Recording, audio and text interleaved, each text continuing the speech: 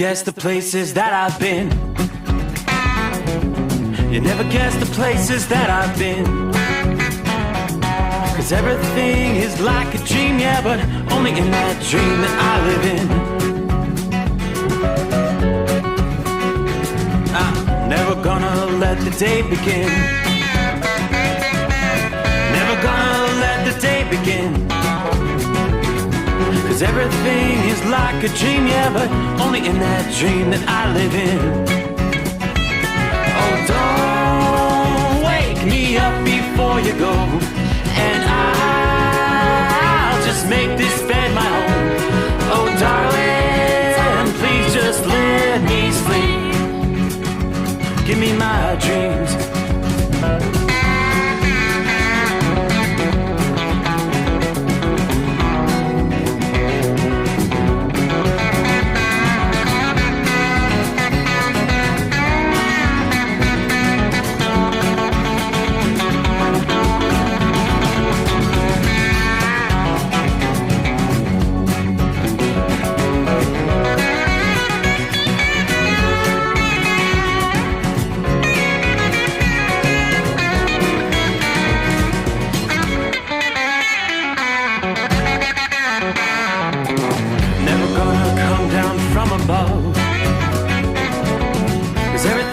Better from above. Nothing's ever as it seems, yeah, except in that world that I dream of. Never gonna lose the ones I love. Never gonna lose the ones I love. 'Cause everything is like a dream, yeah, but only in that world that I dream of. Oh, don't wake me up before you go, 'cause I can't face this day alone. Oh, darling, please just let me sleep. Give me my dreams. Give me my dreams. Give me my dreams.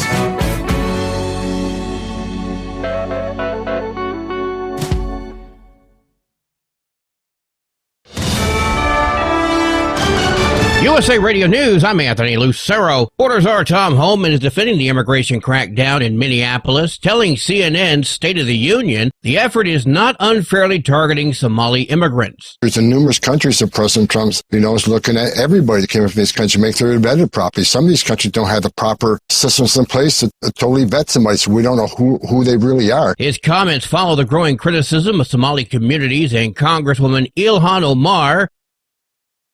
A Republican senator is backing Secretary of War Pete Hegseth as criticism grows over the U.S. strikes on alleged drug boats in the Caribbean. While appearing on Meet the Press, Arkansas Senator Tom Cotton said those boats are all valid targets. Before our military conducts such a strike, they have multiple sources of intelligence. Hegseth also defended the operation, saying the 80 people killed since September were terrorists. Crowds gathered outside the White House yesterday protesting possible U.S. military action against Venezuela. Every day I wake up, I don't know about you, I wake up and say, did Trump bomb Venezuela last night? And every day that it doesn't happen, I think we have another day to fight this administration. Demonstrators call for an end to the buildup of American forces in that region. The protests come as questions continue over the legality of President Trump's order to target alleged drug traffickers in Caribbean waters. Israeli officials say the body of a hostage returned by Hamas on Wednesday is a man from Thailand. The 42-year-old Thai national was working at a settlement in southern Israel in October of 2023 when he was reportedly murdered by Hamas militants. Hamas said his body was located in northern Gaza Wednesday morning and was handed over to the Red Cross to be returned. The Israeli Prime Minister's office says just one more slain hostage remains in Gaza, the body of a police officer who was killed while battling militants during the October the 7th attack, and that they are working tirelessly to bring him back for burial. I'm Mark Mayfield. From America's News Network USA Radio News. Business owners, are you paying high phone bills for old school systems and lousy service? StrongTel cuts your phone bills in half and turns every phone you own into a feature-rich business system. Sean Roddy, CEO of Hennings Brothers Drilling, had this to say: "We've been a StrongTel customer for over 10 years. It's great. It even includes an intercom with video to our equipment yard. I can watch live from anywhere with my smartphone. I'd recommend StrongTel to anyone. Never miss a customer call again with your StrongTel business system. StrongTel is a proud iTex partner and always welcomes your iTex dollars. You'll get award-winning StrongTel service, a business-class phone system, and cut your phone bill in half. Visit strongtel.com. That's StrongTel, StrongTel.com. It's StrongTel.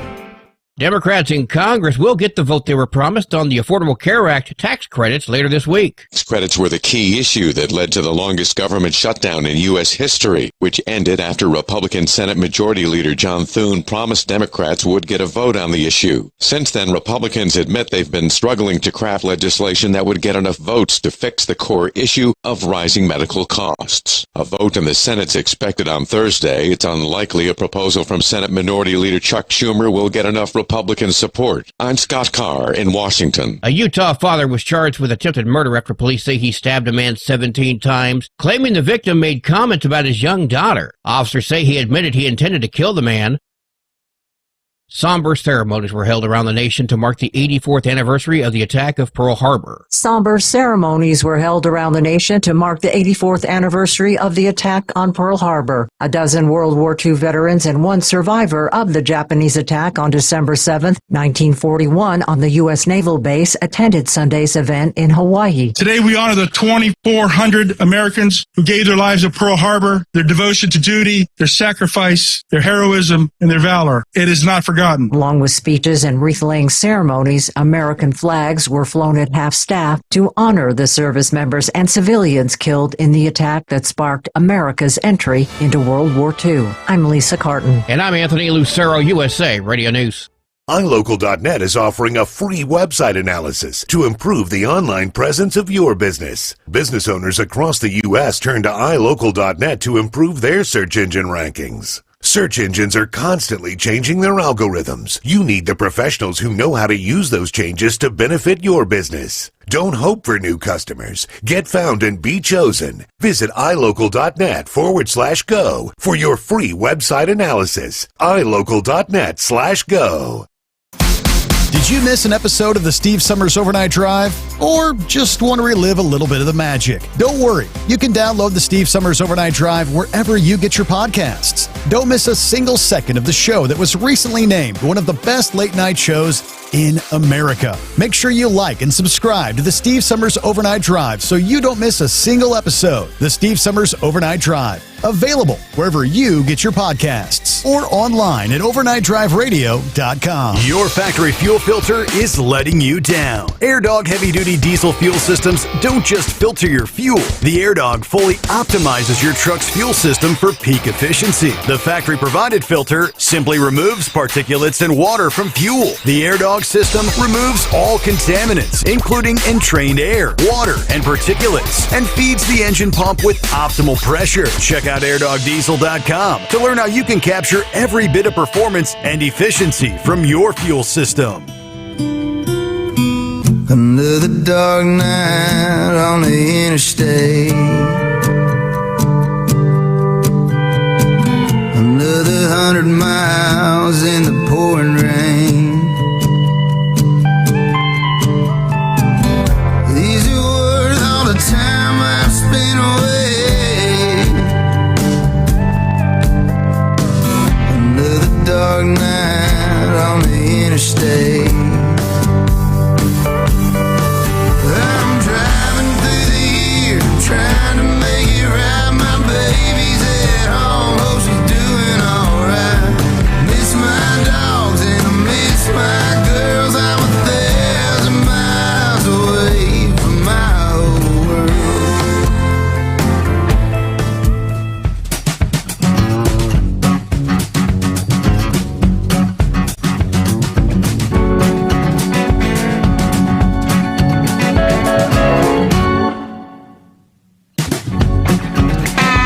Alrighty then, looks like it's that time once again. And just like that, here we go. Weekend? What weekend? Boy, that went by fast. So So what do you say? We'll wrap it up here, close out a Sunday, and from time zone to time zone, roll into Monday. Here it comes, greatest day of the week, 8th day of December. All right, trust you had a good weekend. A little chilly outside the secret bunker, but it's official. It's winter time, right? Now we sit back and wait for the next Arctic blast.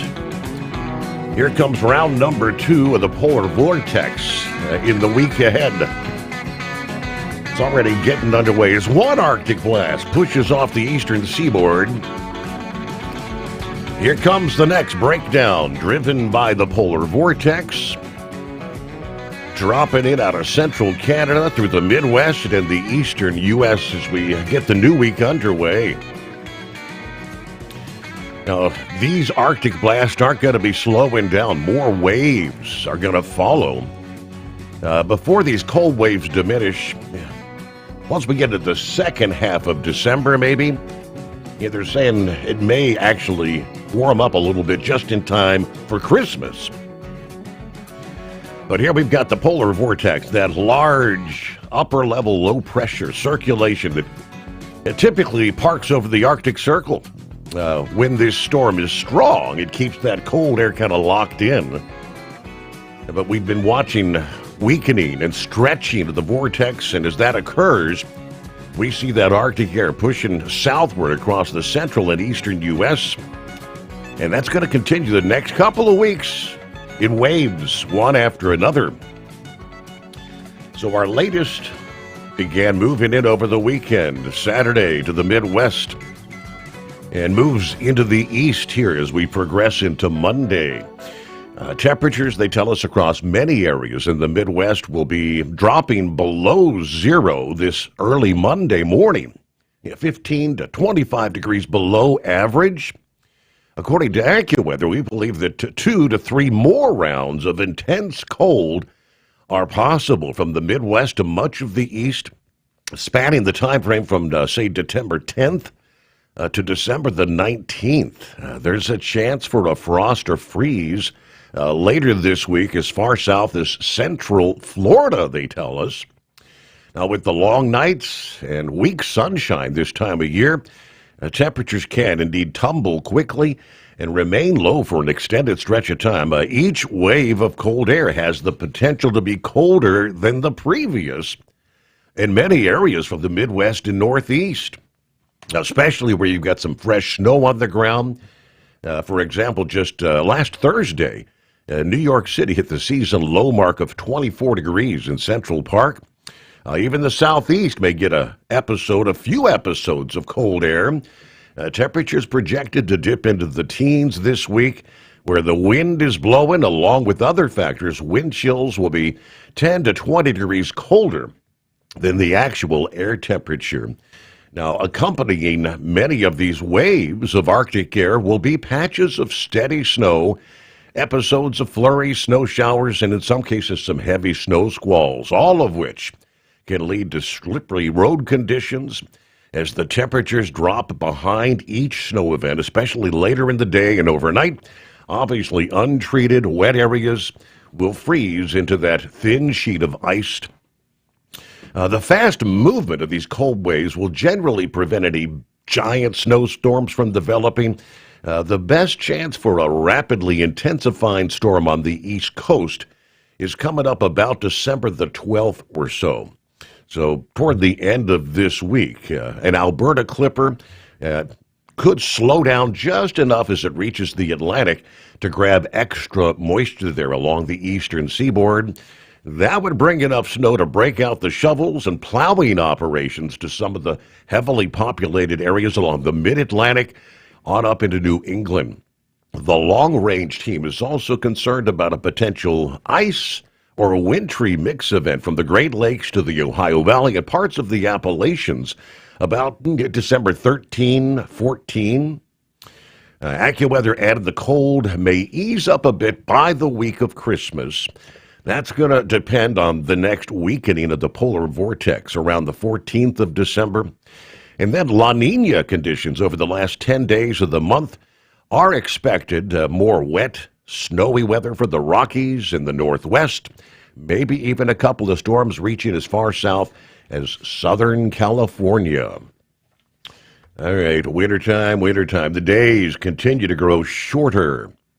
That turns around here in about 10, 12 days as we actually reach the winter solstice. We'll break that down for you. Coming up here, welcome aboard Philly Dan, out of the box. Yes, sir, it's that time again. Hope everybody had a great weekend. Sneakers, hi there, another week of great shows coming our way. Thank you, Steve, and Hot Shot Secret. Everybody be safe. Prayers for all. All right, good afternoon. Hello, Larry. Hammer down, 38 degrees in Mahwah, New Jersey. We're headed toward Hartford tonight, then back to Wilmington, Delaware. We'll reload for Tuesday. Saddle up, nocturnal listeners. Hello, Peppy. The midnight hour, greatest day of the week. 32 degrees in the far side of southwest Ohio. Just got done watching a documentary on JFK's assassination, November 22nd, 1963. All right, snuggle up to whomever or whatever. Kiss them goodbye, kiss them hello. Tell them you love them. Hello, Jack. Morning, Steve, the overnight crew. Happy Monday already. Man, that was quick. 45 degrees, got a little rain here in Arlington, Tennessee. Headed on into Memphis. Get us a set. We'll head back out west once again. Everybody truck safe. And as always, have a blessed day. All right, Rubber Duck gives us an update. I just wanted to say thank you to all those well wishes. I did get home Friday with my portable defibrillator. Not sure where things go from here, but after 40 years out there on the road, I don't think I'll be coming back out. I'm just going to file for disability. Jeffrey checks in from Southern Florida. Hello, Steve and the overnight family. Uncle Chops, good morning to the overnight crew and all the listeners. Your Cincinnati Bengals kept me nervous much of the day Sunday. They're in Buffalo. Go Bills. Yeah, they ultimately, they pulled out the victory. Bengals stick a fork in it. The only chance they had of possibly reaching postseason, they had to pretty much win out. And they lost this past day, so. All right, win some, lose some. Who we got there? Good morning, Mr. Steve. All the overnight family had upsets in college football and pro football. How about those Indiana Hoosiers? They're number one. Everybody be safe out there tonight. Yeah, upset weekend. If my little sampling versus the prognosticator and the analyst is any sign of my hopes for next season, it ain't good. Out of 5 games, Steve only picked one winner. Ooh.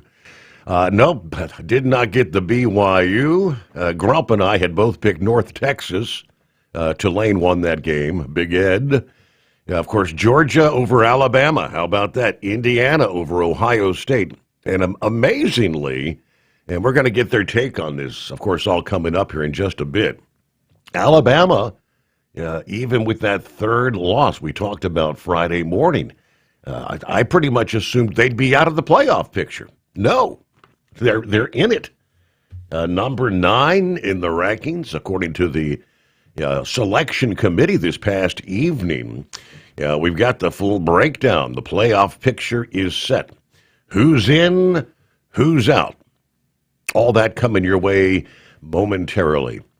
First of all, we've got James checking in, who remembers the good old days when diesel was always cheaper than gasoline. Yeah, those were, the good old days. Then we transitioned to the ultra-low sulfur diesel. And everything changed dramatically. Around the country, 844-844-3388. We get a new day, a new week underway, the Steve Sommers Overnight Drive. Have you been searching far and wide, looking to advertise your business on a brand that will help you reach the very clients you want to walk through your front door? Well, they've done studies that 100% of the time, it works every time. We're talking about the Steve Sommers Overnight Drive. Let us go to work for your business. The Steve Sommers Overnight Drive currently broadcasts in radio markets all over the United States and was recently named one of the top 50 best late-night shows and podcasts in America. Advertising on the Steve Sommers Overnight Drive will maximize your ability to reach clients both on the air and through podcasting. Consider it the best of both worlds. Don't miss this chance to put your business on the Steve Sommers Overnight Drive and expand your reach immediately. Before we go, I've got one question to ask you. Are you ready to get started? If so, email me, Ryan Wild at lubricationspecialties.com, and get started showing off your business today on the Steve Sommers Overnight Drive. It's no secret, today's diesel isn't as good as it should be. Diesel lacks lubricity. That can lead to fuel system failure, costing thousands in repairs. But you can prevent those issues with Hot Shot Secret products. Clean injectors, boost cetane, increase fuel economy while adding 4 times more lubricity than the leading competitor. Claims proven by real-world use and confirmed by third-party ASTM testing. Available nationwide at truck stops, farm and automotive stores, and online at hotshotsecret.com. Hot Shot Secret. Powered by science. At TEL, we know what it takes to succeed as an owner-operator because we were founded by one. The big secret? Affordable new trucks. New equipment keeps you moving, improves cash flow, and delivers reliability. For over 20 years, we've helped drivers take the next step in their careers. Call TEL at 866-404-6289 and use promo code OVERNIGHT100. We look forward to meeting you.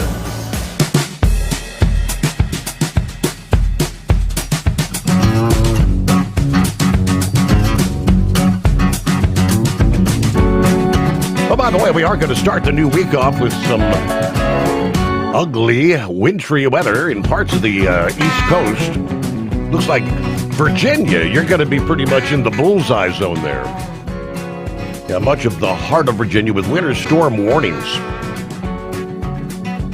Kicking in about 6 a.m. this Monday morning till 6 in the evening. Pull up how much we're talking about. Well, 3 to 5 inches.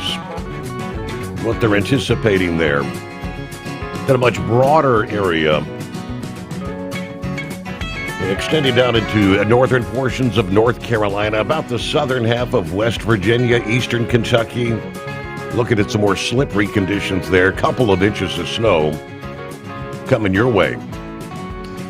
Next, Alberta Clipper. Along with the polar vortex dropping into the north central U.S. High wind warnings for much of Montana, North Dakota. Yeah, much of South Dakota on down into central and eastern Wyoming.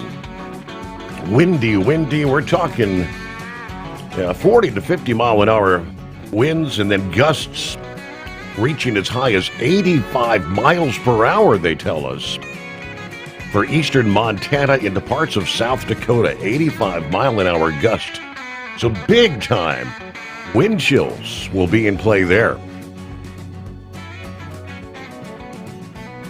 All right, every once in a while, our friend Joe in Michigan jumps on board to say hello. Welcome, Joe. Are you getting ready for the holidays? Oh, yes, sir, we are. And, of course, Mother Nature is already here, too. We've already gotten quite a bit of snow and definitely getting cold for sure. How was your Thanksgiving? I had a good Thanksgiving. Thank you very much. A little on the cool side, but I had plenty of turkey and ham and all the good stuff. Oh, yeah.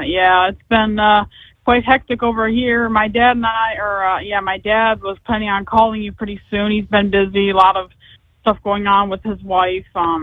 She's been hospitalized, but he does say hi, and he does say he wants to call you sometime soon. But I just wanted to call in and check in and tell you to stay safe and stay warm and drive safe. Everyone out there listening, thanks and God bless. All right, Joe. Thank you for checking in there, Michigan. Yeah, they got a pretty good dose of white stuff last week, and there's more where that came from. Well, here it is. We're not one day closer. It's here. Yeah, we got to start it off by being the greatest day of the week. ain't got many of these left, but there's plenty more where that comes from, right? Yes, indeed. Every time you turn around, Ron, it's the greatest day of the week. Here's Every another time I one. turn around, there's one. Yep. I know. So I remember liking the smell of diesel and gasoline, but I can't stand it now. I don't know if you're that way or not, but I used to love the smell of gasoline when you was pumping it, you know. Yeah. I guess that was during the leaded days, the leaded version. And then the diesel used to smell a lot better than it does now, too. So you were talking the other day about those schools shutting down, the truck driving schools. Yes. I think one of the problems is that phrase self-certification. I think if they got rid of that, a lot of the problems would go away. Yes, absolutely. I mean, they're having that problem with the ELDs. I barely got my physical self-certified before they got rid of being able to do that, and then it got all screwed up. So I don't know. Seems like self-certification is the problem. Maybe I'm wrong. No, I think, they're actually looking to address that. They're looking to change that. You are 100% correct. I hope so. But, you know, yeah, I'll watch some of them football games, and, of course, I won't rub it in about the Buckeyes. I got some friends that Buckeye fans like we all do. My condolences, I guess. You know, I guess we can just call them the 13-10 team now. Amazing to me. They only dropped from first to second place. So Indiana bumped up to number one.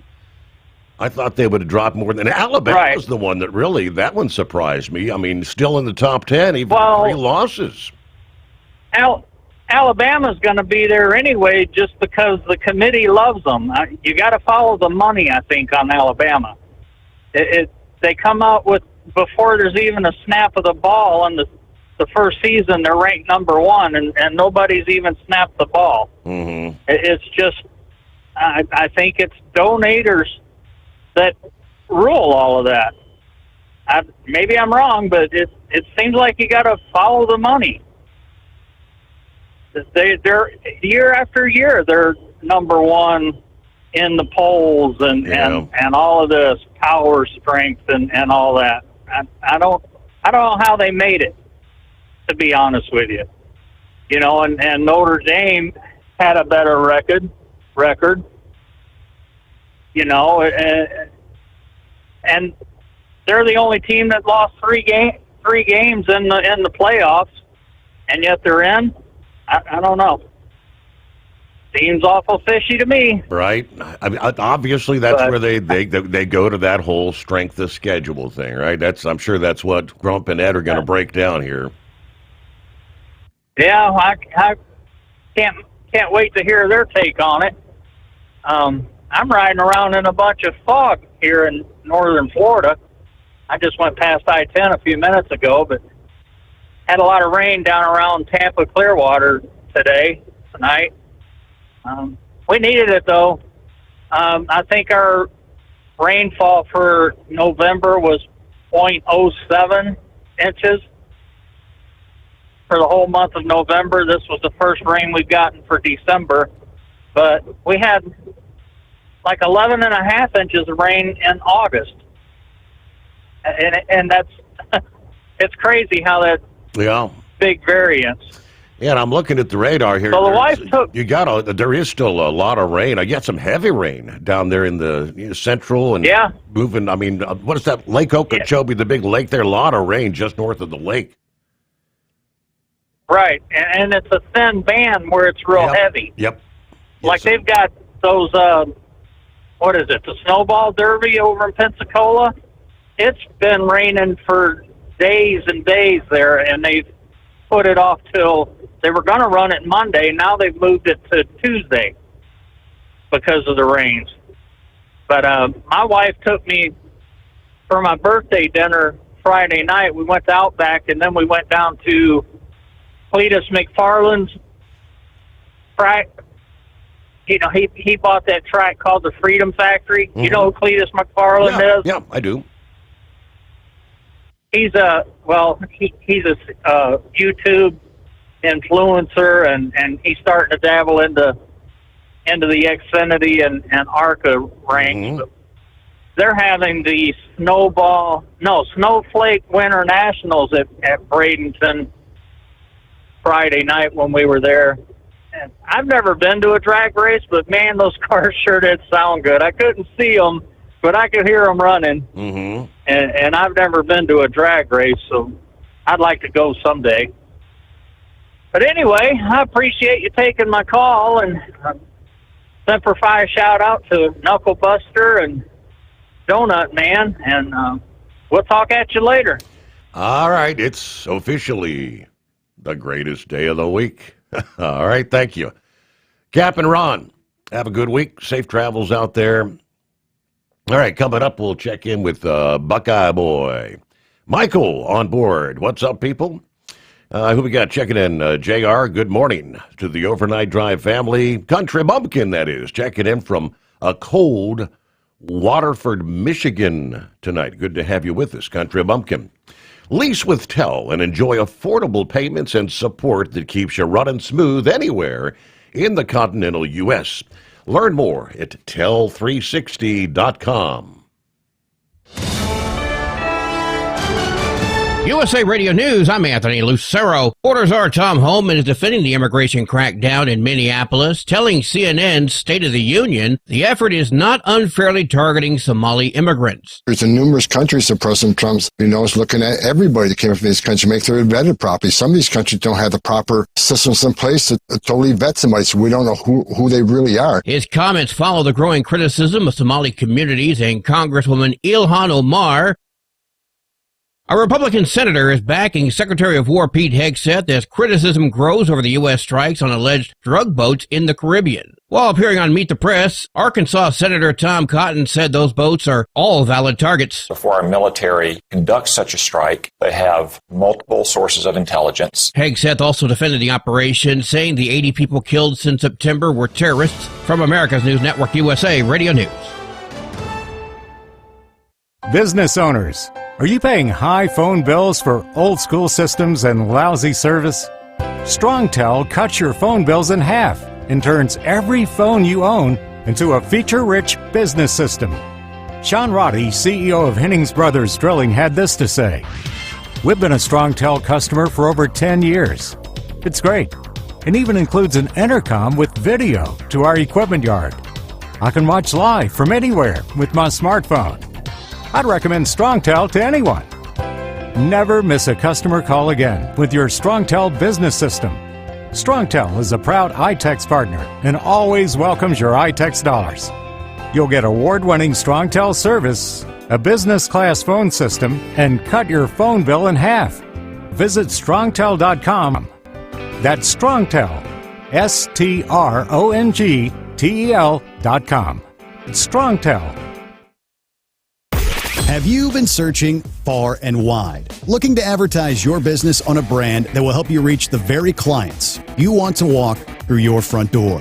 Well, they've done studies that 100% of the time, it works every time. We're talking about the Steve Sommers Overnight Drive. Let us go to work for your business. The Steve Sommers Overnight Drive currently broadcasts in radio markets all over the United States and was recently named one of the top 50 best late-night shows and podcasts in America. Advertising on the Steve Sommers Overnight Drive will maximize your ability to reach clients both on the air and through podcasting. Consider it the best of both worlds. Don't miss this chance to put your business on the Steve Sommers Overnight Drive and expand your reach immediately. Before we go, I've got one question to ask you. Are you ready to get started? If so, email me, Ryan Wild at lubricationspecialties.com, and get started showing off your business today on the Steve Sommers Overnight Drive. Truckers, meet the SpeedMax Pro Max, the tire built for serious hauls and serious peace of mind. With rugged construction and performance you can count on, Pro Max is made for the long road ahead.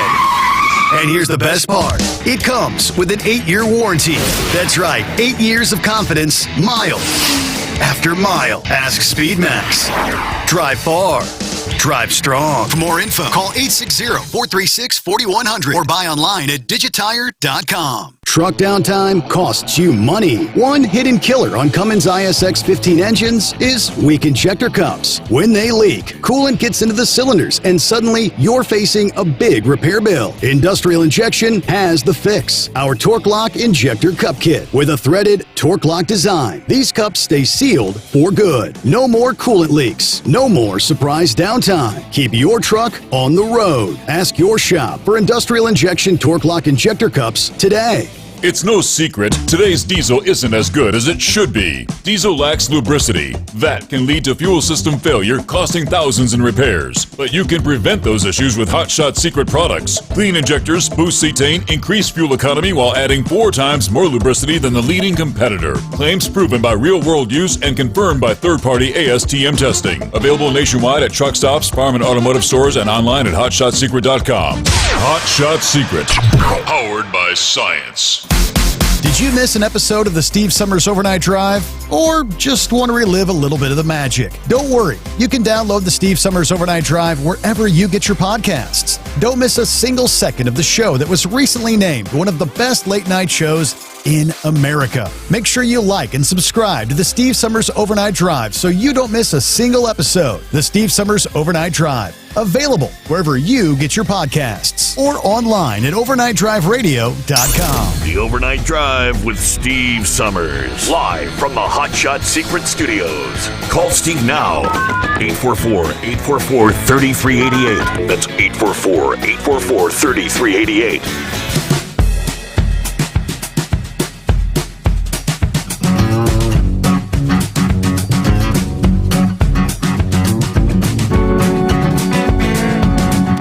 Here we go. Monday already.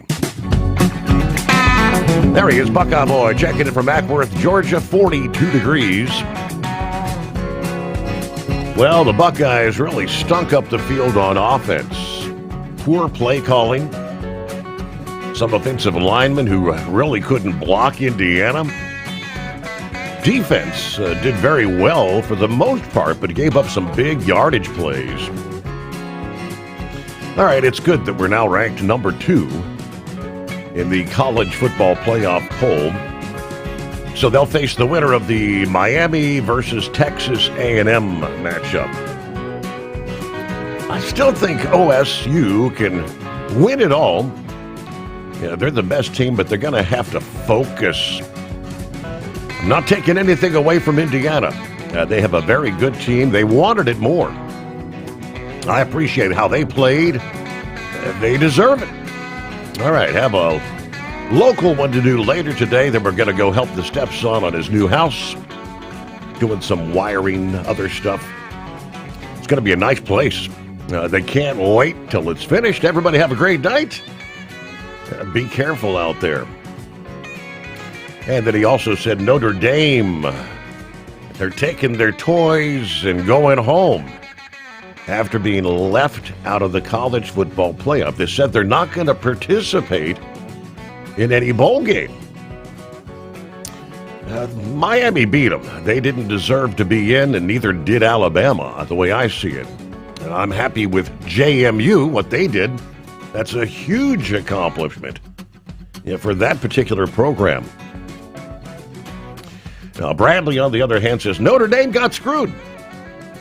No way is James Madison and Tulane better than Notre Dame. I guess the good news is Notre Dame in the top 5 with endowments, so they can afford to boycott their bowl selection. Oh, so there we go. Another season, another college football playoff, all set in motion. And no surprise, there's a little bit of controversy in the mix. Welcome aboard, Mr. Prognosticator and the Grump, the analyst. And let's, first of all, Buckeye Boy, you're like a whole lot of others out there. You got tunnel vision. I don't think Ohio State's going to take it, but that's for a later conversation. You, Steve. Yes. It's not about you, sir. You lost your man card. Now, at the start, you tried to say you won one game. What game is that? Let's see. Which one? Yeah, go ahead there, Heatwave. Well, I guess, did Duke win? Duke won that game, right? Yeah. Okay, so I didn't get I went 0 for 5. There you go. 0 for 5. No win, nada, nothing. Your only hope was if Virginia would have won, I would have finished at 4-1, but they didn't, and I take that loss with joy in my heart because that made you 0-5. Thank you so much. And it stripped you of your man card. Ain't that right, Grump? Go ahead. That's Grump. right. Land We're on going to get it. We're going to get it. And we're going to give you a chance to get your man card back, though, before we get done. Okay, but you're going to have to grovel a little bit to get it, but you're going to get it back. Oh, boy. That was his first shot. We'll cut him a little slack. Yeah. Go ahead. Tell him what I mean, you want to do there. You was on our mind this weekend, Steve. Me and Grump really trash talked you real good. And it's like I told Grump, I said, he's as bad as Heatwave. You know, Heatwave, he's lost his man cards. I mean, calling in here crying all year long about the slow bows, about how they get no respect. See, last year when I was doing this by myself, I remember Heatwave, he was on the Texas A&M boat, but they kept losing, and he finally jumped ship, and that's why this year he couldn't make himself pull for A&M. And if you remember last year, did I make any bones or did I pull any punches about how bad Oklahoma stunk the place up? You did not. And that's right. I was up front and I was honest. You're either good or you're not. And that's why I tried to tell Heatwave. Now, the slow bows are either good or they're not. Now, I can tell you this, they finished 9-3 this year in the Mountain West. And they're going to face the Minnesota Gophers, who's a Big Ten team, finished 7 and what I got wrote down there, just a second. Bear with me, 7-5. So what we thought we would do, so you can get your man card back, Steve, we're going to give you one game. The weekend when this all league playoffs start. Yeah. You get the poll for the Minnesota Gophers. Big Ten team, 7-5. So when Heatwave calls in here and they're playing the New Mexico Lobos in the rake boat. Now, they haven't come out with who's got the bigger possibility of winning, but New Mexico being 9-3. And really, that's not a bad record because they're in the same, I think, conference as Boise State. And, you know, Boise State made the playoffs last year. It's just that they needed a couple of more wins to have got themselves in the mix of the conversation like James Madison did. They won that Sun Belt Conference, and I think they lost to Louisville. Was that it? The Grump? Yes. So their strength of schedule was much better. That's what propelled them. When they set all this up, that group of 5, that's what propelled them over Notre Dame, over Texas and the Vanderbilt, because they won their conference. Now, if they hadn't have won their conference, then, Notre Dame would have got in there. But I'm like Grump. I didn't feel like Alabama belongs in there, but hey, that was not my call. But the subject we're talking about right now, Steve, is your man card. Oh, boy. And for you to be with me and Grump next year, you have got to get that man card back.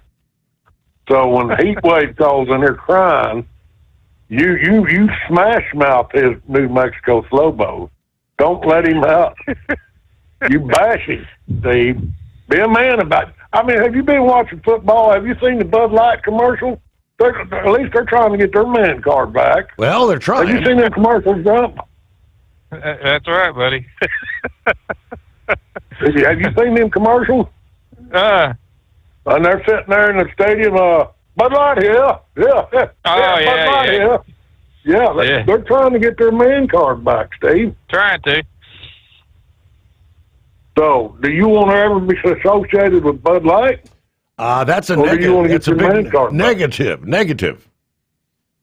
There you go. So when old Heat Wave calls in there, don't be kissing up to him. Just tell him, hey, Heat Wave, your slow bowl stink.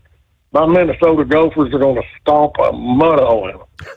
Let him know. Okay. We'll be listening, Steve. All right. You got 2 weeks, my friend. 2 weeks. Now they don't play till the 26th. So actually, you got three weeks, I think. So all right. What do you say, Grump? Is we gonna let him get a chance to get his man card back? Oh yeah. We can't beat up on him too bad. This is his first go round here. So yeah, you played the first best, big time bad, Steve. I mean, I was sad for you. I told Grump, I said, man, poor guy, he ain't even paying attention. He's getting thoroughly beat. And we beat you with a wet noodle this weekend. We have no mercy on you. Trust me. The only reason we didn't call you because we know you were dealing with the unfortunate situation at home, but that still does not relieve you of us pounding on you because you lost your man card over the week. Well, how much? Go ahead, Grump. How much money did the bookies take in with the missed field goal? Ohio State, that should have gone into overtime. They missed that field goal twice. He missed 2 of them that they should have won by 3 points, but he missed 2 of them. And I was a little upset about that. I wanted to break the kid's leg, but that's just me. And I lost a bunch of damn money on the process of it. Right? It's all right. Hey, buddy, I picked Indiana. You didn't hear me crying in that Go Gator tears. Well, I had a couple there. I had it under 47.5, so I won on that one. But I did win just a little bit, but on the line bet I lost, so that's okay. But anyway, I'll tell you that in the Virginia game, if you'd have been watching that, Duke, they won that by the skin of their teeth. If it hadn't been for that defensive player with Virginia getting overzealous in his pursuit of the quarterback and hitting him after he released the ball, they got a 15-yard penalty tacked onto them when they got their shot in the first series in overtime on their part, and they had to start at the 40-yard line. And then the quarterback threw that interception. To me, that went a long way in why Virginia lost that game, because of one lousy play. And that, when they showed the replay, that defensive back, he had plenty of time to stop, and there was no reason for him to reach his hands out and smack that quarterback. It was stupid. And to me, that's what cost them the game. Or I guarantee you, if Virginia would have won it, they would have been in the playoff. James Madison wouldn't have. Yeah, that I don't know what the hell was wrong with Virginia. I mean, they played good all year and then got in there and it's like, damn, they couldn't get their defensive backs to work. They couldn't get, it just one thing after another. It's like Ohio. Ohio State, they just fell flat of their butt pretty much. I wonder if they're looking for a new kicker though. I mean, the kid's hit pretty much everything, and then when he gets in a clutch like that, he misses. So I don't know. And that's why Duke, even though they won the ACC, they couldn't get in because the strength of schedule that James Madison had was far better than Duke's. All right? And when they set all this up, remember, it had to be the conference winners. And every conference winner is in that playoff. All right? Are you with me? Mm-hmm. So, but how Alabama got in there, that's another question. I do not know. I'm with Trump. I don't think they belong, but who was it was sending the money? The best I can tell, right now, Alabama is the first team in college football that's ever went 3 losses and still got into the playoffs.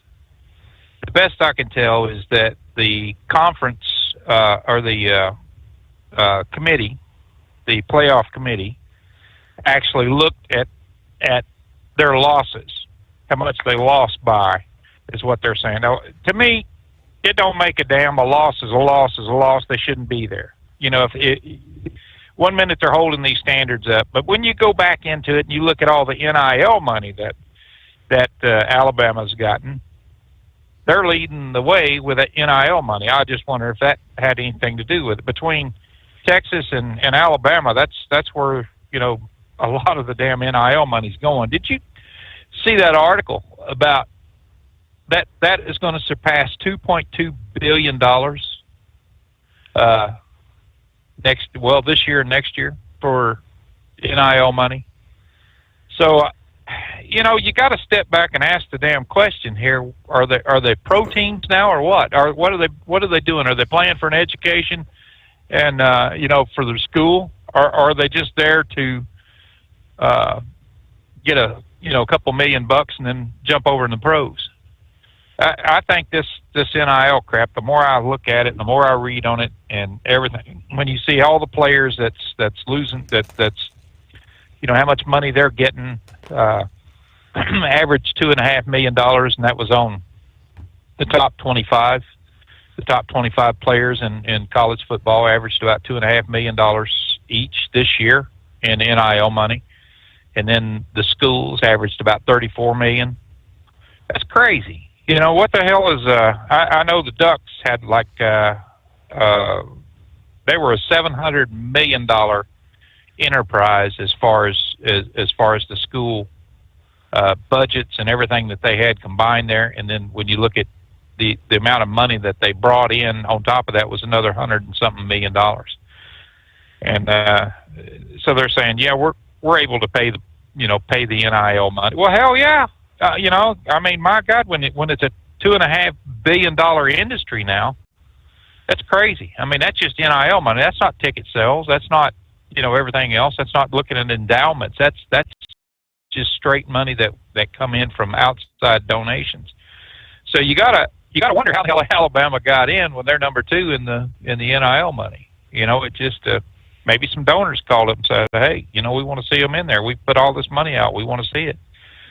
To me, it's taken away the spirit of college football.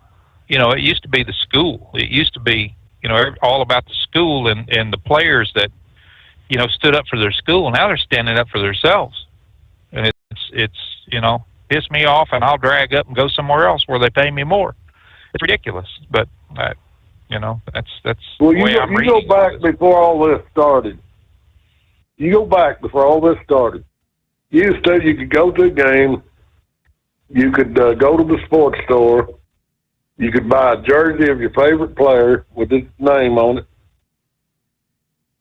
or you could buy a helmet with his number on it, or you could buy posters, autographed posters, and the school kept all that money. They wouldn't share it with the players. That's why all this name, image, and likeness started coming into being. And then you can thank Johnny Manziel, the great Texas A&M ripoff, that actually got all this started because he was taking money under the table, and he's actually the one that got all this NIL crap started. And well, I shouldn't say crap because I understood his position. Well, if the school's going to make all this money off me, how come I don't get some of that money? And so they took what could have been a good thing, and now it just blows. They've let all the money handlers come in and get control of it, and they've just bloated into a big billion-dollar business.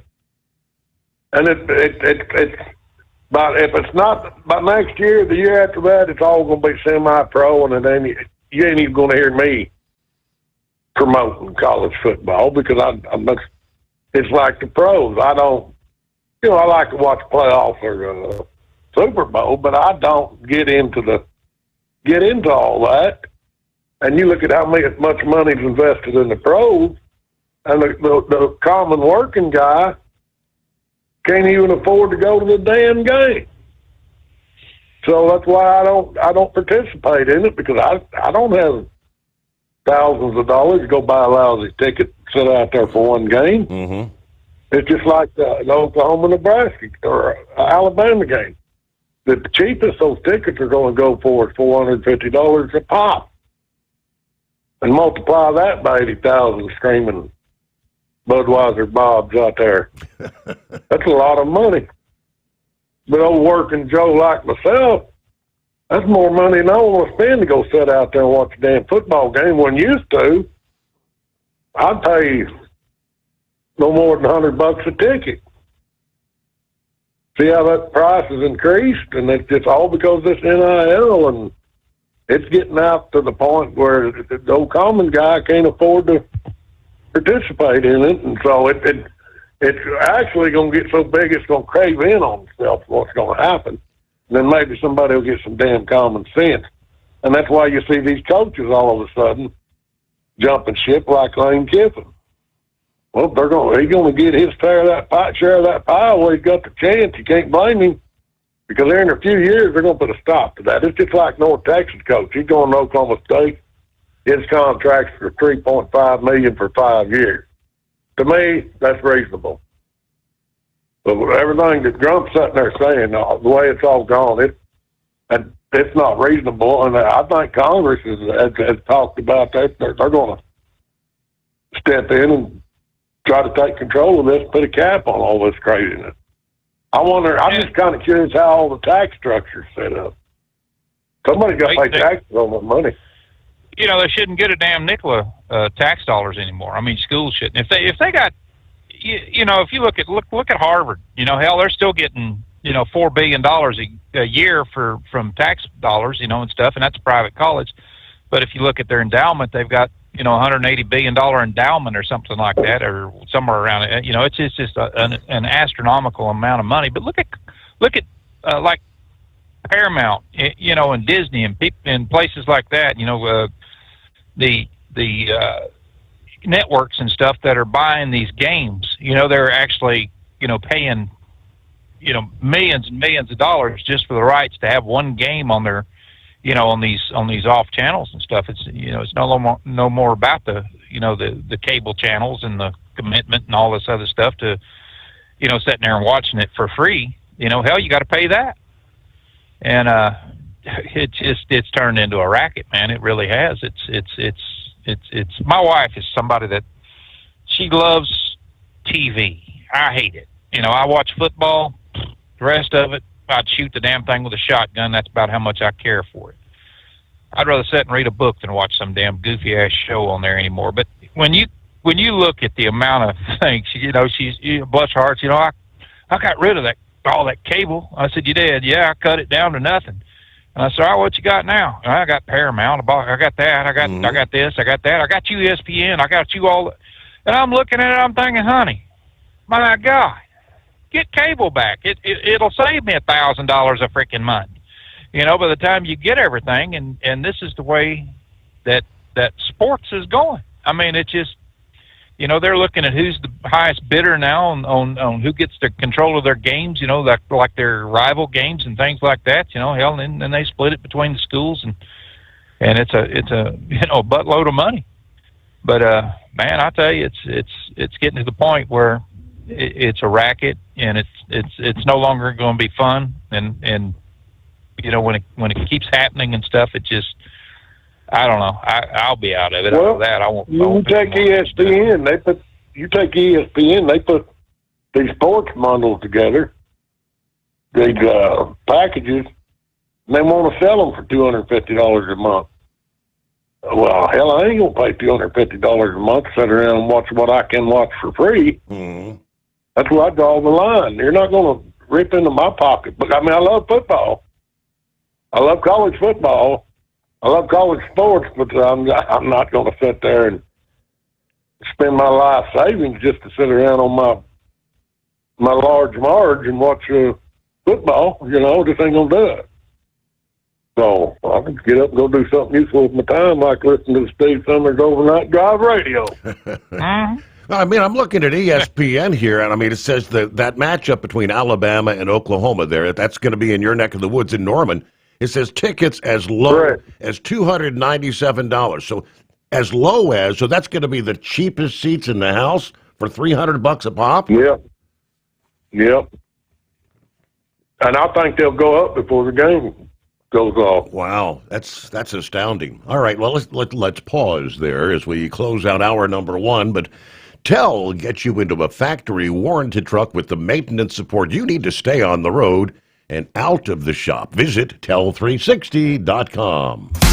Did you miss an episode of the Steve Summers Overnight Drive? Or just want to relive a little bit of the magic? Don't worry. You can download the Steve Summers Overnight Drive wherever you get your podcasts. Don't miss a single second of the show that was recently named one of the best late night shows in America. Make sure you like and subscribe to the Steve Summers Overnight Drive so you don't miss a single episode. The Steve Summers Overnight Drive. Available wherever you get your podcasts or online at overnightdriveradio.com. Your factory fuel filter is letting you down. AirDog heavy-duty diesel fuel systems don't just filter your fuel. The AirDog fully optimizes your truck's fuel system for peak efficiency. The factory-provided filter simply removes particulates and water from fuel. The AirDog system removes all contaminants, including entrained air, water, and particulates, and feeds the engine pump with optimal pressure. Check out airdogdiesel.com to learn how you can capture every bit of performance and efficiency from your fuel system. At Hotshot Secret, we share the science behind common diesel problems. For example, fuel additives.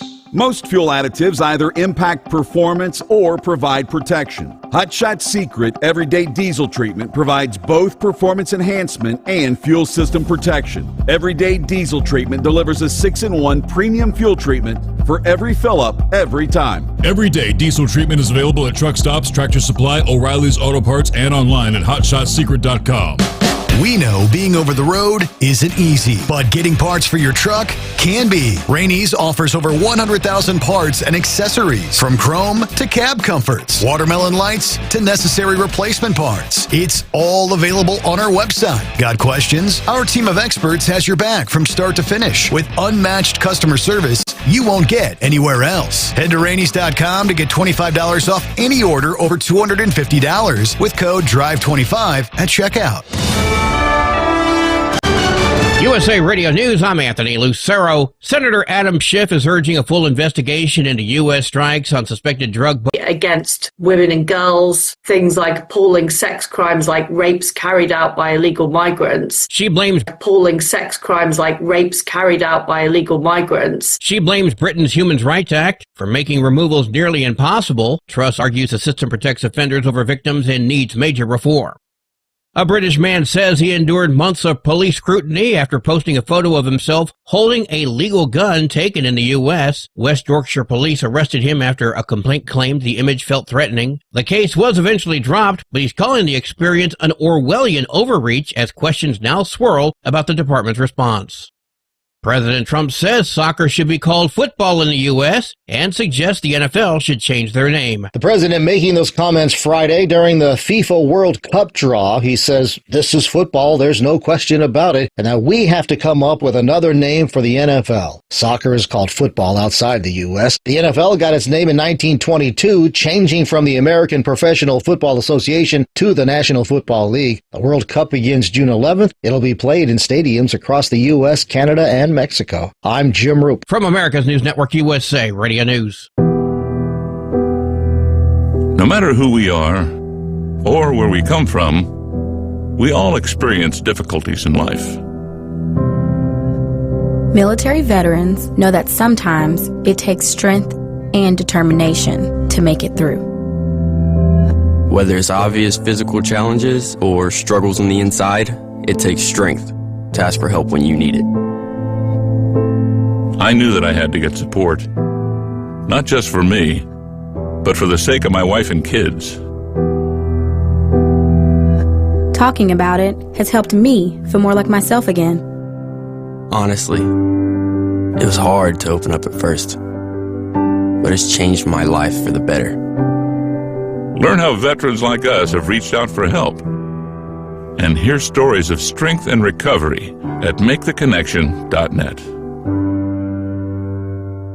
The California Department of Health has issued an urgent advisory to avoid eating wild mushrooms. Public health officials have reported an outbreak of amatoxin poisoning caused by consuming wild foraged mushrooms. Amatoxins are highly toxic and can lead to severe liver damage or death. Toxic mushrooms, such as the death cap, can easily be mistaken for the safe and edible type. Symptoms include diarrhea, nausea, and abdominal pain. 21 cases have been identified by the California Poison Control System, with significant clusters reported in the Monterey and San Francisco Bay areas, although the risk is statewide. I'm Sharon Reardon. Washington State Patrol arrested nearly a dozen people during a human trafficking and prostitution mission. They called it Operation Human Freight. It was initiated by the WSP's Commercial Vehicles Division because of the prostitution activity they saw at the truck stop. 11 women were victims of prostitution or human trafficking. They were offered resources to help. A 41-year-old Tacoma man with 19 prior felonies was arrested for human trafficking. I'm Brad Ford. Online shoppers may know about the scam called phishing, but there's a new one that has a rather funny name. It's called Quishing. Cybersecurity pros say it's a phishing scam done with QR codes. A mystery package comes in the mail with a QR code inside that looks harmless. Scanning it may take you to a fake website, stealing your personal information, or installing malware on your device. The FBI warns, ignore packages you weren't expecting and never scan a QR code from an unknown source. I'm Sarah Walters. And I'm Anthony Lucero, USA Radio News. Would you know where to turn if you or a loved one became paralyzed? For thousands of families, the National Paralysis Resource Center has been that lifeline. But now federal funding's at risk. Sherman Gillums Jr., a partially paralyzed Marine veteran with the Christopher and Dana Reeve Foundation, explains why. This is about more than just a budget line. It's about veterans, caregivers, and families, real people who need these resources to live more productive and independent lives. Learn more at ChristopherReeve.org. Have you been searching far and wide, looking to advertise your business on a brand that will help you reach the very clients you want to walk through your front door? Well, you know they've done studies that 100% of the time, it works every time. We're talking about the Steve Sommers Overnight Drive. Let us go to work for your business. The Steve Sommers Overnight Drive currently broadcasts in radio markets all over the United States and was recently named one of the top 50 best late-night shows and podcasts in America. Advertising on the Steve Sommers Overnight Drive will maximize your ability to reach clients both on the air and through podcasting. Consider it the best of both worlds. Don't miss this chance to put your business on the Steve Sommers Overnight Drive and expand your reach immediately. Before we go, I've got one question to ask you.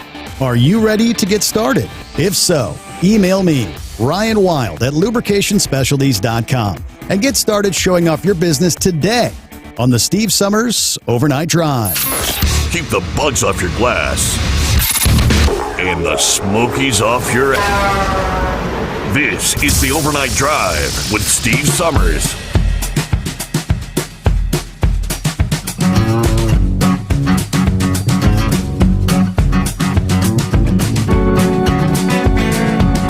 All right, here comes a Monday. Welcome back. Welcome aboard. Working our way into the 8th day of December. Greatest day of the week.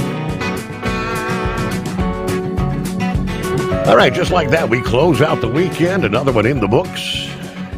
Another day closer to Christmas and a new year. Going to have some travel issues out there right on the heels of the storm that brought some accumulating snow across portions of the plains and the Midwest over the weekend. We're going to see multiple fast-moving storms taking shape through the week ahead, bringing rounds of accumulating snow. This is going to be a series of Alberta clippers racing southeastward out of central Canada into the Great Plains, the Midwest, and portions of the Northeast. All right, the Clipper makes its way out of southwestern Canada into far northern portions of the plains on Tuesday. Then reaches the Great Lakes by Tuesday night. That'll be system number 1. So we'll see some snow on the northern side of that storm, while near and south of the center of the storm, a mix of rain, snow, maybe ice may occur. By Wednesday, the storm will be racing east, bringing rain and snow across much of the interior Northeast. Meanwhile, all snow expected from Michigan into northern New England. Within that swath, we could see snowfall 3 to 6 inches. From portions of North Dakota through northern New York and Vermont, the northernmost tier of the country. Yeah, smaller swaths of maybe 6 to 12 inches across portions of Wisconsin, Michigan, and southern Ontario. Along with the snow, those gusty winds, raising the risk for blowing snow, power outages. Winds will be strong enough to bring down trees, blow around any unsecured objects, including those holiday decorations. There's going to be a broad zone of 40 to 50 mile-an-hour winds from Montana, Wyoming, all the way over to western Wisconsin and Illinois. Gusts as high as 70 in some of the higher elevations of Montana and Wyoming, as well as that swath of eastern Montana into South Dakota, gusts approaching 85 miles per hour. As the storm tracks further east on Wednesday, those gusty winds as high as 50 mile an hour, also spreading further east across much of the Ohio Valley, as well as the Northeast. Meanwhile, the parade of clippers continues late this week into next weekend. More rounds of accumulating snow. The jet stream's going to dig a bit further south throughout the week, bringing additional clippers further south than some of the previous. So the potential for accumulating snow and travel disruptions occurring further south with each progressing storm. All right, it is 844-844-3388. During the news break there, as we bring the prognosticator and the analyst back online, we were talking about the NIL.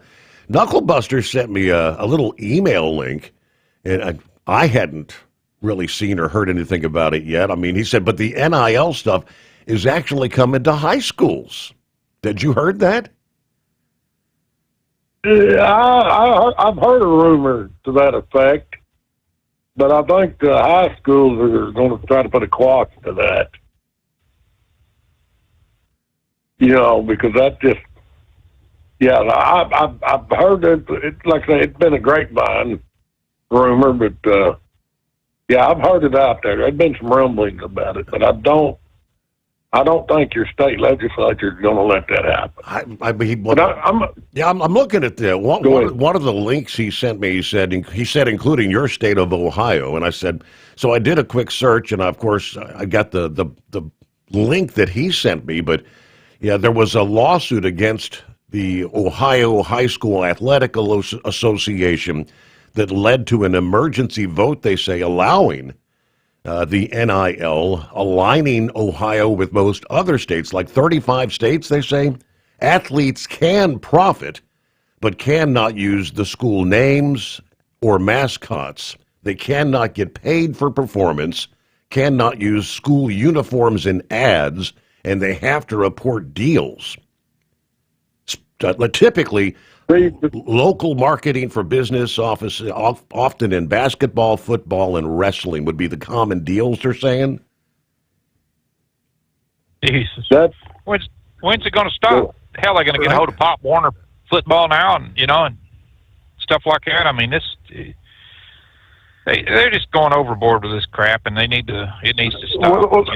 Well, you got a calculator. Let's do some math there. In 2022, I went to the Big 12 championship game down there in Dallas at Arlington Stadium. For 2 tickets, I give $60 or $120 for 2 tickets. That was in 2022 Big 12 championship game. So you figure that was when Oklahoma State played Baylor. So figure that at on an average. And we're just talking average of 60,000. How much number? What money number are you looking at? I don't have the calculator in front of me here. I'm sorry. Well, that's all right. What is it now? I'd give just $120 for 2 tickets, starting to just the 60,000. Multiply that to 60,000. So it'd be $60 a ticket average.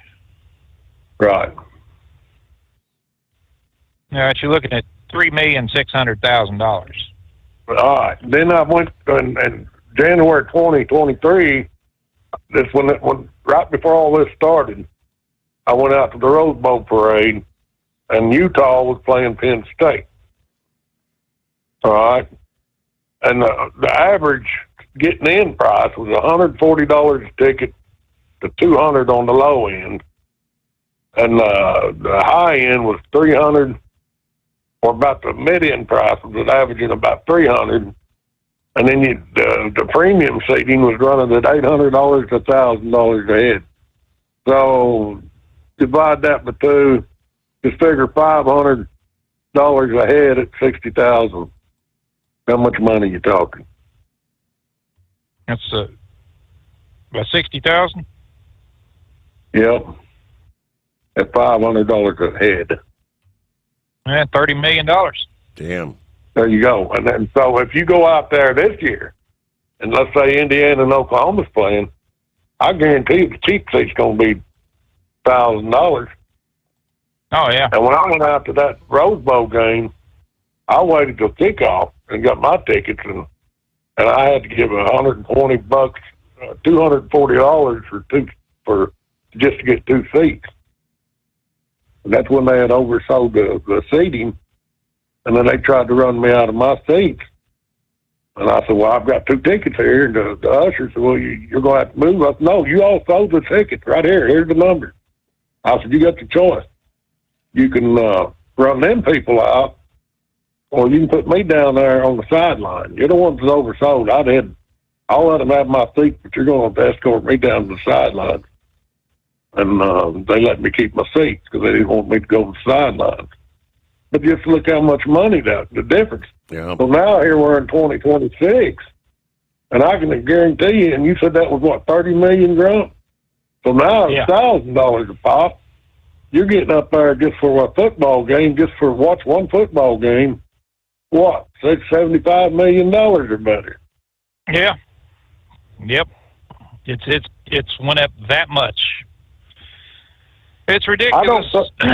I don't think the state legislatures are going to allow that to happen. But you know, to have one kid, how many kids are out there? You know, there's such a thing as peer pressure. You're only as good as the people that are around you, and I just don't see that just taking hold in these high schools. Or if they're trying to do it, then these state legislatures need to stop that. Because, you know, our tax dollars support these schools. And I'm not going to go ahead, Grant. I think that's what the state legislatures look at, though, Ed, is the amount of tax revenues that these damn games are bringing in with that dollar right there. Because everybody's paying taxes on that dollar. And it's, you know, I really don't look for Congress to do a hell of a lot, but you know, I don't know. It's nuts. You wanna get into the values of these games here, real quick here, Ed? I wanna let's look at Alabama and Oklahoma. They're even. And they're going to be a. Yeah, I haven't seen any of the odds breakdown on the odds on these games. Well, have you looked them up? They got Alabama at -115, and they got Oklahoma at a 105, -105. They're saying that there's going to be a 1.5 point difference in these games, and they're favoring Alabama on that. And the over/under is going to be 40.5 on the, which I think it's going to go over that. I think they're going to score a little bit more than 40 points, 40.5 points combined there. Well, I don't think so, bro. Well, I know it's going to be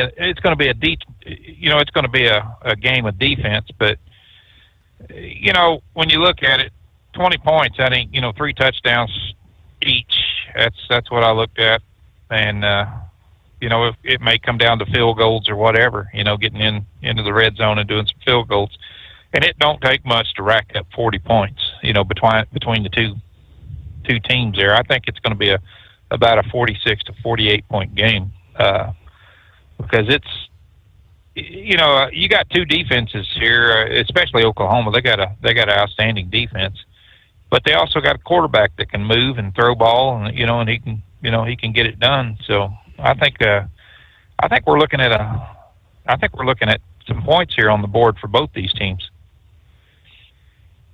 Could be. I don't know. I'm just an analyst. What about the Miami Texas A&M?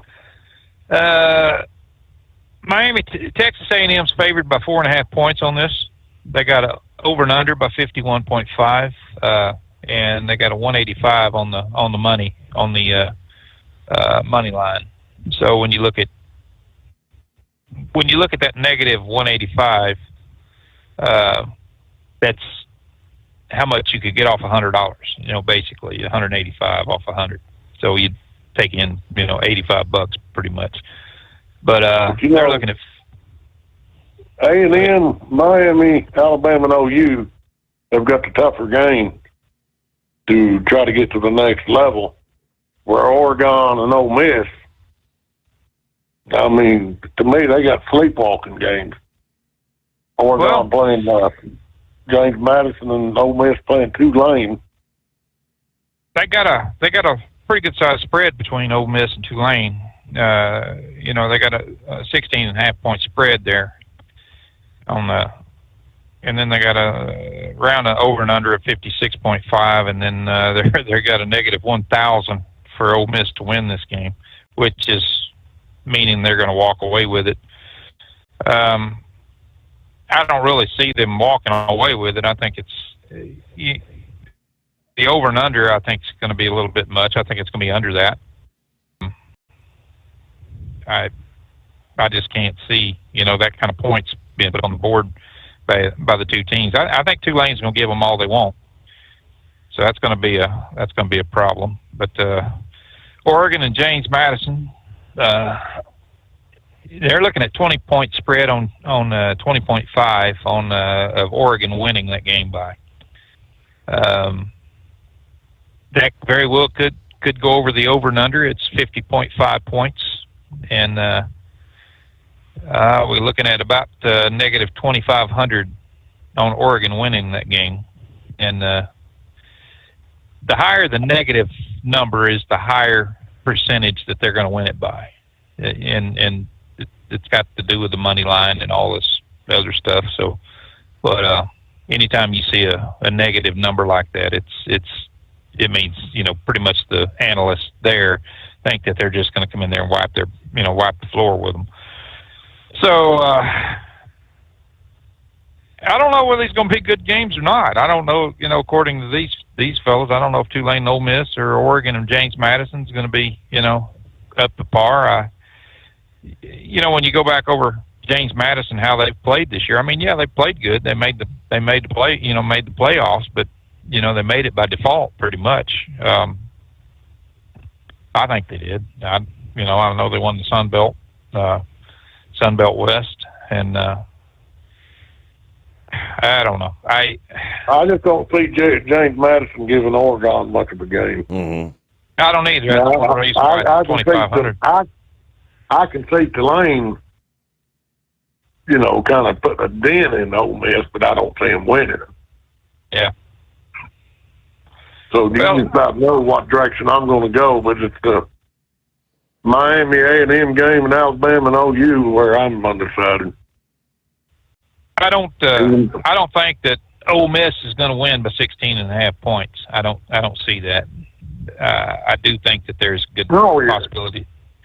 Do what now? Yeah, I see him winning by at least just 14. Yeah. But Steve, what do you feel about your man card game? With New Mexico and Minnesota? Yeah. Have you looked them up? Yeah, Minnesota's going to stomp a mud hole in them. There you go, bro. That's what I want to hear.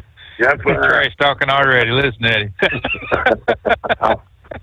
Well, and I think I proved. Let's go back to our record this weekend. I won 3. and lost 2. Grump won 2 and lost 3, and you won 0. So I may not know it all, but I know my football, and unless y'all got something else for me, I need to rest my vocal cords from all the cheering or laughing I did this weekend. And I'm going to get off here unless y'all got something else. Well, I'm glad I gave glad I gave you a good laugh, Ed. There you go. There you go. Thanks, sir. Y'all have a good night. Be safe. We'll see you, Ed. That's about it for me, Steve. But, all right. Yeah, it's going to be some interesting week here. We'll start coming up on the playoffs, so we'll see what happens. But I don't know. Like I said, I'm just sick of this NIL crap, and the money that's involved in it is really. I think it's just taking the spirit away from college football, and who in the hell's going to bench some player because he's not getting a 3.2 average or something like that now. He can be as dumb as a rock and say, I don't care, I'll take a pay cut and go to the pros, is basically what it boils down to when you're making, like Arch Manning made $6.5 million this year in football, and he could be dumb as a stump and come up and say, I don't care, hell, I'll take a pay cut and go to the pros. That's just the way it is. But I don't know. It's crazy, but that's just my opinion. And you know how opinions are. Everybody got one. Just my opinion. That's right, buddy. Yep. Thank you, Steve. All right, Grump. Appreciate it. Have a great night. Safe travels. Hello to Double Trucker joining us this Monday. 23 degrees in Lodi this morning. We're hooked up, ready to head back to Western New York. I'll tune in later on the home of free speech, Rumble. And by the way, this is not the greatest day of the week. I'm with you, Double Trucker. All right, Kevin is on board. Morning, Steve, the overnight crew. Hello, Jerry. Good Monday morning. Hope all is well wherever you're at.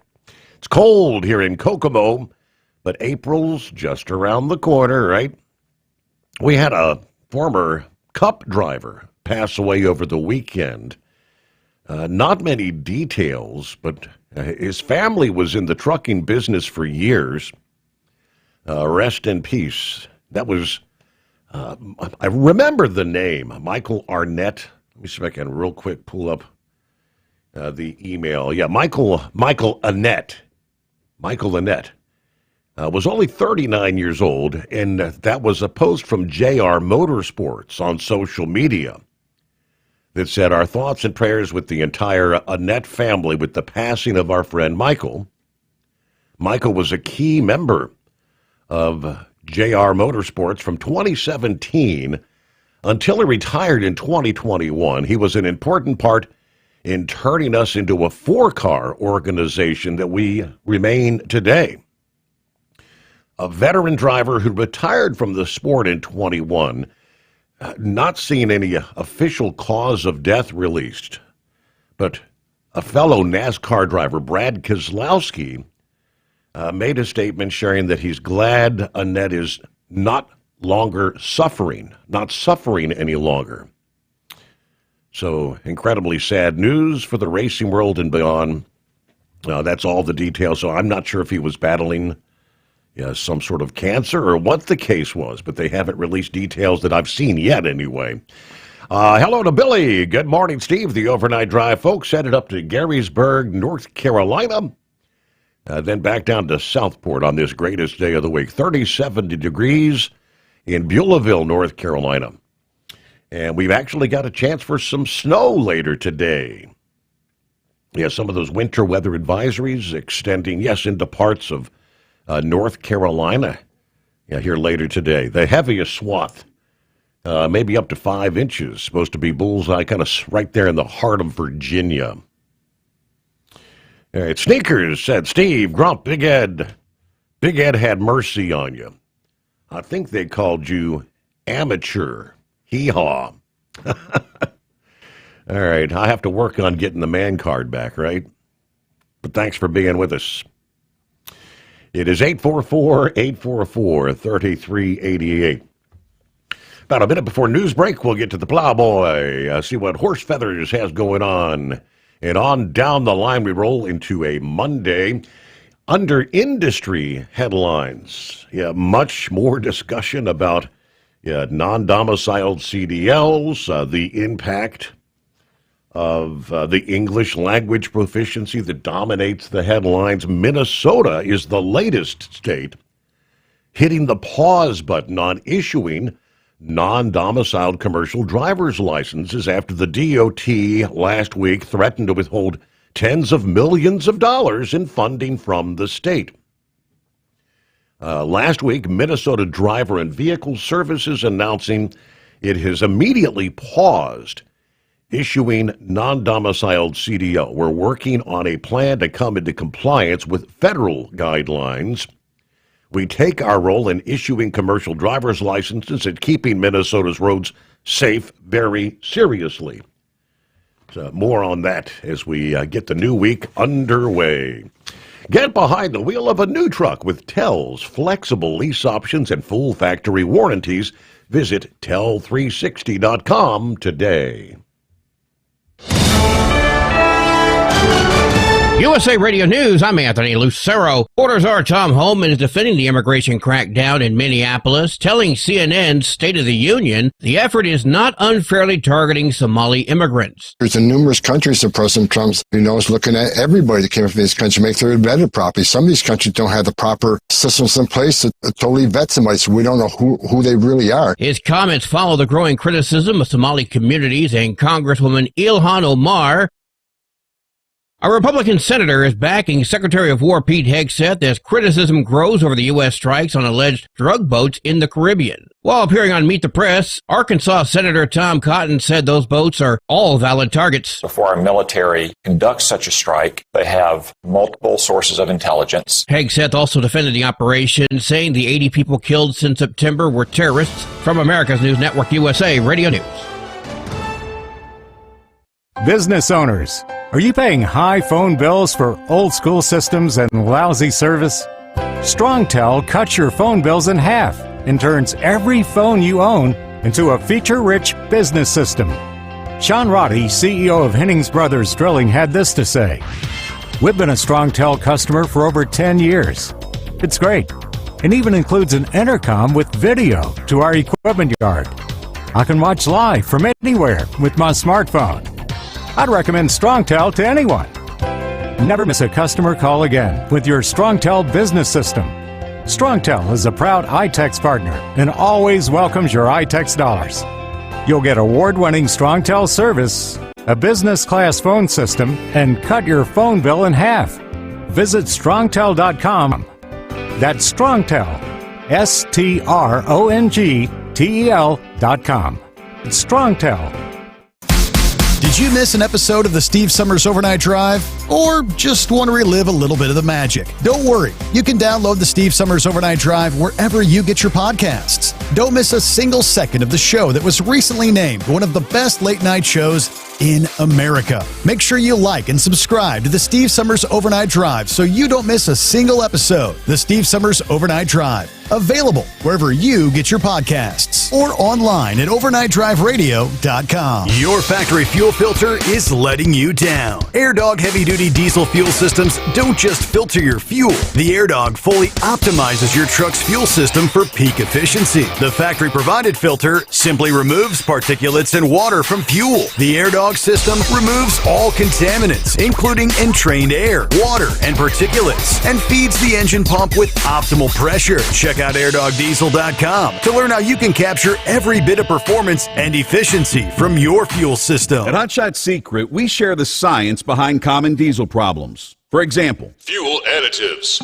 Most fuel additives either impact performance or provide protection. Hotshot Secret Everyday Diesel Treatment provides both performance enhancement and fuel system protection. Everyday Diesel Treatment delivers a 6-in-1 premium fuel treatment for every fill-up, every time. Everyday Diesel Treatment is available at truck stops, Tractor Supply, O'Reilly's Auto Parts, and online at hotshotsecret.com. We know being over the road isn't easy, but getting parts for your truck can be. Rainey's offers over 100,000 parts and accessories, from chrome to cab comforts, watermelon lights to necessary replacement parts. It's all available on our website. Got questions? Our team of experts has your back from start to finish with unmatched customer service you won't get anywhere else. Head to Rainey's.com to get $25 off any order over $250 with code DRIVE25 at checkout. Have you been searching far and wide, looking to advertise your business on a brand that will help you reach the very clients you want to walk through your front door? Well, you know they've done studies that 100% of the time, it works every time. We're talking about the Steve Sommers Overnight Drive. Let us go to work for your business. The Steve Sommers Overnight Drive currently broadcasts in radio markets all over the United States and was recently named one of the top 50 best late night shows and podcasts in America. Advertising on the Steve Sommers Overnight Drive will maximize your ability to reach clients both on the air and through podcasting. Consider it the best of both worlds. Don't miss this chance to put your business on the Steve Sommers Overnight Drive and expand your reach immediately. Before we go, I've got one question to ask you. Are you ready to get started? If so, email me, Ryan Wild at lubricationspecialties.com, and get started showing off your business today on the Steve Sommers Overnight Drive. Because Channel 19's a little congested. Call Steve now at 844-844-3388. The Overnight Drive.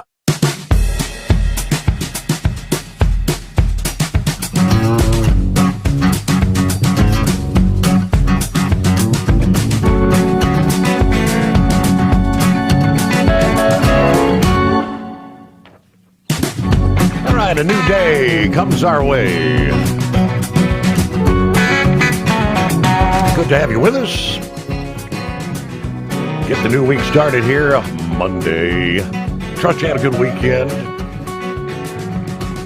As the sun continues to set earlier and earlier, as the winter solstice approaches, we are closing in on the shortest day of the year as far as daylight hours, right? In many places, the amount of daylight that we've lost since summer adds up to hours, of course. The winter solstice, though, coming around the corner, 10:03 a.m. Eastern, Sunday, December 21. That would be the moment the northern hemisphere is tilted furthest away from the sun. Of course, the seasonal counterpart to the summer solstice back in June. But how big that slide in daylight hours, sunrises, and the longer nights depends on where you live. In the southern U.S., it's obviously noticeable, but not as extreme. Places like Miami, Houston, Atlanta, they lose about 3 to 4.5 hours less daylight versus what you had back in June. Miami, for example, the day shrinks from 13 hours and 45 minutes of daylight on the summer solstice to 10 hours and 31 minutes for the winter. Further north, things get more dramatic. New York City, Chicago, the difference between the solstices is on the order of 6 hours. And, of course, the northern tier of the lower 48, it's even more stark. Minneapolis, Portland, Oregon, the difference climbs to nearly 7 hours. In Seattle, there's about 7 hours and 34 minutes less daylight on the winter solstice versus the summer. All that missing daylight shows up on the other side of the clock, the longer nights. And that's because of the tilt of the Earth, tilted on the axis by 23.5 degrees. All right, when do the days start getting longer? Well, the good news, for those tired of the shorter days, once that winter solstice makes that turning point, the days will slowly start to lengthen. It's very small at first, just a few seconds a day. But that's the first step back towards a longer evening as winter really begins to unfold. See what's going on with Plowboy. Back at it for another day. Good morning, Steve. Morning. Yep. Getting this week off to 1 day off tomorrow. So, how'd everything go with the family goings on over the weekend? We got everything's worked out. It'll be like an official farewell Tuesday at like 2:30. So. Oh, okay. I just had that kind of on my mind. Been praying for y'all. But did I hear Ed and Rump say it'd be better off if you just stay with the weather? Is that what I kind of garnered? They were telling. I think that's what they were suggesting. Yeah, stick with something that I might know a little, at least something I know a little something about. At least you can be 50-50 and blame it on a damn forecast that you just had to read, right? Right. Now, I'm going to have to be a little bit against what Big Ed said. We get beat. What was our score? Sooners 23-21 when they played at Alabama. We go to Alabama. We jump in the plane and we go over to Oklahoma. Their fans are not going to be nice to Alabama. So we can already hear the noisy stadium, and it's going to rumble like an earthquake whenever we have the ball. So I can't see where Alabama even stands a chance, and I don't even see where Alabama should be in it, especially with 10-3 record. I've said this, and I'll put it this way: I think Monkey Gatherer and myself, we ought to be on the couch watching it, the Tostitos Bowl somewhere, hell, anywhere, but we should not be in this top 12, nowhere near close to it. Just especially when we beat Georgia in Athens, first part of November, somewhere in there, and then we turn around and we get beat by them, and we only had one score against them. I mean, there's just something mixed up about this, I can't understand what's going on, and I'm an Alabama fan, but I just don't see where it's happening but what they were saying about the NIL money, I think I've said this before, and I can't say it enough. If they don't put their foot on it, Steve, they are going to push it off of anything free to watch, and it will all be pay-per-view, kind of like most of your boxing, most of your big-time wrestling's getting to be. That's my biggest fear. But now, did you happen to catch what came out of the White House over the weekend? Now, I think Roger Goodell needs to be on this chat. Did you see the Kennedy honorees being named?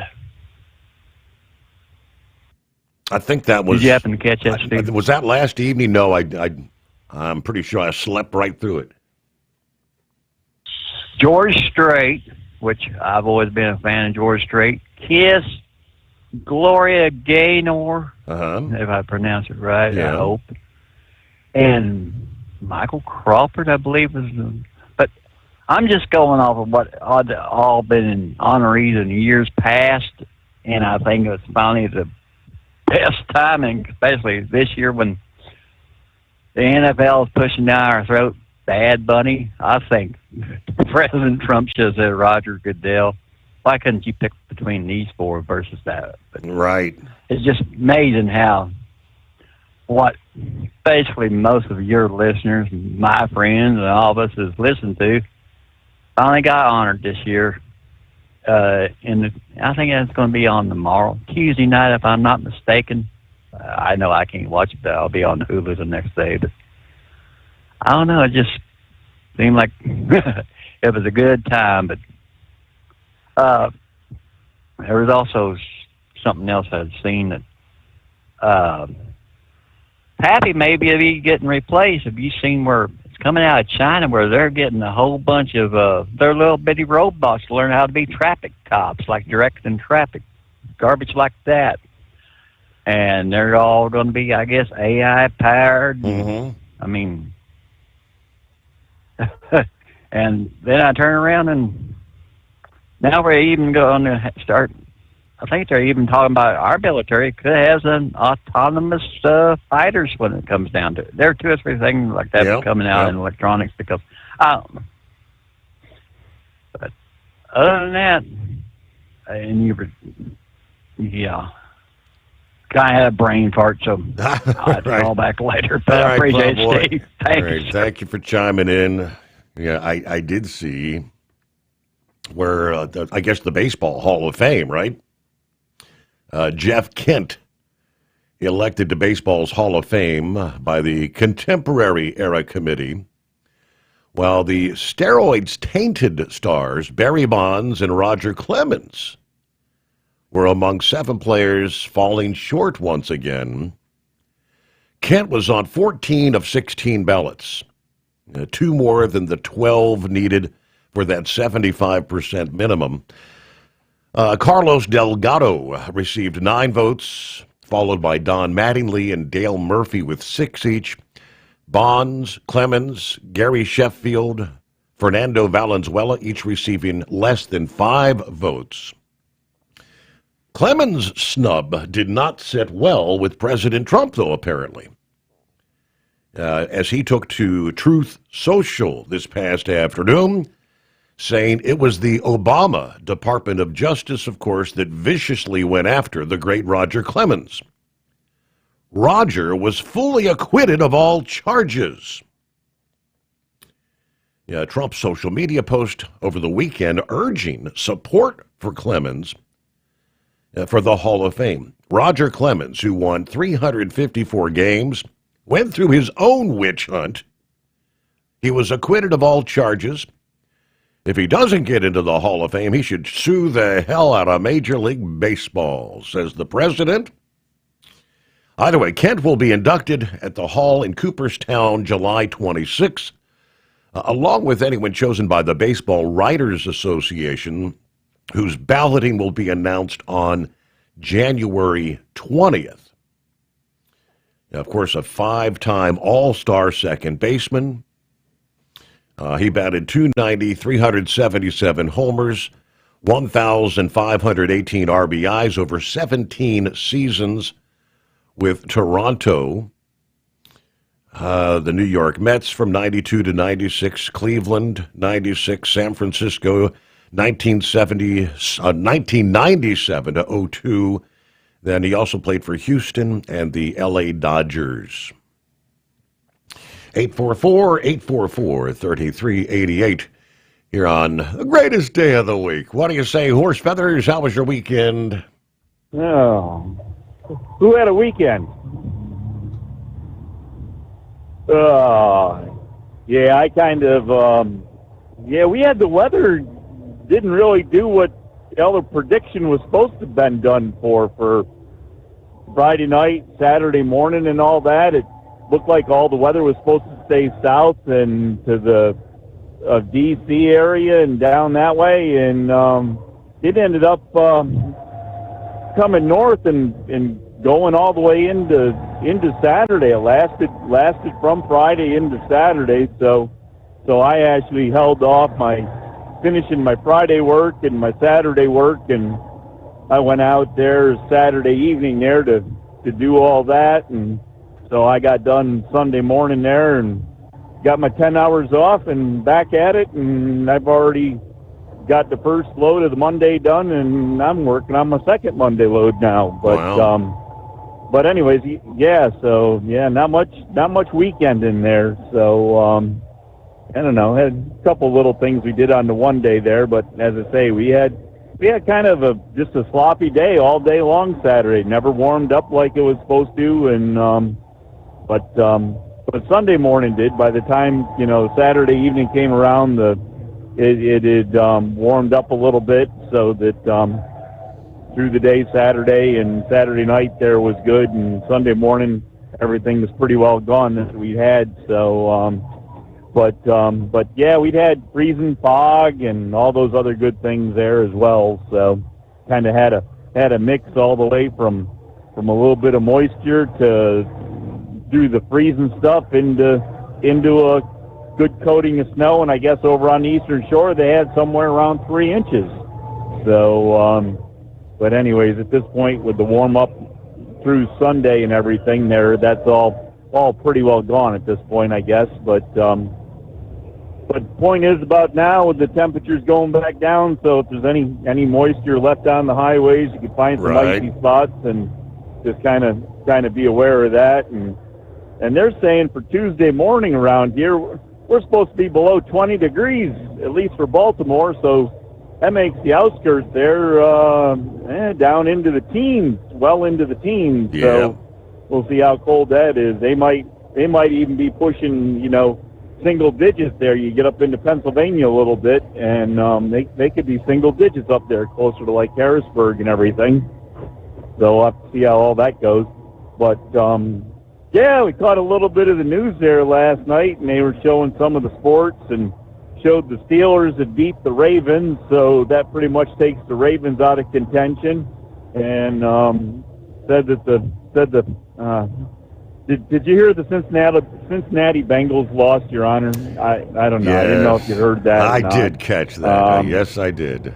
And what happened to Ohio State there? I thought you were talking the way you were talking last week there. You said you didn't know what team was going to be playing for Ohio State, that they might be resting some of their better players so that, when they go on down the line that they'd have their better play. What players did they have out on the field, Your Honor? Did they have their good players out, or did they have their second and third string out there against Indiana? I don't think they were resting anybody, but, that was they were not, they didn't look like the Buckeyes that we've seen most of the season. They didn't play up to their standards, apparently. That's definitely for sure. So, and what was the other one there? There was another one I saw. And I guess, I guess was it Cincinnati that lost to Buffalo? I don't know. I heard somebody, but I heard Buffalo won. So, but anyways, I don't know. Big Ed was talking about prices of things, and that's been my major thing here for quite a while, that, going to these professional games, and it's getting down to the point that even the minor league games, that you can't just go to a minor league stadium and, take the family and go and enjoy a day at a ball game, because if you can afford the tickets to get in and the parking for your car, well, then everybody wants something to eat, and then, now you're another couple $100 there with that. So it's gotten to the point that, but it's not just that, I don't know. You guys got a zoo, and do you have an aquarium there in Cincinnati? Yeah, they do. Yeah, and I know we have supposedly the National Aquarium here in Baltimore. I think it's $25, $30, $35 a ticket to get into this National Aquarium. Yeah, it's $25 to park. Where do they think people are get this money from? But I don't know. Is there a lot of money out there? Because didn't you say that we had a record-breaking Black Friday? Everybody went out and spent all kinds of money and had all kinds of money to spend. Yep. For Black Friday. So I don't know. It doesn't make sense that people claim they don't have money, but then all the prices are so high, but then you have the record spending. But anyways, anyways, I don't know. Not a whole lot other than that going on. As I say, I've been pretty busy doing my thing here and napping in between, and haven't caught a whole lot. You said what? There's another storm coming here. We're supposed to have more snow to the south there, Virginia way and that? Yes, today. Yes. All right. Well, that'll be good. I'll be done early and let all that happen. I can get up and see what happened and decide what I'm doing tonight then. But anyways, I'm glad you're able to make all the arrangements you needed to for Uncle Fred, and hopefully. So is that going to, if you're up during the day on Tuesday like that, are you going to You going to take Tuesday night and Wednesday morning off again then? I don't think so. I think, this is just going to really be a real quick, probably won't be there 30 minutes. Okay. All right. Well, we're all behind you. Whatever you need to do, you take care of you guys and your family first. And, we're all out here. Much as you support us, we're here to support you guys and all what needs to be done that way too. Yep. So, anyways, other than that, I guess it's kind of short and sweet this morning there because, as I say, just haven't really got a whole lot of other stuff going on yet, and we'll have to see what we get into for the week. And I don't know, maybe we'll come up with something interesting. But other than that, we'll let you go, and you can do some due diligence, can't you? See if we can come up with a more intelligent caller. Is that the drill? Yes, we've been there, done that. Did you miss an episode of the Steve Summers Overnight Drive? Or just want to relive a little bit of the magic? Don't worry. You can download the Steve Summers Overnight Drive wherever you get your podcasts. Don't miss a single second of the show that was recently named one of the best late-night shows in America. Make sure you like and subscribe to the Steve Summers Overnight Drive so you don't miss a single episode. The Steve Summers Overnight Drive. Available wherever you get your podcasts or online at overnightdriveradio.com. Truckers, meet the SpeedMax Pro Max, the tire built for serious hauls and serious peace of mind. With rugged construction and performance you can count on, Pro Max is made for the long road ahead. And here's the best part. It comes with an 8-year warranty. That's right, 8 years of confidence, mile after mile. Ask SpeedMax. Drive far. Drive strong. For more info, call 860-436-4100 or buy online at digitire.com. Truck downtime costs you money. One hidden killer on Cummins ISX 15 engines is weak injector cups. When they leak, coolant gets into the cylinders and suddenly you're facing a big repair bill. Industrial Injection has the fix. Our Torque Lock Injector Cup Kit with a threaded Torque Lock design. These cups stay sealed for good. No more coolant leaks. No more surprise downtime. Keep your truck on the road. Ask your shop for Industrial Injection Torque Lock Injector Cups today. Like the men and women who power America, the people at Hot Shot Secret work hard and play harder.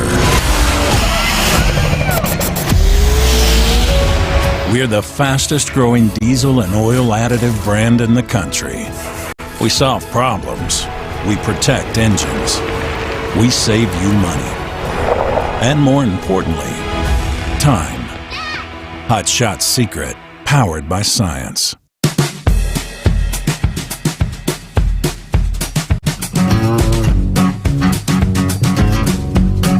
All right, rolling toward news break, top of the hour. Plenty of room for you on a Monday at 844-844-3388.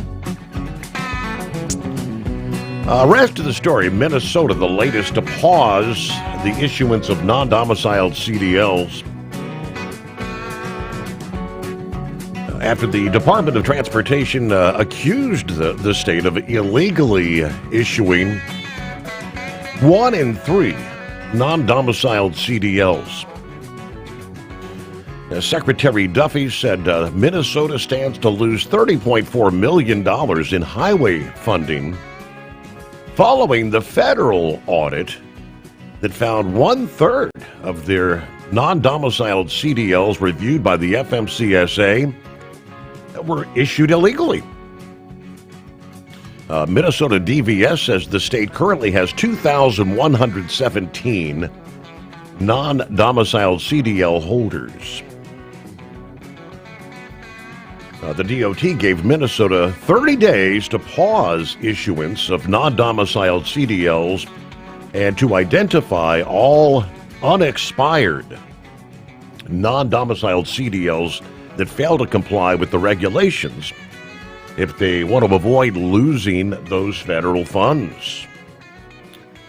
Now, Minnesota DVS admitted to finding some administrative errors in the issuance of non-domiciled CDLs, but they said they have responded by notifying customers who were ineligible that their CDL privileges were canceled. Now, they also disputed some of the claims made by federal officials and notes that the FMCSA's new rules have indeed been challenged in the courts. And right now, that's where things kind of stand. Thousands of truck drivers' jobs, at least temporarily, have been changed after the federal court granted the Trump administration's request to hold the restriction lawsuit in abeyance, as they put it. So more on that to come next hour. Don't buy or lease another truck without first calling TEL. New trucks as low as $500 down. Call TEL at 866-404-6289. Did you miss an episode of the Steve Summers Overnight Drive? Or just want to relive a little bit of the magic? Don't worry. You can download the Steve Summers Overnight Drive wherever you get your podcasts. Don't miss a single second of the show that was recently named one of the best late night shows in America. Make sure you like and subscribe to the Steve Summers Overnight Drive so you don't miss a single episode. The Steve Summers Overnight Drive. Available wherever you get your podcasts or online at overnightdriveradio.com.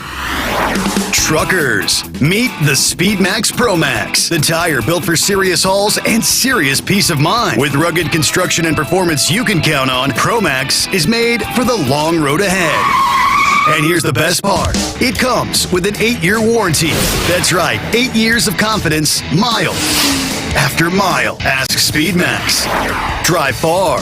Drive strong. For more info, call 860-436-4100 or buy online at digitire.com. Truck downtime costs you money. One hidden killer on Cummins ISX 15 engines is weak injector cups. When they leak, coolant gets into the cylinders and suddenly you're facing a big repair bill. Industrial Injection has the fix. Our Torque Lock Injector Cup Kit with a threaded Torque Lock design. These cups stay sealed for good. No more coolant leaks. No more surprise downtime. Keep your truck on the road. Ask your shop for Industrial Injection Torque Lock Injector Cups today.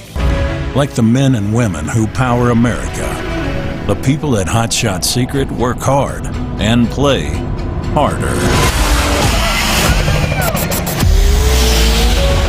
We're the fastest growing diesel and oil additive brand in the country. We solve problems. We protect engines. We save you money. And more importantly, time. Hot Shot Secret, powered by science. USA Radio News, I'm Anthony Lucero. Border Czar Tom Homan is defending the immigration crackdown in Minneapolis, telling CNN's State of the Union the effort is not unfairly targeting Somali immigrants. There's in numerous countries that President Trump's, is looking at everybody that came up from these countries, make their vetted properly. Some of these countries don't have the proper systems in place to totally vet somebody, so we don't know who they really are. His comments follow the growing criticism of Somali communities and Congresswoman Ilhan Omar. A Republican senator is backing Secretary of War Pete Hegseth as criticism grows over the U.S. strikes on alleged drug boats in the Caribbean. While appearing on Meet the Press, Arkansas Senator Tom Cotton said those boats are all valid targets. Before our military conducts such a strike, they have multiple sources of intelligence. Hegseth also defended the operation, saying the 80 people killed since September were terrorists. Crowds gathered outside the White House yesterday protesting possible U.S. military action against Venezuela. Every day I wake up, I don't know about you, I wake up and say, did Trump bomb Venezuela last night? And every day that it doesn't happen, I think we have another day to fight this administration. Demonstrators call for an end to the buildup of American forces in that region. The protests come as questions continue over the legality of President Trump's order to target alleged drug traffickers in Caribbean waters.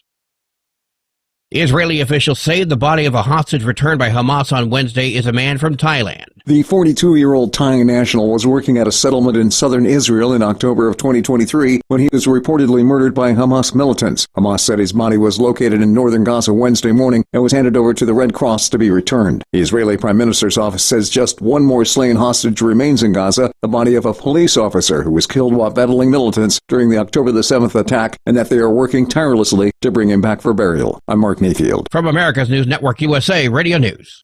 Business owners, are you paying high phone bills for old school systems and lousy service? StrongTel cuts your phone bills in half and turns every phone you own into a feature-rich business system. Sean Roddy, CEO of Hennings Brothers Drilling, had this to say. We've been a StrongTel customer for over 10 years. It's great. It even includes an intercom with video to our equipment yard. I can watch live from anywhere with my smartphone. I recommend StrongTel to anyone. Never miss a customer call again with your StrongTel business system. StrongTel is a proud iTex partner and always welcomes your iTex dollars. You'll get award-winning StrongTel service, a business-class phone system, and cut your phone bill in half. Visit strongtel.com. That's StrongTel, StrongTel.com. StrongTel. Democrats in Congress will get the vote they were promised on the Affordable Care Act tax credits later this week. Tax credits were the key issue that led to the longest government shutdown in U.S. history, which ended after Republican Senate Majority Leader John Thune promised Democrats would get a vote on the issue. Since then, Republicans admit they've been struggling to craft legislation that would get enough votes to fix the core issue of rising medical costs. A vote in the Senate's expected on Thursday. It's unlikely a proposal from Senate Minority Leader Chuck Schumer will get enough Republican support. I'm Scott Carr in Washington. A Utah father was charged with attempted murder after police say he stabbed a man 17 times, claiming the victim made comments about his young daughter. Officers say he admitted he intended to kill the man. Somber ceremonies were held around the nation to mark the 84th anniversary of the attack of Pearl Harbor. Somber ceremonies were held around the nation to mark the 84th anniversary of the attack on Pearl Harbor. A dozen World War II veterans and one survivor of the Japanese attack on December 7, 1941 on the U.S. Naval Base attended Sunday's event in Hawaii. Today we honor the 2,400 Americans who gave their lives at Pearl Harbor, their devotion to duty, their sacrifice, their heroism, and their valor. It is not forgotten. Along with speeches and wreath-laying ceremonies, American flags were flown at half-staff to honor the service members and civilians killed in the attack that sparked America's entry into World War II. I'm Lisa Carton. And I'm Anthony Lucero, USA Radio News. iLocal.net is offering a free website analysis to improve the online presence of your business. Business owners across the U.S. turn to iLocal.net to improve their search engine rankings. Search engines are constantly changing their algorithms. You need the professionals who know how to use those changes to benefit your business. Don't hope for new customers. Get found and be chosen. Visit iLocal.net/go for your free website analysis. iLocal.net/go. Increase fuel economy up to 7.9% with Hot Shot Secret Gasoline Extreme. The solution to maximize your engine's performance and fuel economy. Whether you're driving a sports car or a daily commuter, Gasoline Extreme is specially formulated with PEA to deep clean. Don't settle for an average driving experience. Upgrade to Hot Shot Secret Gasoline Extreme and go further on each tank. Order now on Amazon or HotShotSecret.com. Hot Shot Secret. Powered by science. We know being over the road isn't easy, but getting parts for your truck can be. Rainey's offers over 100,000 parts and accessories, from chrome to cab comforts, watermelon lights to necessary replacement parts. It's all available on our website. Got questions? Our team of experts has your back from start to finish with unmatched customer service you won't get anywhere else. Head to Rainey's.com to get $25 off any order over $250 with code DRIVE25 at checkout. You're listening to the Overnight Drive with Steve Summers.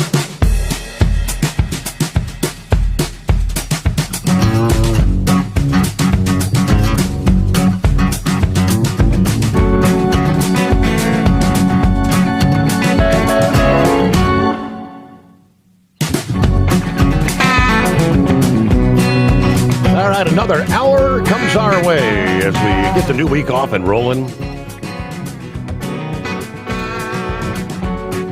Trust you had an enjoyable weekend. Finding a way to stay warm, right? Yeah, speaking of not being warm, a place I would not want to be is Mount Washington. Now, famous for having some of the harshest weather on the planet. And last Thursday night, the New Hampshire peak once again lived up to that reputation. Temperatures on the summit plunged to 20 below zero. But the cold was only part of the story. Hurricane-force winds roaring across the mountain, creating conditions very few people ever experience firsthand. Factoring in wind gusts that frequently exceeded 80 miles per hour, the wind chill bottomed out at 73 below zero. Wind speeds were even more extreme at times. The highest gust that night was 120 miles per hour. Strong enough to rival a Category 3 hurricane. Now, those brutal conditions tied to that storm that was sweeping across the Northeast.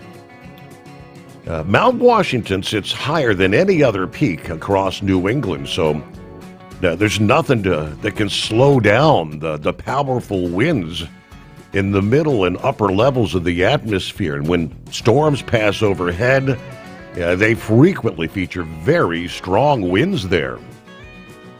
No doubt about it. The observatory that sits atop the 6,288-foot summit, where weather observers document the mountain's famously hostile environment year-round. Some of their instruments have recorded some of the most dramatic weather ever measured in the USA. It was April 12 of 1934. The summit recorded a world record wind speed of 231 miles per hour. That benchmark that stands still today as the strongest wind ever observed at a staffed weather station. 230 miles per hour. All right, we've done our due diligence. See what Knucklebuster has on his mind. Hello there. Morning, Mr. Steve Sommers. She's 200-something mile an hour. That's a hell of a speeding ticket, isn't it? Yeah, no doubt. Well, I don't know if I'm more intelligent, but I know horse feathers is cold. What's the temperature at the Hot Shot Secret bunker? Right at the freezing mark, 32 degrees. More intelligent, I don't know, but a lot warmer. I'm at 56 degrees right now. It'll be a 69 for a high tomorrow in Vegas out here. Does that make me more intelligent? No, just a hell of a lot warmer, right? That's for sure, warmer. Yeah. Well, I'm going to agree with horse feathers. You take care of your family first and quit worrying about this show for tonight, or tomorrow night anyway there. God got it right, Steve. Them longer nights are good for making babies there, so just keep it up. How many times do you hear your mama tell you this when you were growing up, Steve? You can catch a cold from going outside in the coat. You can catch a cold from having wet hair going outside in the coat. You can catch a cold from being cold. You can catch a cold only from an actual virus, a germ. Yes, sir. Refrain from touching your eyes, nose, and ears. And refrain from shaking hands. Use hand sanitizer. Wipe your hands off. It's full of dead germs after you use sanitizer. And then as soon as you get a chance, go wash your hands, people. That's the best thing to do. Let's get a simplified shout out, Truck and Field, Captain Ron, Donut Man, all the Marine Corps brothers and sisters, and of course, as always, our gracious host, Mr. Steve Summers. I'll probably be going to bed on you here for a little while, so let's get some Bill products bought, some Hot Shot Secret products bought, and y'all call Steve. We don't want it more than Monday. Call him at 844-844-3388. Just don't call him any dirty names there, right? Steve, I could actually care what both sides of my family think of me. I'm not impressed by the way they turned out either there, right? Yeah, I hear yeah. Well, the only ones I care about who would think about me will be my daughters and my grandbabies, so that's just a thing for me. Steve, do you know who William Shatner is? Well, yeah, Captain Kirk. Yeah, he tried to start a line of women's lingerie. Right. Yeah, apparently Shatner Panties was not a good name. Uh-huh. Shatner Panties. I gotcha.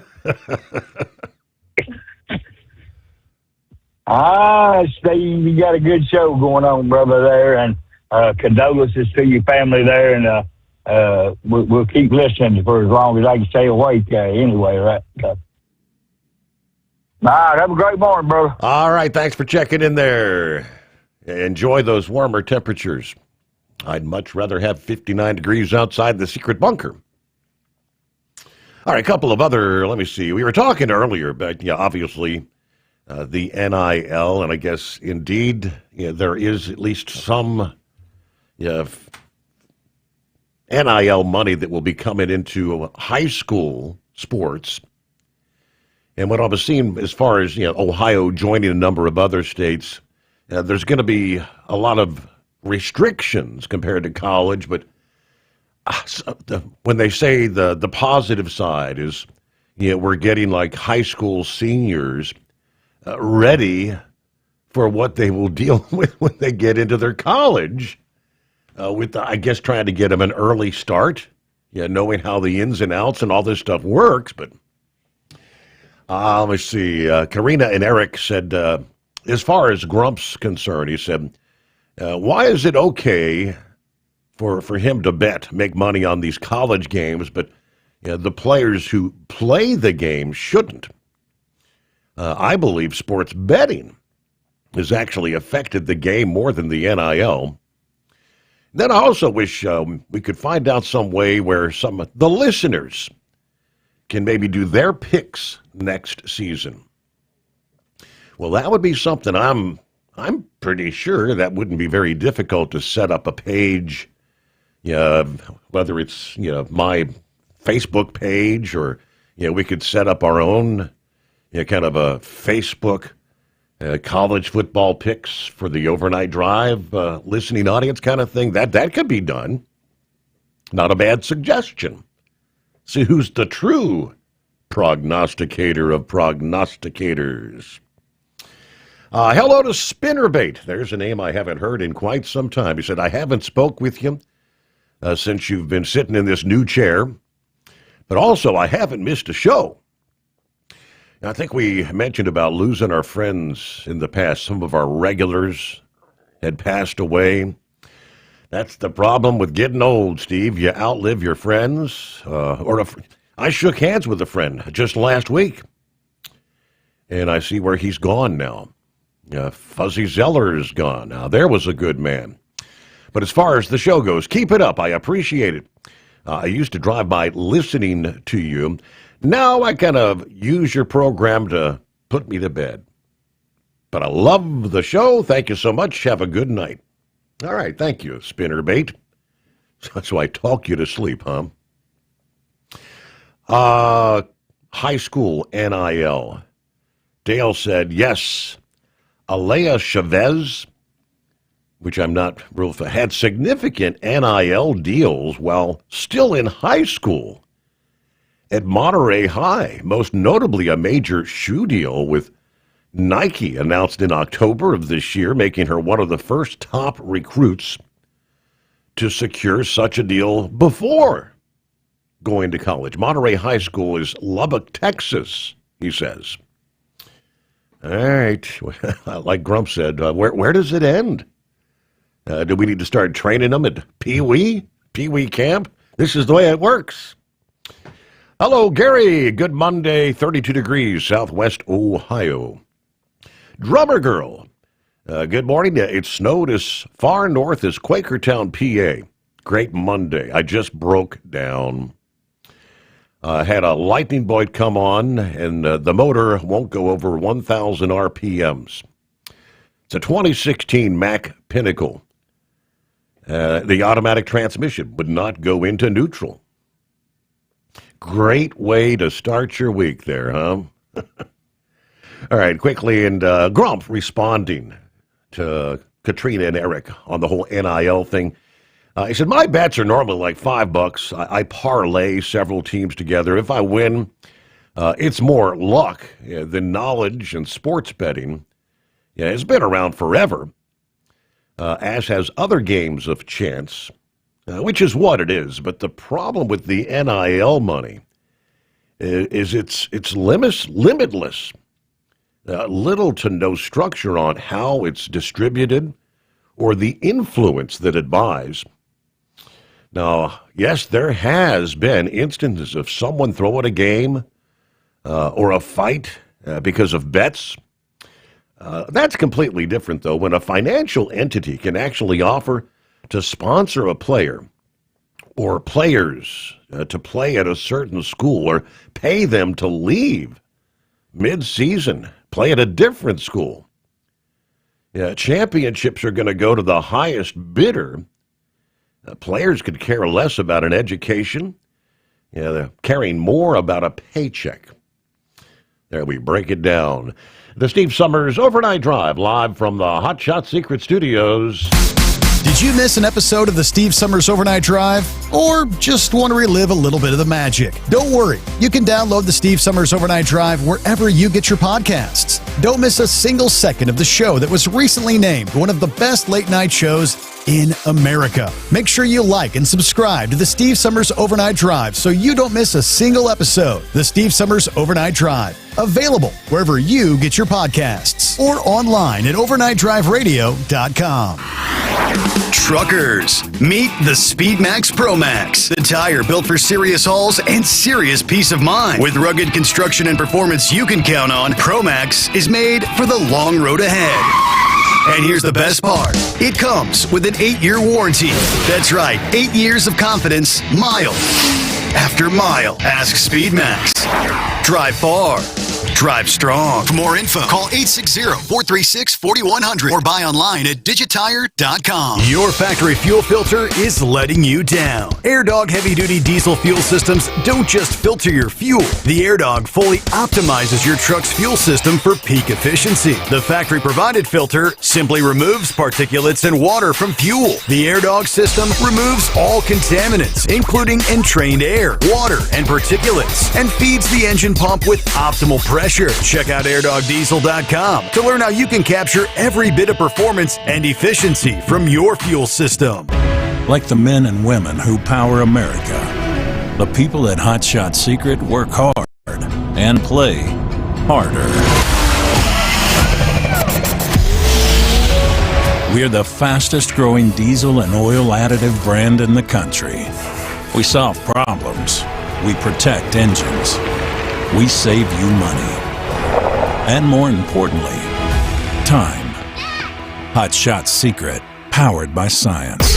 Have you been searching far and wide, looking to advertise your business on a brand that will help you reach the very clients you want to walk through your front door? Well, you know they've done studies that 100% of the time, it works every time. We're talking about the Steve Sommers Overnight Drive. Let us go to work for your business. The Steve Sommers Overnight Drive currently broadcasts in radio markets all over the United States and was recently named one of the top 50 best late-night shows and podcasts in America. Advertising on the Steve Sommers Overnight Drive will maximize your ability to reach clients both on the air and through podcasting. Consider it the best of both worlds. Don't miss this chance to put your business on the Steve Sommers Overnight Drive and expand your reach immediately. Before we go, I've got one question to ask you. Are you ready to get started? If so, email me, Ryan Wild at lubricationspecialties.com, and get started showing off your business today on the Steve Sommers Overnight Drive.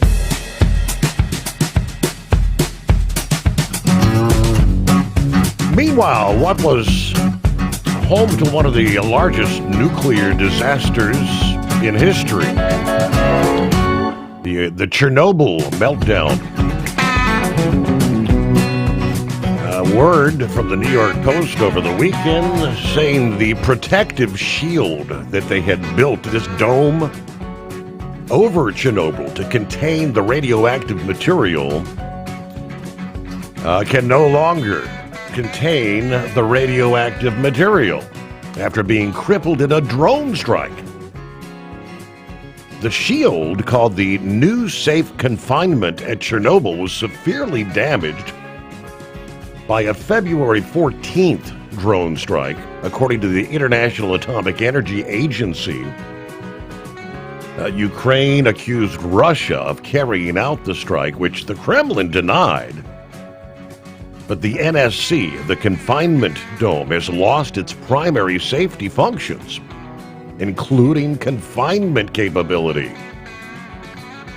This massive $2.3 billion arch-shaped structure that was built in 2019 to seal the radioactive material and seal out wind, snow, rain from Chernobyl's number 4 reactor.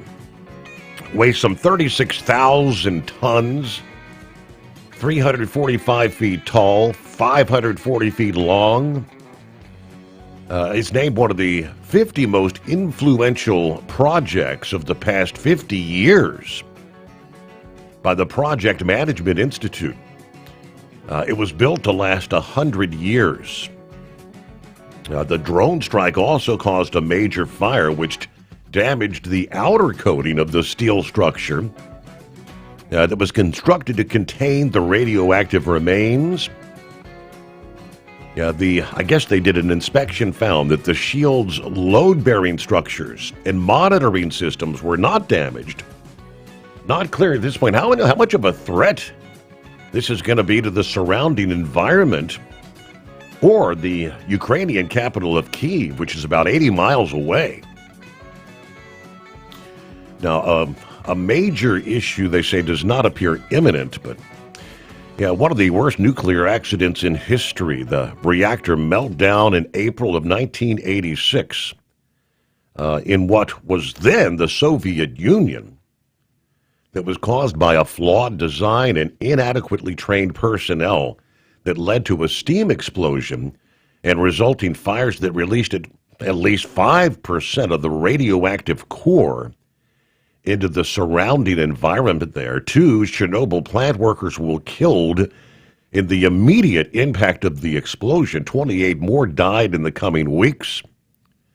More than 350,000 people displaced by that meltdown. But see what's going on with Philip on a Monday. Hello, Philip.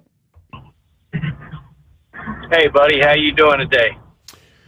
Greatest day of the week. Here it is again. Absolutely. A couple days before hump day, so you know how that is. If you get a chance, there is a video series on how they built that shield for Chernobyl. Oh, yeah?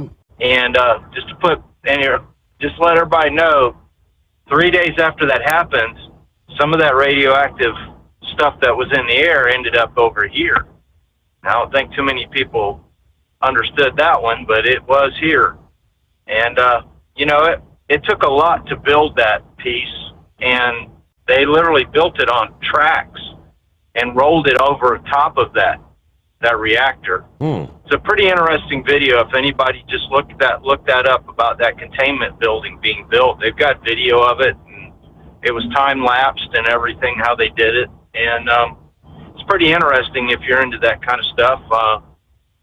But I don't understand why Ukraine would do it to themselves to hurt their environment. And I don't understand really why Russia would do it, because if they're trying to take all this land in this deal, Steve, they want to if they fought the war and got Ukraine, they would have that land. What would they do with that land? Mm-hmm. You know what I mean? I mean, they're saying that it takes 1,000 years for that radioactivity to go away. Well, our lifespans are not that 1,000 years, and there's no way that we could live that long to even see the outcome of it. So, it's just one of those, why would somebody hit that place with a drone? I mean, Sure, they destroyed the big cargo airplane that everybody loved. Sure, they've destroyed a lot of things in Ukraine that were detrimental for the country's, prosperity. But what the heck, man? So, but I got a little interesting story about you, Steve. So, you ever did that where you smelled something, you can't understand what it smells like? It's like, what is that? Well, my wife went to the park, Disney Park, on Thursday with my daughter. I worked on Thursday at Disney. Mm-hmm. They all came home Thursday night. My wife got out of the truck and said, hey, there's something smells like propane around this truck. I don't know what it is. I can't understand it. Is it the Freon from the air conditioner? Is it, is it the evap from the gas tank? We don't know what it was, right? So we're like puzzled.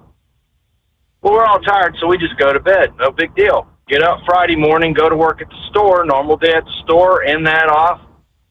Had to do some work on the old Honda, by the way, and I did the work on the Honda, got that done. I'm like, every time I would walk by this truck, it would just drive me insane, Steve. I'm smelling this smell. It smells sort of like propane. Had a couple of neighbors come over and say, yeah, but dude, you got a propane leak in your house or something? I don't have no gas in my house. Everything's electric. Yeah. The only propane I got's on my grill, and those tanks are confined. Well, my neighbor next door, who is a Volusia County Sheriff, comes over and he goes, hey, I know what it is. Like, what's that? You got something dead up inside that truck. You mean I've hit an animal or something? He's like, yeah. He said, man, look underneath there. Well, sure enough, me and my wife, we get down on our hands and knees and we look underneath the truck, and under the frame of the truck on one of the outholes by the subframe is sticking a little mouse sticking out of it.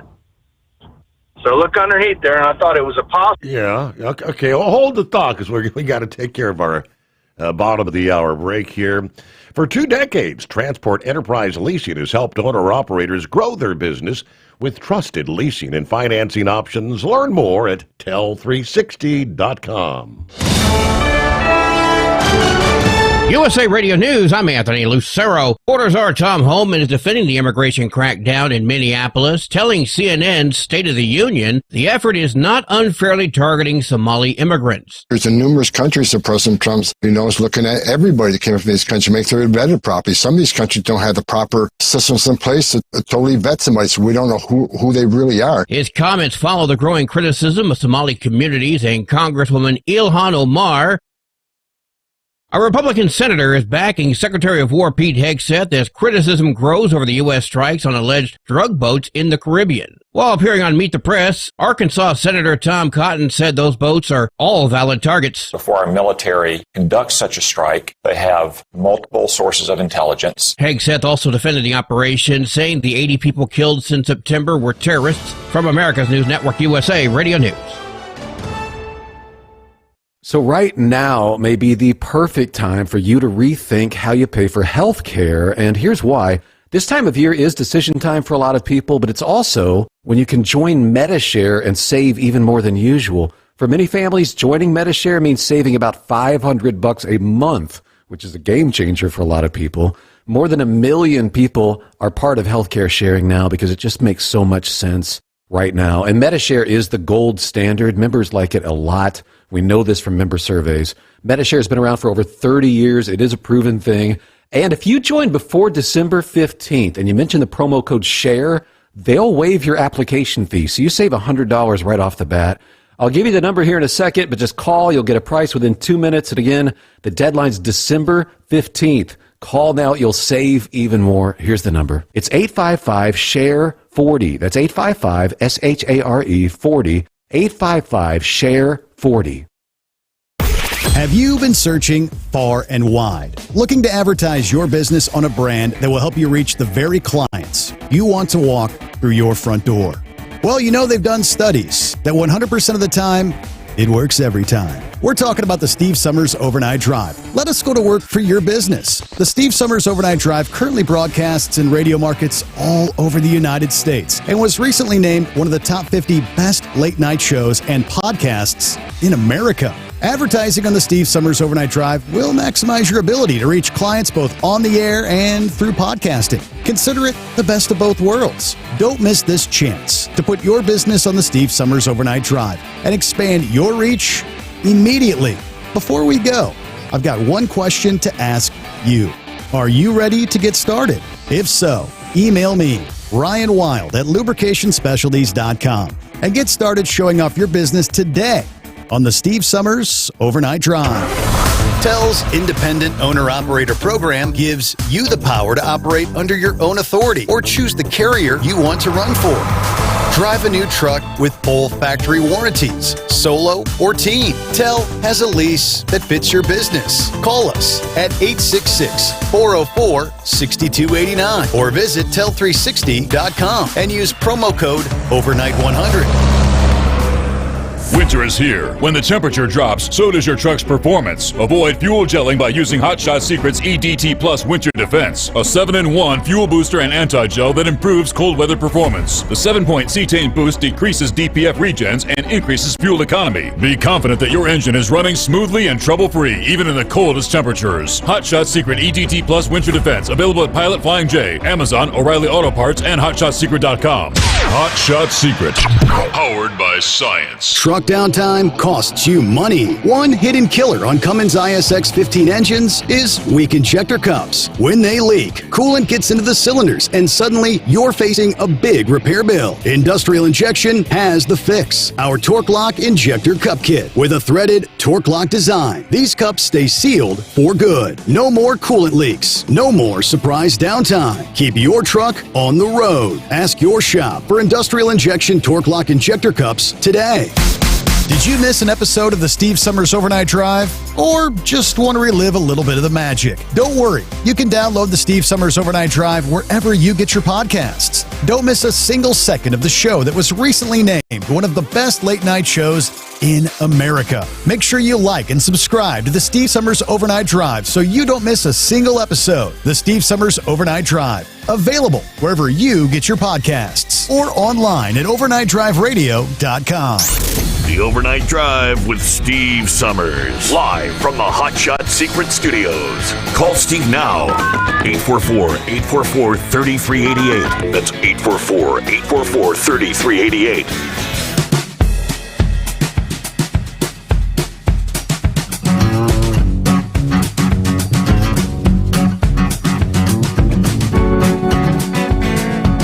All right, rolling into a brand new day. Trust you had a good weekend. Get back to Philip hanging in there.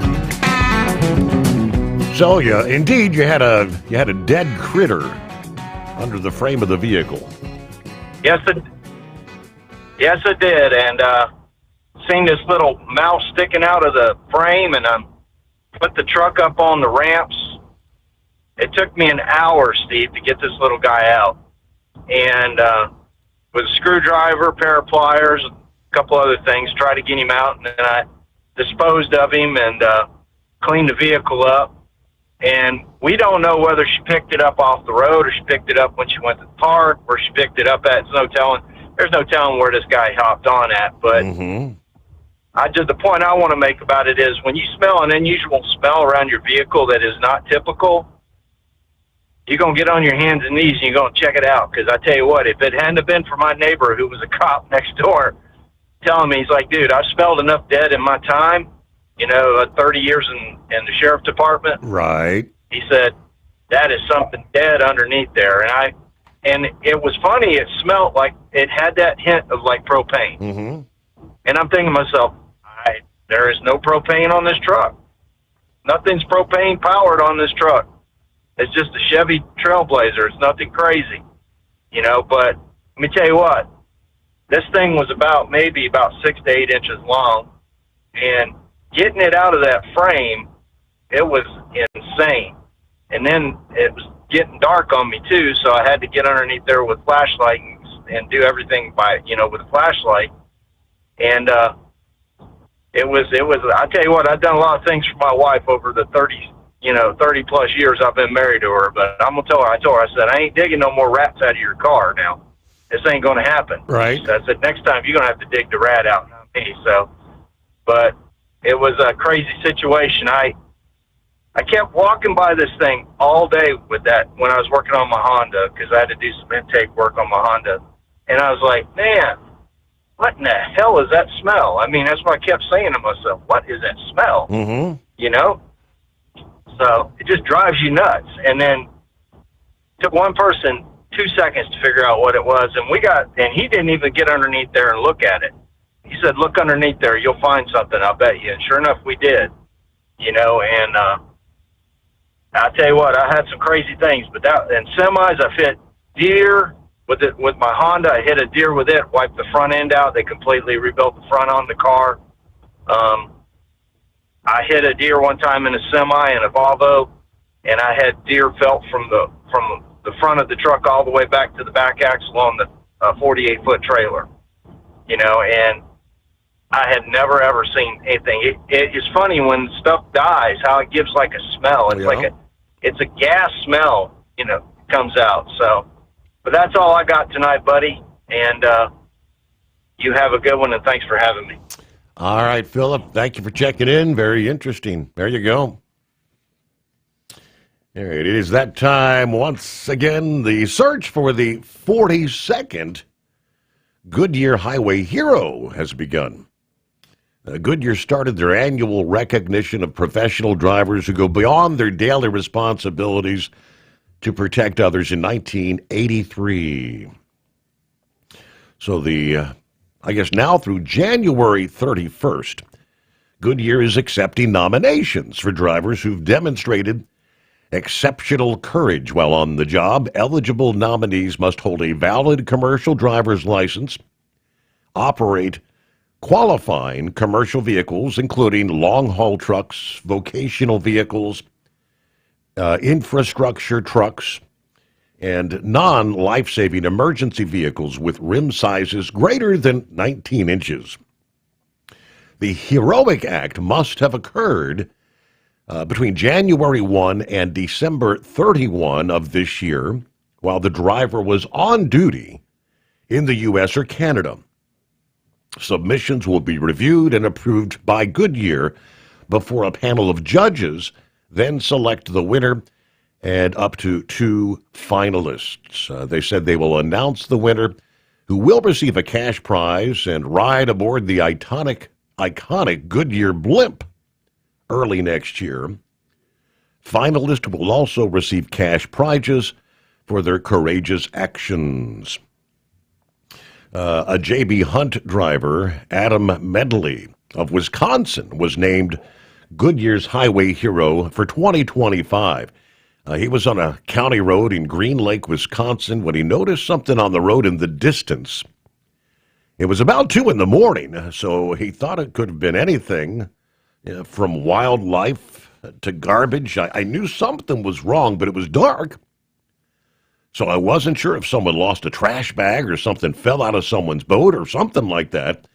Once I got close enough to see, I thought, deer don't wear denim.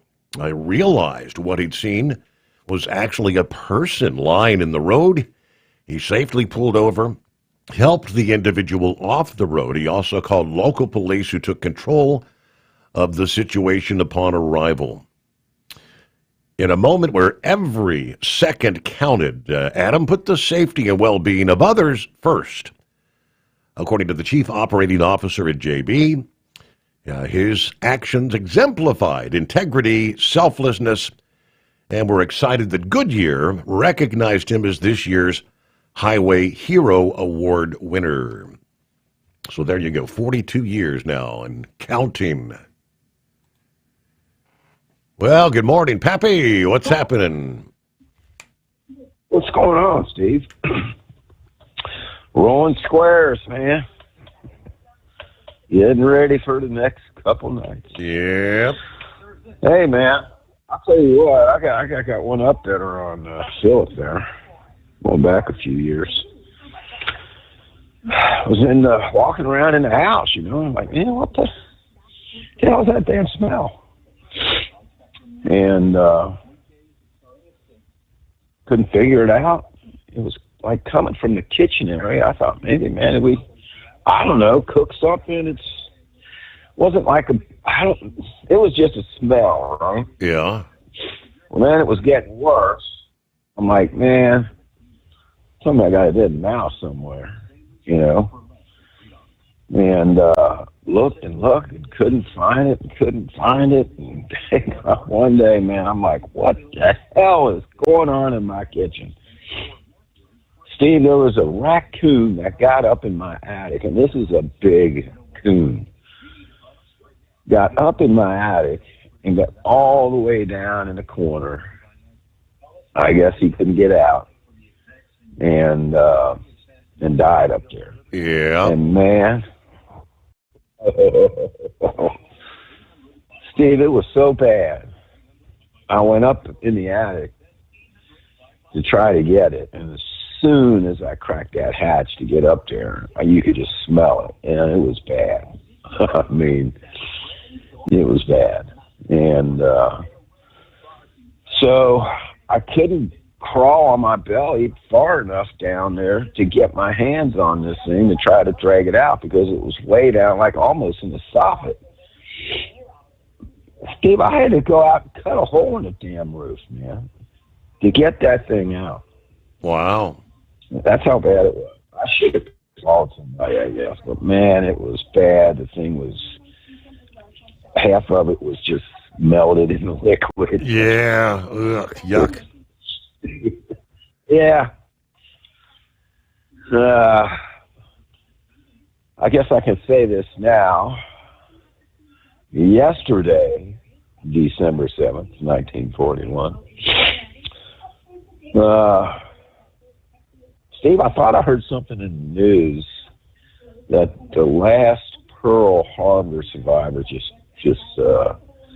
passed away recently, within like a week or two. So, we're getting old, man. My dad had a buddy that was at Pearl Harbor. He lived down in Savannah, Georgia. We used to stop by there and see him every time we went to Florida when I was a teenager. And I was like a little kid in a candy store when I heard him and my old man get together, tell their old stories. Man, Steven, I'll tell you what, man, I must be getting soft in my old age. I don't know what the hell is going on. So I'm watching this, and I've seen this before many years ago. It was a documentary on the JFK assassination, and another one right behind it about the Oklahoma City bombing. And I think it was one day in November, and it was like a 3 or 4 1-hour documentary on the day of November 22nd. So they showed the funeral, and this is all real footage. None of it's, reenacted. And when they left the church and brought the casket out and walking down the steps, and you got, Steve, all these military. I mean, you've seen the photos of the horse-drawn carriage and the general standing around.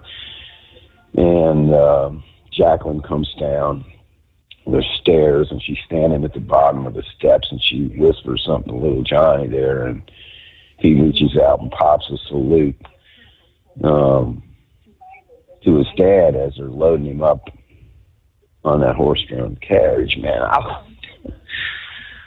The guy that was talking about it, his name was Clint Hill.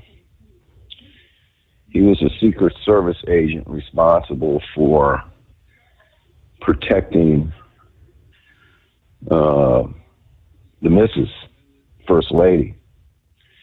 And he was the one that you seen in the Sabruder film jumping up on the back of the limousine after Kennedy was shot. And long interview with him. He kind of helped narrate it throughout the whole documentary. And, you know, he was just like, man, all these generals been through World War II, Korea War. He said there wasn't a dry eye in the house. I don't know why that got to me, this. And then I'm watching the Oklahoma bombing. And again, Steve, this was all real archives video, you know, that they had. I mean, this happened in April of 95, right? So it's pretty recent. And I don't know if you remember, but there was a daycare center in the Murrah building. Refresh your memory about the Murrah her building is that it was a federal building, a lot of federal agents. You had the FBI, ATF, Secret Service, and a couple other federal departments in that building. And they had a daycare center for the employees and a daycare center for other people too. And man, Steve, they had this cameraman following this guy walking out with this 5-6-year-old little boy. And then one of the nurses there that was, helping with the documentary, giving some narration, he hands this little boy, who's not, he's injured, he's bloodied up, but he's awake and conscious. He's not screaming like he's in pain. He's obviously like in shock. But thank God he wasn't severely injured. You didn't really know it at the time. But anyway, what I'm getting at is she went to lay this boy down on a cot on the ground. And I saw it. I saw his little black boy, reached up and grabbed a hold of this nurse and would not let her go. And she was describing it too, that when she bent down to put him on the cot, he just wouldn't let her go. And then a teacher came up and recognized him and said his name and kind of calmed him down a little bit. And she was like, did anybody bring his brother? He's got a twin brother. And man, your heart sinks like, oh, hell no, right? And about 5 minutes later, here comes a guy carrying his brother in the same way. He's banged up, he's bloodied up, but he's going to be all right, man. And I'll tell you what, I'm just getting emotional in my old age, Steve. What the hell's the matter with me, man? It really got to me. But yeah, man, that brought back old memories too. That burned. That was, they went on through the whole thing on how the investigation, how they ended up snatching up, how they found Timothy Bay. The whole thing was they found the axle of that rider truck blocks away. Yep. The only thing left of that rider truck. Yeah. They got the VIN number off of it. Came back to a rider company out of state. They actually went there, talked to the people. Timothy McVeigh gave a different name, but they sent a sketch artist down to talk to him and drew up a pretty good picture of what he looked like. And then something else happened. A Good Samaritan turned him in, and they matched up his name when they went to the motel or something. He actually used his real name. Then they did a little investigative work and found that he was using the same name that he got the rider truck info on to. It was pretty cool. 11. This wasn't put out. We talked about this when I went to bomb school down in Huntsville, Alabama, HDS. 11 55-gallon drums of Ampho. Steve is what he used. Think of a 55-gallon drum, right? And Steve, we do 5-pound shots. We'll take a 5-pound shot of Ampho, put it in the middle of the car, and it'll destroy that car and split a car in half, separate it. I got photos. A 5-pound will just totally destroy a car almost. We'll split it in half because we've done it.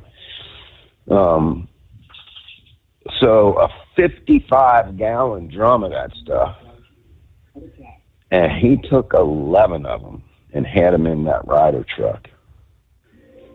And supposedly the way he knew a little bit about what he was doing because he made a little shape charge out of it, kind of had them drums set in a V shape, right?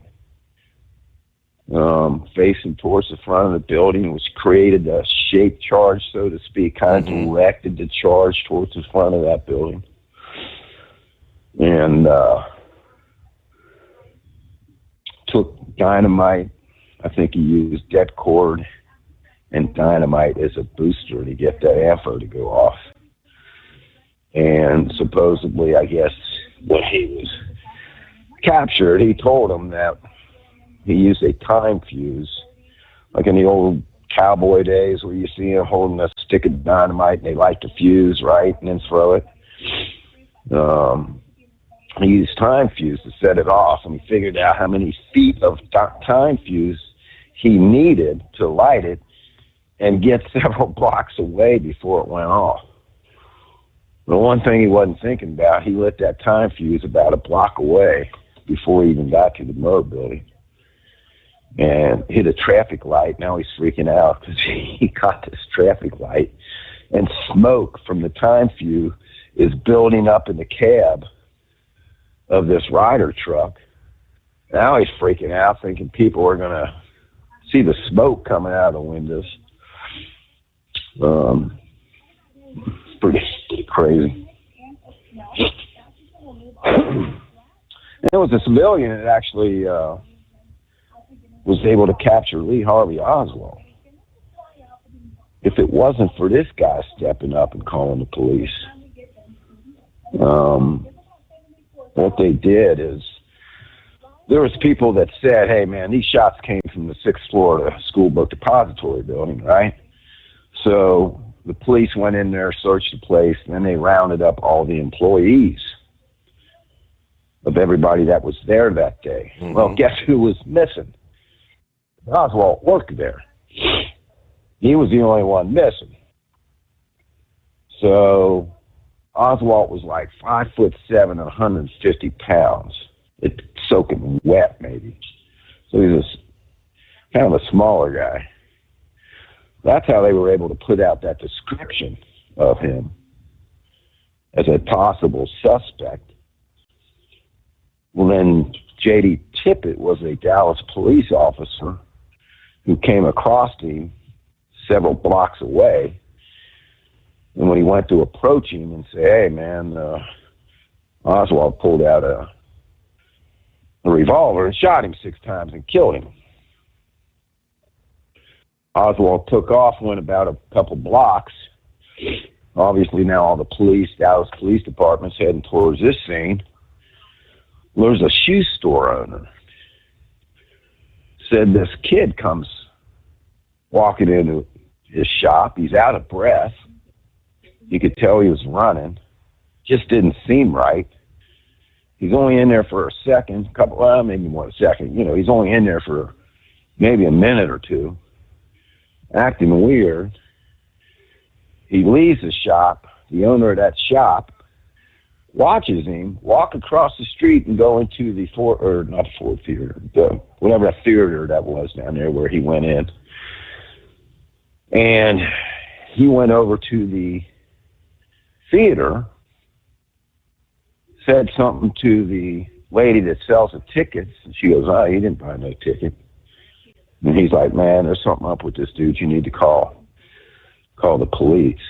And when they showed up, he told them what was up, and they're like, oh, man, we might have the dude, right? That just shot Tippit anyway. And he went into the theater, pointed Oswald out to the police, and the rest is history. So citizens can really make a big difference sometimes when it comes to crazy-ass crimes like that. Heard any more about the Bongino? I know I'm just rattling on here, Steve. Heard anything more about this Bongino arrest, man, with this pipe bomber? I have not seen much of anything further on that, no. But I can't. Let me take that back. Mm-hmm. Apparently, he did confess to planning them during his interrogation, like a 4-hour interrogation. He confessed.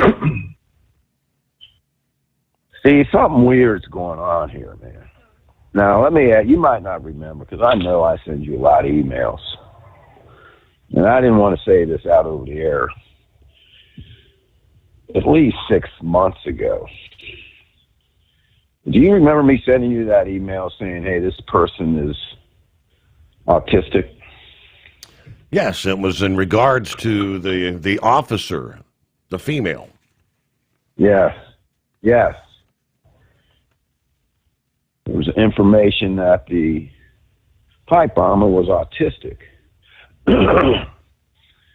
And what I was being told is that this officer was hired and given a low, very low level security position, right? And they were kind of like, going to take the fall or whatever. They were trying to set her up, kind of.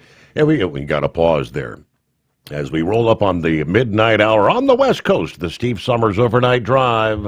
Have you been searching far and wide, looking to advertise your business on a brand that will help you reach the very clients you want to walk through your front door?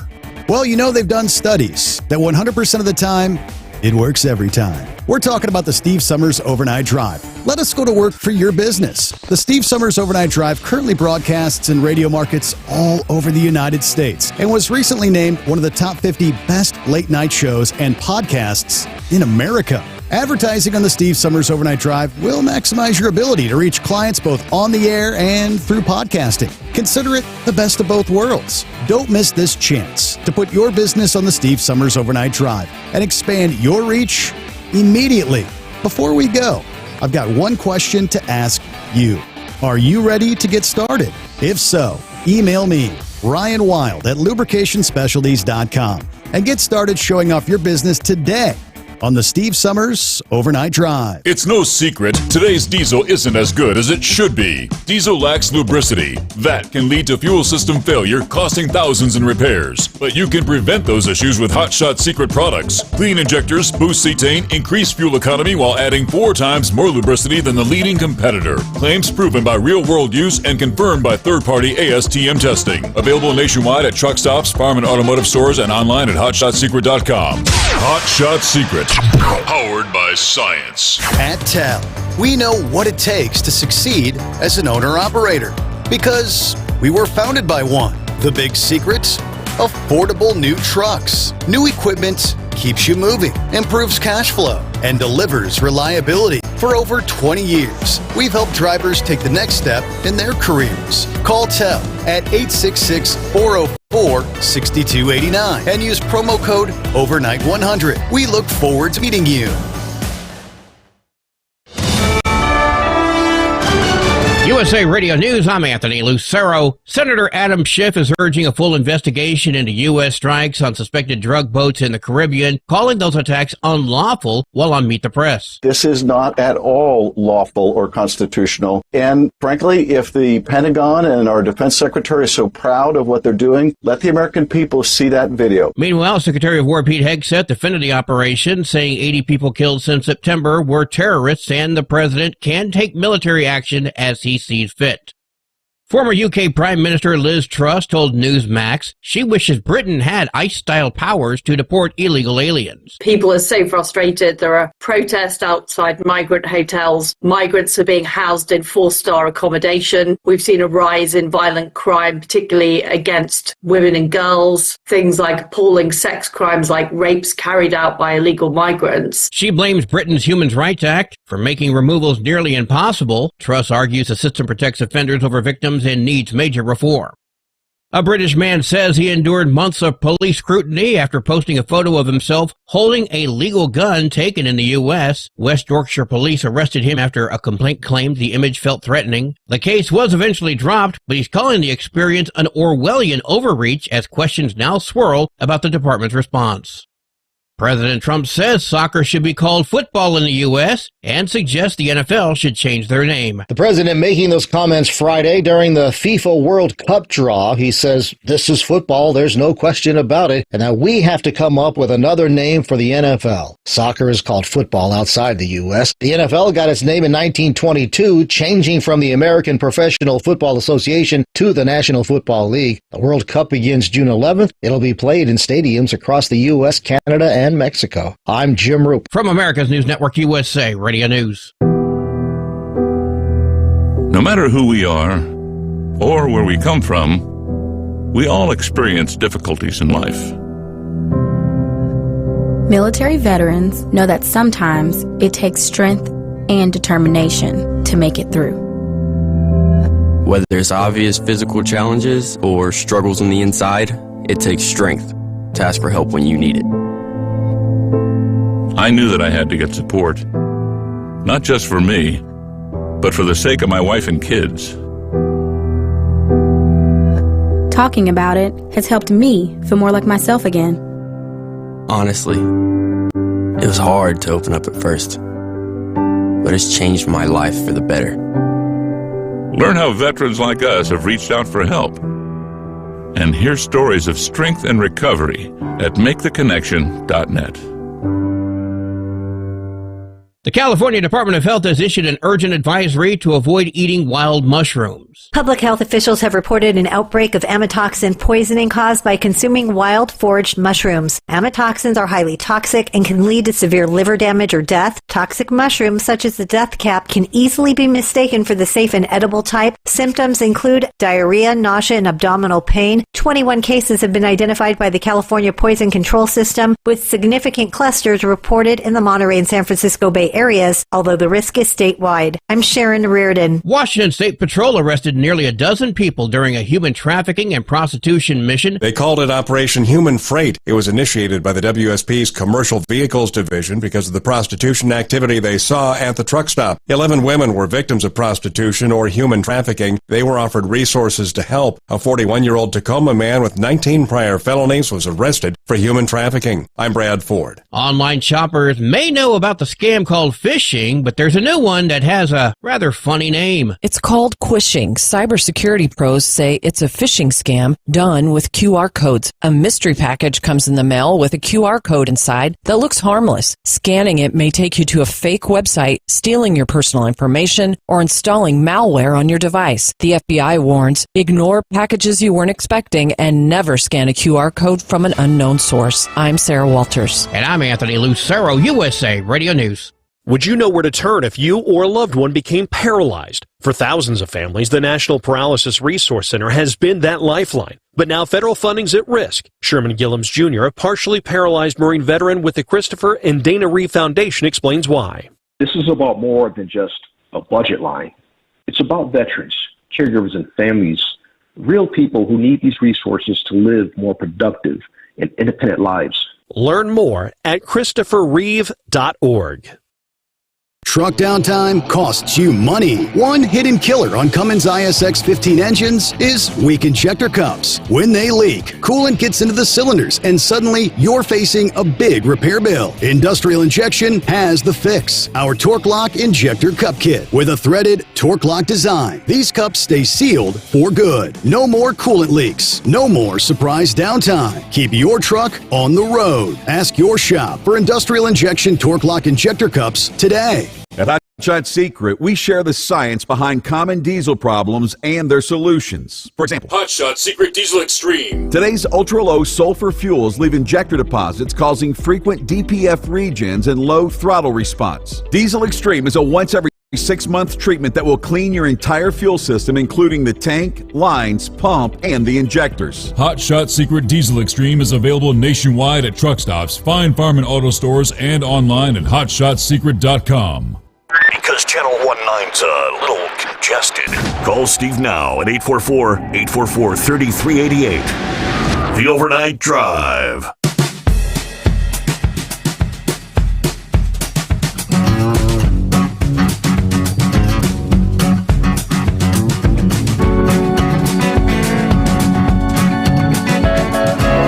Yet another hour coming our way as we roll into a Monday. Trust you had a good weekend. All right, let me get back. Yeah, we left off chatting with Pappy there. The January 6th, the pipe bomber. After all these years, coming up with this guy, Right. In that email I sent you, there was information, that this person was autistic, and then Glenn Beck comes out with that story about the Capitol police officer that was the suspect that was moved back over to the CIA, right? So, and Steve, man, listen, you just can't believe anything anybody says anymore, unfortunately. But sometimes when things don't quite add up, you got to ask some questions, I guess, like obviously there was info being put out that this person was autistic. And then, couple weeks after Glenn Beck comes out with this, all of a sudden, hey, we got the guy. And it wasn't who this Glenn Beck article said. It was information we got. And just to be on the record, I think Glenn Beck retracted that. But, which brings up new questions, Steve. Obviously, the left are trying to say he did it. I think he did make a statement. I don't know. I wasn't sitting in the room when he made the statement, so I don't know for sure. But he made the statement that he felt Trump got robbed from the election. And that's why he did it. And he also has ties, his family has some ties to some leftist groups. So who knows? But apparently that this gentleman is autistic, Steve. Did you hear that? That I did not. Yes, sir. So that got me like, what? What did I just hear? I guess in the charging documents that a lot of these components that he went and bought at several different places at different times, months apart, were months before the election ever even took place, Steve. Which would not make a bit of sense to the narrative of being upset that Trump lost, that the election was stolen. And plus the fact that the guy was, he was working for he was like an immigration for illegals to help them get out of trouble. And that wouldn't really fit the narrative of Trump being anti-illegals like he is. Well, somebody, when they released them videos, and I told you, man, I'm telling you that when I saw them videos, they released more now. I was like, that's a female, man. Steve, go back and watch them. If you haven't watched them, watch them, the newly released ones. And you'll say that this person's either gay or that's a female, right? Just the way they're walking and carrying themselves. So, with this new AI stuff all put out, Steve, somebody on the internet, take that for what it's worth too now, right? Apparently AI matching this person's mannerisms in the surveillance videos is not matching up with the suspect they got in custody. But now the suspect says he admits to doing it, and when they're looking at the video, he says, "Yeah, that's me." In the video, that according to the 4 hours of interrogation, but definitely a valid point if his so-called narrative or motive was he felt that the election was stolen from Donald Trump. No one would have, months and months earlier, that would have not have been the case. Doesn't make a lot of sense. All right, moving to the farmers. President Trump reported preparing to roll out a $12 billion emergency aid package aimed at helping the farmers to cushion the producers of soybeans, pork, and other commodities that have been hit with the retaliatory tariffs from major trading partners. According to the report this past day, those countermeasures have disrupted exports and driven down prices in several key agricultural markets. Now, the package, they say, is expected to rely on existing USDA authorities to deliver direct payment, food purchases, and trade promotion efforts without requiring any additional or new congressional approval. Intended as a temporary measure while the administration continues the tariff strategy, which the president argues is necessary to force trading partners to address these, what have been long-standing imbalances, obviously, which there's no denying those imbalances are significant. All right, back to the calls. Is it Ronnie?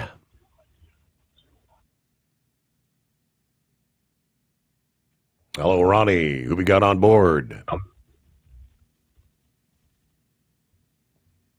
right. Maybe Ronnie disappeared. Well, let's see what Eagle has happening as we get the new week underway. Morning, Eagle. Okay. Yeah, Steve, I want to talk about sports tonight. I might call back in the last hour, get into politics, talk about this situation with Pete Hegseth. I'm so sick of these people, Steve, just discussing what now they're trying to, they protected all kind of illegals and everything, and now they're trying to say that Pete Hegseth is dropping bombs on these these drug runner ships unlawfully. But I'll get into that in the next call because that's just totally ridiculous. These people disgust me. But I want to talk about football, Steve. I guess hell must have froze over because I want to apologize to the people of the state of Indiana, Steve, because I told you all year long that Indiana was a pretender, that they was going to get their butt kicked when they finally played a good team, such as Ohio State on Saturday night yesterday. I'm still in shock. I'm still in shock that they won that game. I know the man missed the field goal for Ohio State, but they still lost the game. I didn't think Indiana had the talent to compete with Ohio State, and they showed me wrong yesterday. So I want to, even though I don't like Indiana, I want to congratulate them for being a number one seed. They might match up again with Ohio State before it's all said and done. And I believe Ohio State will come out on top in that matchup. But they did win the game. Like I said, I never in my life did I ever think that Ohio State, the coach of Ohio State, he finally got over the barrel with beating Michigan the week before, and then the next week he comes back and loses to Indiana. So it's an up and down deal, but Ohio State is still in the playoffs. They still got a chance to win the national championship. There's only one team that went undefeated this year, and that was Indiana. No other team went undefeated. Yep. So Ohio State didn't have anything to feel bad in those regards. But like I say, but I do want to say that about Indiana. Now let's talk about Notre Dame before I get to Alabama. Notre Dame, Steve, they have decided that they're not going to participate in a bowl game because they feel like they got cheated today because they didn't get put in. Well, Notre Dame didn't get cheated. Notre Dame didn't play nobody all year long, and just like they do every year. And if they want, like people say, if they want to get into a conference and stop running as an independent, and then maybe people will consider you as a team that needs to be in. They lost the game to Miami. Miami got in over them. So Notre Dame, they ought to be penalized. You say you don't want to be in a bowl game? Well, you better be lucky I'm not running committee, because how about this, my friend? Maybe next year you won't be in a bowl game next year either in 2026 since you want to play that game, since you say you don't want to sit out this game because you feel like you cheated. So how about sitting out the next year too? So two can play that game because Notre Dame has no reason to feel like they've been cheated because they've gotten into the playoffs year after year when they shouldn't have been in to begin with and got blown out like they normally do when Brian Kelly was the coach of Notre Dame. So stop crying and sit back and go to your bowl game and be a man about it. Play your bowl game. They probably lose that game anyway. So it's enough talking about them losers because Notre Dame is just a bunch of crybabies. Now, as far as Alabama goes, Alabama shouldn't be in the bowl, shouldn't be in the playoffs because they got blown out in an SEC embarrassed. They were down 21-0 at halftime. And then they had negative Alabama. The coaches of Alabama, the team is soft just like him. They had negative yards rushing. Alabama is known for a run game. When they had Nick Saban, they used to run all over people. It was 152 yards rushing every game. They had 0 rushing yards on Saturday night. Yet they got the nerve to say that they should be in the playoffs. That Alabama doesn't deserve to be there. Plus, they lost to a 5-7 Florida State team. They got embarrassed by them. They lost. I think they lost to Oklahoma too, and it looked like they got to play them again in this upcoming week. They'll probably lose to Oklahoma. So Alabama shouldn't even be in the playoffs. Maybe another qualified team such as BYU, another squad, should have got in over Alabama. Alabama's going in on name only, and they'll probably get embarrassed in their playoff game. Now, as far as the NFL goes today, tonight, my Houston Texans, they put the hammer to the Kansas City Chiefs and shut them down and maybe eliminated them totally from the playoffs. All night long, they shut down Pat Mahomes, and that's exactly what they're supposed to do. They're the number one defense in football. You know, when they hired the coach of the Texans, I didn't like the guy because I'm an offensive man, and he's a defensive guy. But what I've seen tonight is coming. If Houston can get any kind of a running game, Houston Texans can go a long way in the playoffs with that defense because nobody can do anything with them. If you can shut down Pat Mahomes and the Kansas City, Andy Reid, one of the best coaches in football, then you got something good going in Houston. So hopefully Houston can, like I say, I don't want to jinx it, but they got a real good shot of going real far in the playoffs. Now, as far as football goes, Steve, if anybody doesn't think football is set up, if anybody doesn't think that these games are rigged, all you got to do is go today and look at the highlights of the Pittsburgh Steelers Baltimore Ravens game.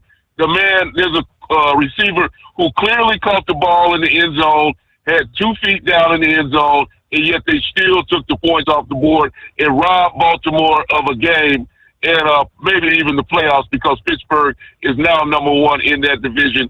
And the sad part about it wasn't even under review. They have replay booth. They have a replay for a reason. The referees didn't even bother to review the play or nothing. They said that the guy never caught the ball. So they ended Baltimore's game right there. And anybody can clearly see with the camera, the angle that the man caught the ball for a touchdown, and they got robbed of that.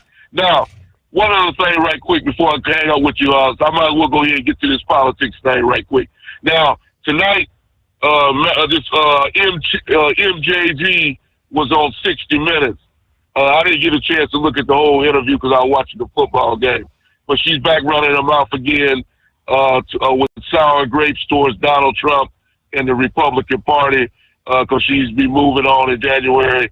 And that's a good thing. That's not a bad thing. She claims that she's not interested in politics, that she's not interested in running for president in 2028, but I think that's a lie. You'll see her face again in 28. I promise you, she dropped out for a reason, because she's got other things on her mind and to do with the rest of her life. Now, when it concerns the military, Steve, and this Pete Hegseth guy, like I told you before, over the last year Trump's been in the White House, Steve, it's been one thing after another with these people, these Democrats. First you got a guy going down to El Salvador to try to get a criminal out of jail and brought back to the U.S., sitting down having dinner with the guy. Then you got people defending known murderers and rapists all over America. Then you got judges, you got mayors, you got governors that are blocking Trump from deporting people out of the United States of America that are clearly here illegally. They're doing everything they can to block Trump every way they can. And now, just when I thought that they couldn't go any further, Steve, that they had stooped to the utmost of levels, they don't go even further. Now they're the man that's trying to stop people from bringing illegal drugs into the United States on boats. They're saying that this man is killing these people, that he's unauthorized to take military action against a drug runner that's running drugs into the United States on a damn speedboat. These people are ridiculous. It's obvious, Steve, at this point that these people don't care about the United States of America. They care more about somebody that's here illegally, such as Ilhan Omar in Minnesota, and the fat boy governor up there and the mayor. All of them are a disgrace to the United States of America. If I lived in the state of Minnesota, Steve, as I always tell you, I would go to my local U-Haul service station tomorrow morning and rent out a U-Haul truck and drive the hell out of Minnesota to the nearest Republican state I can find, because Minnesota is an embarrassment, and because they got a governor that's an embarrassment. And all I can say, Steve, is thank God that fat piece of garbage didn't get into the White House with Kamala Harris. And I thank you for taking my call. Yeah, he could be our current vice president, right? Could have been.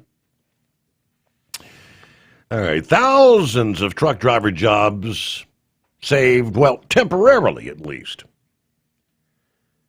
after the federal court granting the administration's request to hold the CDL restriction lawsuit in abeyance, issued last week by the U.S. Court of Appeals for the D.C. Circuit, effectively reinforces the court's prior order from last month that temporarily halted the FMCSA's interim final rule cracking down on the non-domiciled CDL and learner's permit holders.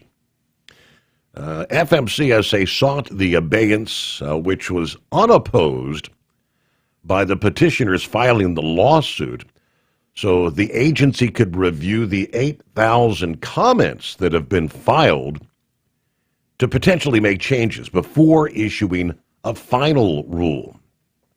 So the abeyance provides some stability for the industry. FMCSA estimated close to 200,000 trucking jobs would be eliminated by the IFR because, under the stay issued by the appeals court in November, drivers challenging the rule remain protected under the less restrictive standards that existed before September 29.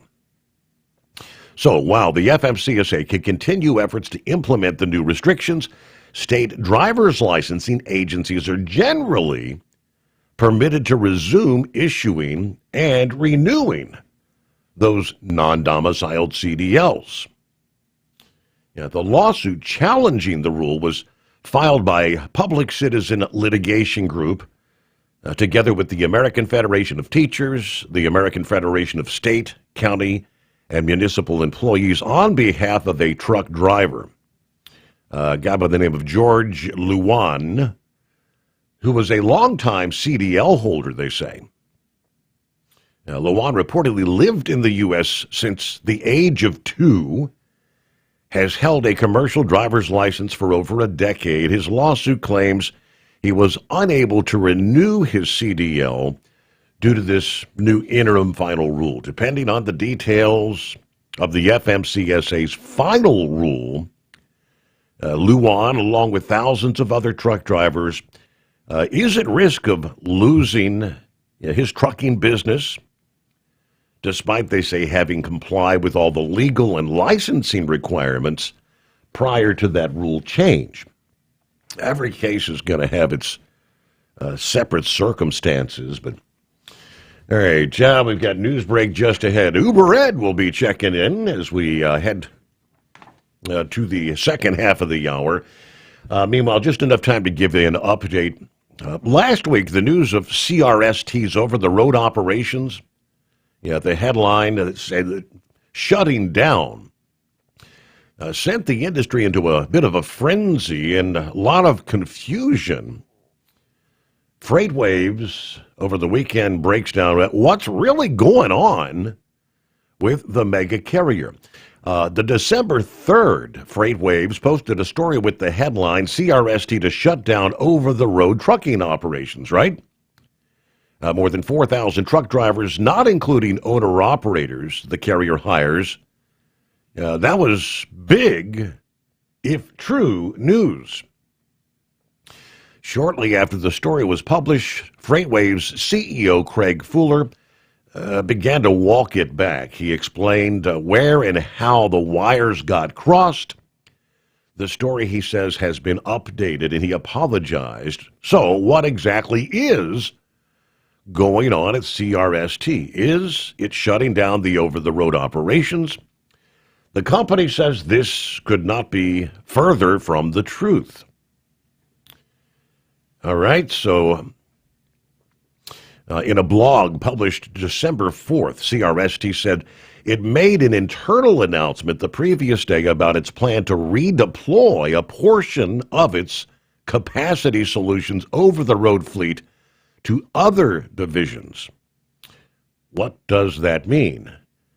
They will be moving 100 trucks to other parts of its business. Another 200 will be completely removed from the fleet. Now, according to the FMCSA, they have more than 4,300 trucks. More than 300 CRST employees received a 60-day notice that they're going to be being let go. And a large portion of those employees are truck drivers. So this is what they're calling a headcount reduction. Some of them may still have a job, other opportunities with their other fleets.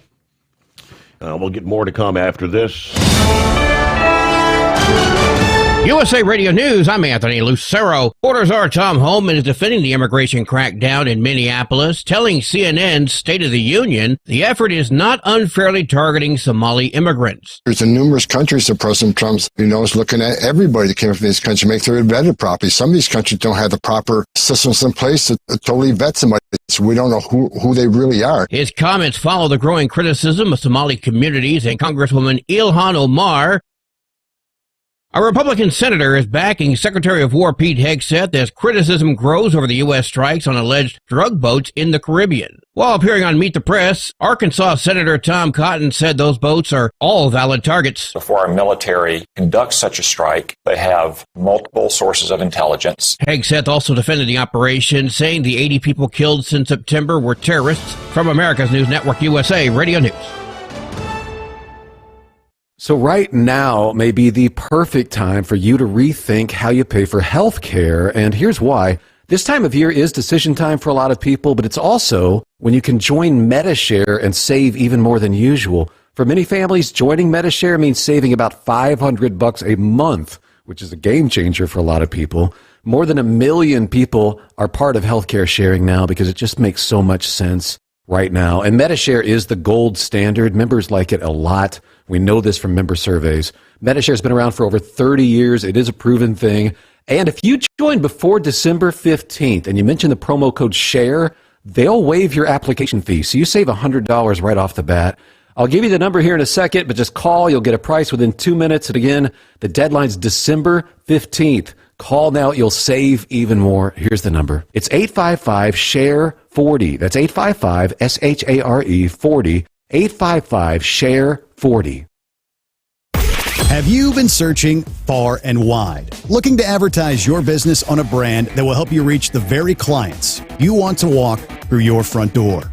Well, they've done studies that 100% of the time, It works every time. We're talking about the Steve Summers Overnight Drive. Let us go to work for your business. The Steve Summers Overnight Drive currently broadcasts in radio markets all over the United States and was recently named one of the top 50 best late night shows and podcasts in America. Advertising on the Steve Summers Overnight Drive will maximize your ability to reach clients both on the air and through podcasting. Consider it the best of both worlds. Don't miss this chance to put your business on the Steve Summers Overnight Drive and expand your reach immediately. Before we go, I've got one question to ask you. Are you ready to get started? If so, email me, Ryan Wild at lubricationspecialties.com, and get started showing off your business today on the Steve Summers Overnight Drive. Truckers, meet the Speedmax Pro Max, the tire built for serious hauls and serious peace of mind. With rugged construction and performance you can count on, Pro Max is made for the long road ahead. And here's the best part. It comes with an 8-year warranty. That's right, 8 years of confidence, mile after mile. Ask Speedmax. Drive far. Drive strong. For more info, call 860-436-4100 or buy online at digitire.com. Truck downtime costs you money. One hidden killer on Cummins ISX 15 engines is weak injector cups. When they leak, coolant gets into the cylinders and suddenly you're facing a big repair bill. Industrial Injection has the fix. Our Torque Lock Injector Cup Kit with a threaded Torque Lock design. These cups stay sealed for good. No more coolant leaks. No more surprise downtime. Keep your truck on the road. Ask your shop for Industrial Injection Torque Lock Injector Cups today. It's no secret, today's diesel isn't as good as it should be. Diesel lacks lubricity. That can lead to fuel system failure, costing thousands in repairs. But you can prevent those issues with Hot Shot Secret products. Clean injectors boost cetane, increase fuel economy while adding 4 times more lubricity than the leading competitor. Claims proven by real-world use and confirmed by third-party ASTM testing. Available nationwide at truck stops, farm and automotive stores, and online at hotshotsecret.com. Hot Shot Secret, powered by science.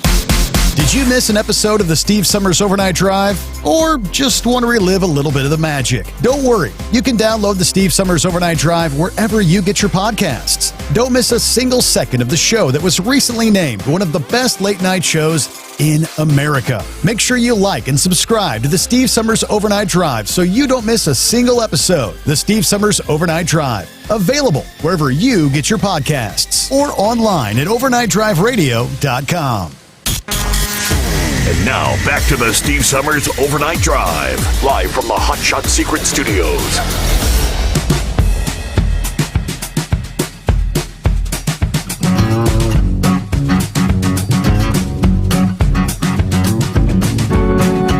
All right, real quick, the rest of the story in regards to the CRST.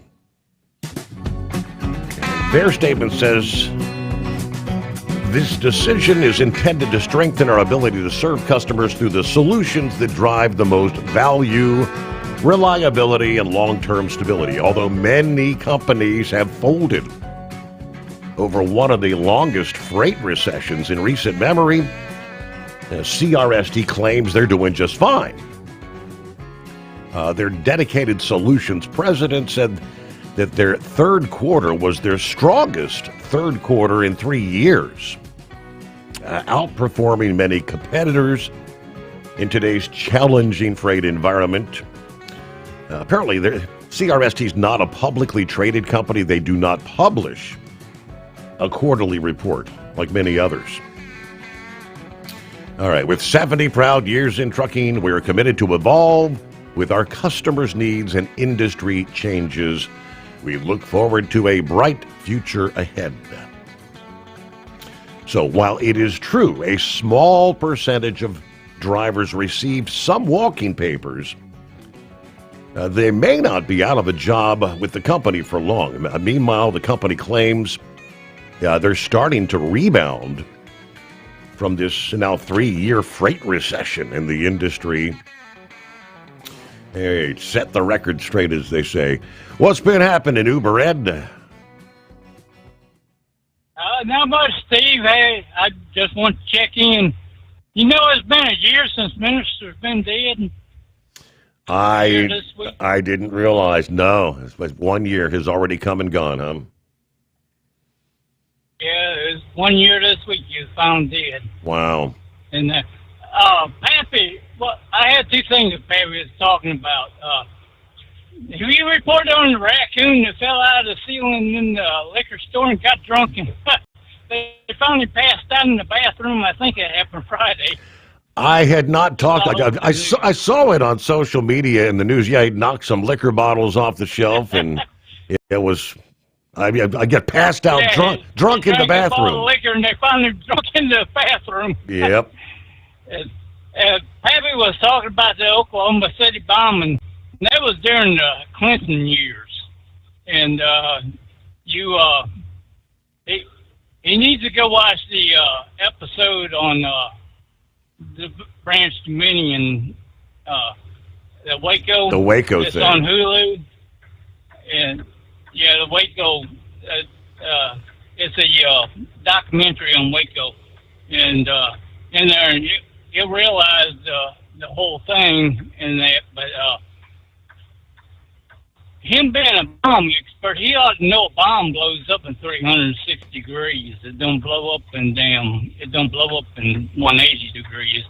So if he set that bomb off and it was like it was supposed to be, it should have blown up the building across the street and it just blew out the windows of it. So and all that FBI agents and that were from the Oklahoma City thing, so that had a lot to do with the Waco. I remember that was David Koresh there in Waco, wasn't it? David Koresh, and he was. That's correct. Yep, that's correct. And he did talk about how he had kind of, I guess, shaped the charge, as they say. I mean, you can, set things up. He'd be, how did he put it? In like a V shape. To try to send the most significant portion of the blast toward that building.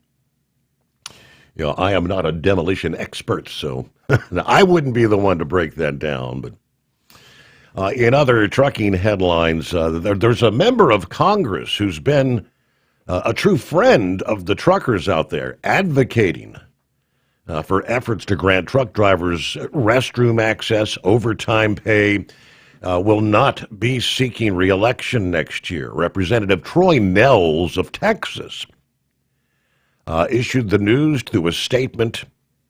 After more than 30 years in law enforcement, serving and protecting my community as a police officer, constable, Fort Bend County Sheriff, Army veteran, 6 years representing this district in Congress, I've made the decision after conversations with my beautiful bride and my girls over the Thanksgiving holiday, to focus on family and return home after this Congress. So, entered the House of Representatives in 2021. Has been vocal on several issues involving the trucking industry, most notably leading the effort to provide truck drivers access to restrooms while waiting at a shipper or receiver. Introduced the Trucker Bathroom Access Act back in 2022, has reintroduced in subsequent congressional sessions, not only introduced the bills, but also used his position at House hearings to call out opponents of the bill. He said, I'd like to put on the record to all the lobbyists and trade associations trying to sink this bill. I really don't care what you think on this issue. Just imagine if Congress banned lobbyists from using the restrooms as you wait outside these committee rooms or offices. Imagine if you were told, all you lobbyists, go outside and find a tree. Go find a fire hydrant. Go outside, relieve yourself, because we're not letting you do it in here. Now, how long do you think that would last? What do we need to do? Treat our truckers like cats and dogs, he said. He was also a co-sponsor of the Guaranteeing Overtime for Truckers Act, H.R. 1962, that would amend the Fair Labor Standards Act to require that company drivers receive overtime compensation when they work more than 40 hours a week. At separate House hearings, he actually held up issues of Landline magazine from OOIDA, highlighting some of the articles that support pro-trucker priorities, opposing mandates like speed limiters, automatic emergency braking systems.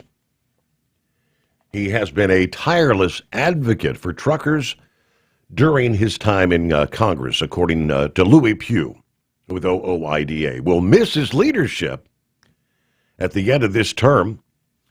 He's taken an interest in issues big and small that are vitally important to the trucking community.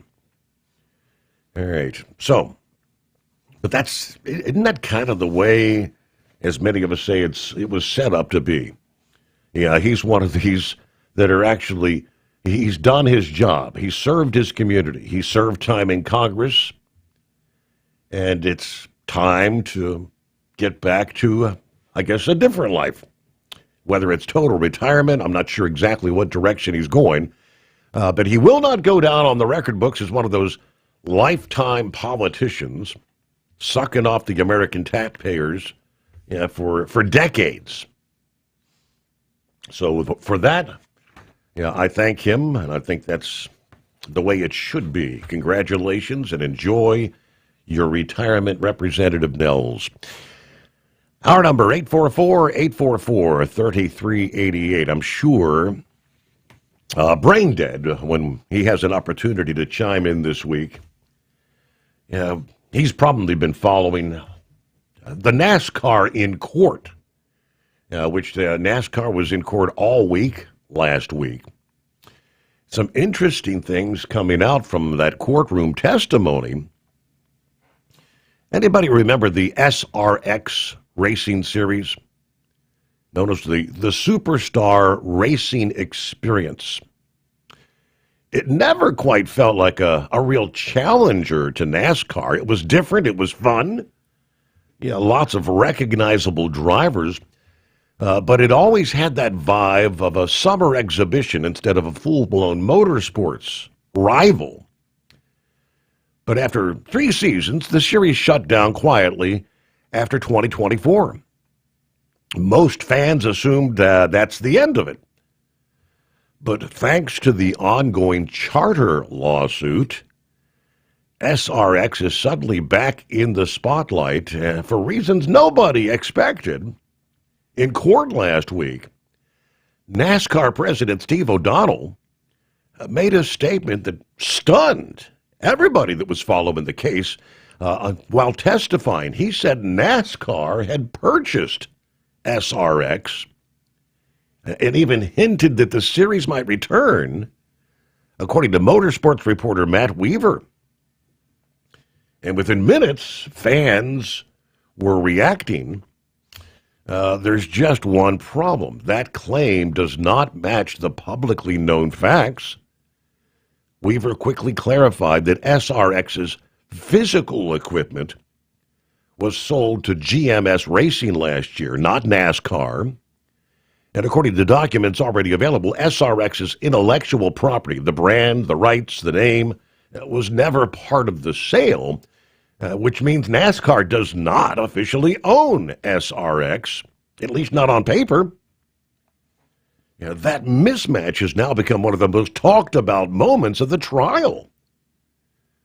Court filings showed NASCAR executives were paying close attention to SRX while it was still running. Internal text and documents revealed they viewed that series as a potential threat, not just another racing league.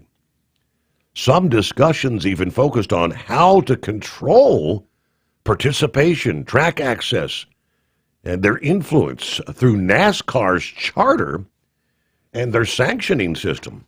Multiple reports from The Athletic and the Sports Business Journal back that up. According to those outlets, NASCAR explored ways to prevent any Cup Series drivers and owners from competing in SRX without facing consequences. A move the plaintiffs argue was part of a broader pattern of restricting competition.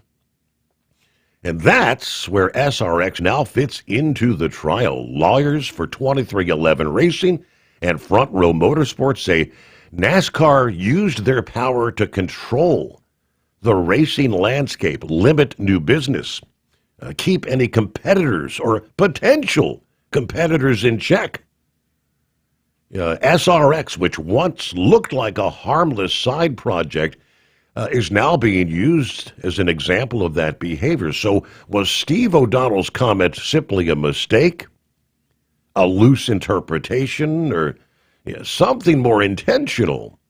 Nobody really knows yet, but one thing they say is clear. SRX isn't just a forgotten racing experiment anymore. In this courtroom, it's become evidence. Another piece of a bigger fight over who really controls the future of American stock car racing. And the fans, especially, are calling out the inconsistency, and they're not letting it go. Fans calling out O'Donnell as his slip, saying that was an outright lie. First I've heard of SRX coming back, unless he's referring to Ray Evernham's vintage IROC racing. There's zero public record of SRX firing up again anytime soon. The cars, the gear, all went to GMS race cars in September for track days and private stuff. If O'Donnell meant a full comeback, the facts say something otherwise. Anyway, for the teams to fact-check this in front of the jury.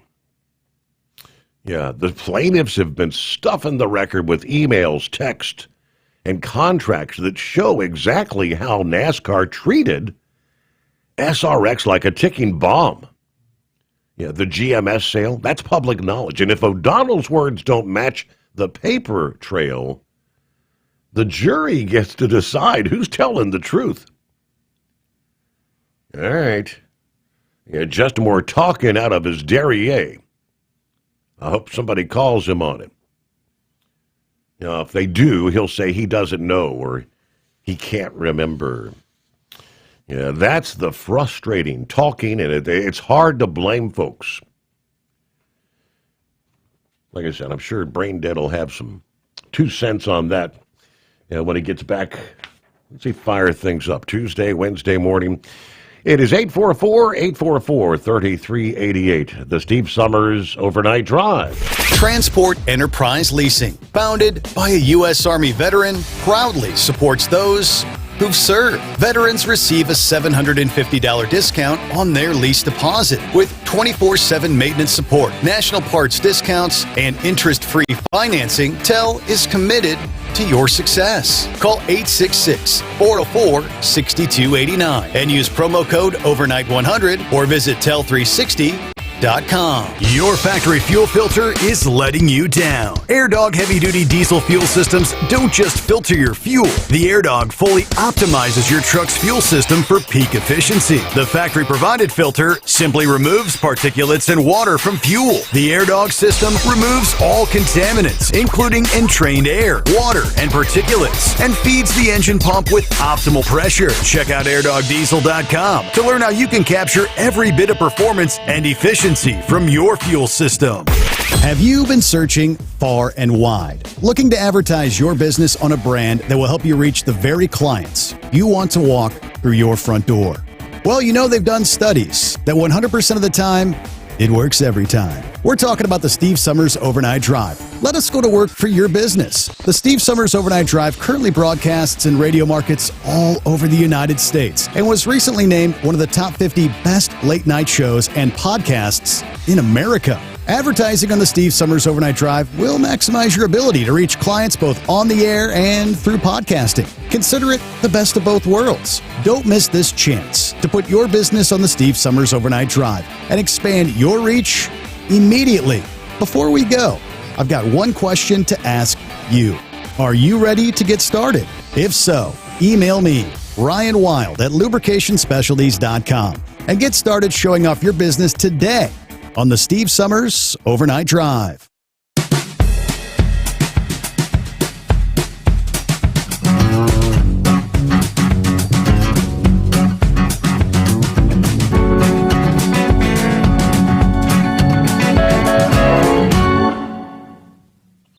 right, back at it here about 9 before the hour. Plenty of room for you at 844-844-3388. I apologize.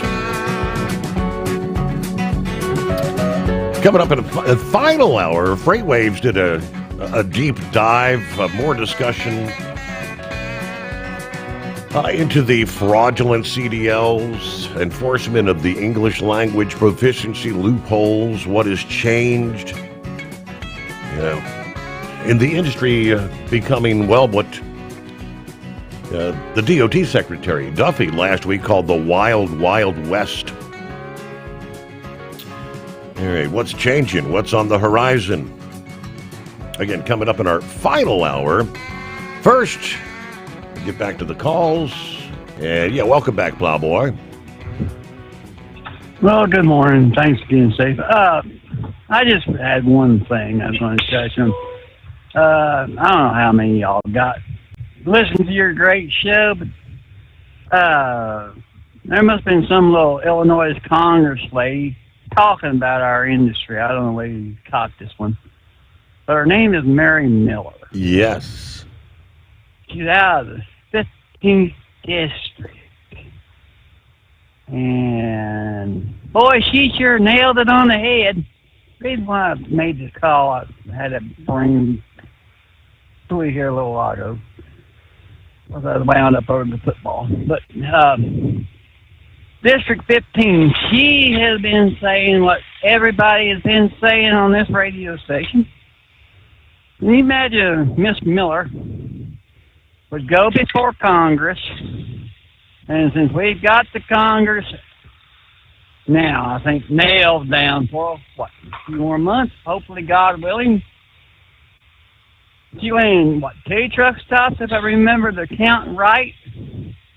And she thought she was in a third world country. Yes. Now, Steve, is that not what she actually got out there Trump has been saying? And actually got out there and went to the truck stops in person to see what's going on. And yeah, damn near nobody spoke English.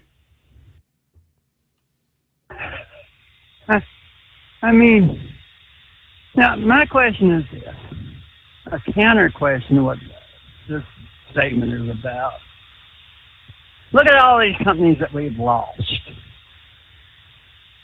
to no thanks to these jackasses coming over here illegally or maintaining the company and the license illegally just on behalf of these damn Democratic states and the governors. If we chase them all out, would we be able to bring our industry back for the drivers that we lost, or will they be gone forever? Is that a true question to ask her, Steve? Because look at how many financially unstable companies we've had because of these SOBs. Yep. I'm just thinking off the hand. Well, I'm just throwing a question out there, Steve.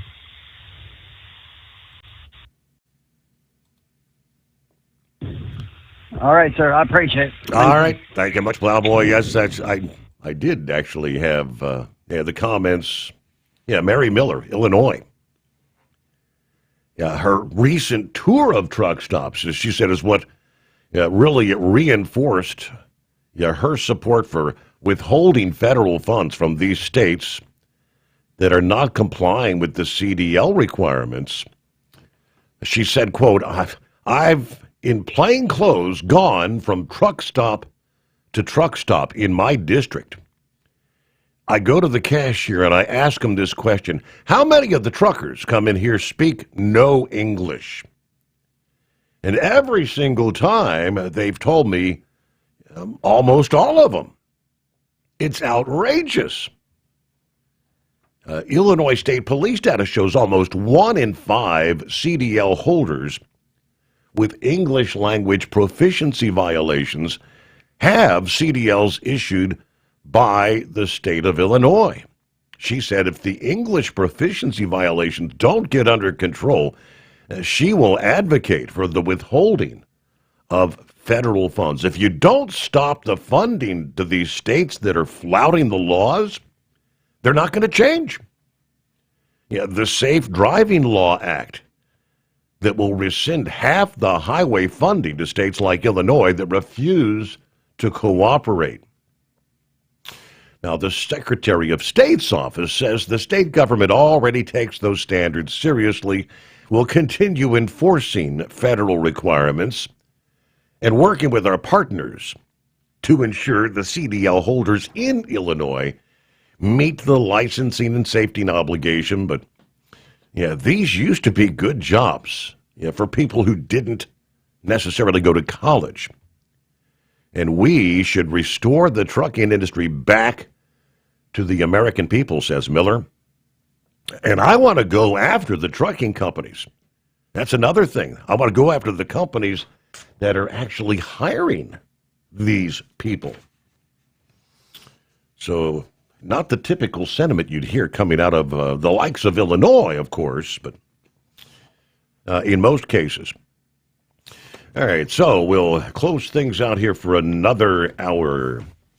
Last week did indeed have to break out the snow shovel for the first time. Forecasters tell us we may be doing a lot more shoveling this year than we've done in many years in this region of the country. And, of course, it begs the question, a lot of heart attacks this time of year for people getting out there trying. When are you too old to shovel snow is a valid question. We'll address that. First, lease with Tel and enjoy affordable payments and support that keeps you running smooth anywhere in the continental U.S. Visit tel360.com. Transport Enterprise Leasing, founded by a U.S. Army veteran, proudly supports those who've served. Veterans receive a $750 discount on their lease deposit with 24/7 maintenance support, national parts discounts, and interest-free financing. Tel is committed to your success.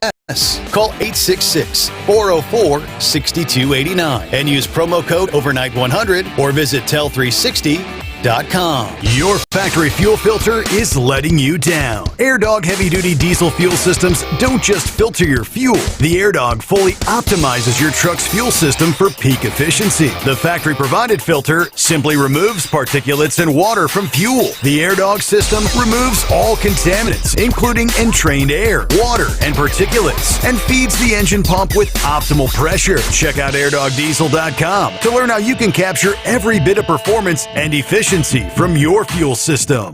Have you been searching far and wide, looking to advertise your business on a brand that will help you reach the very clients you want to walk through your front door?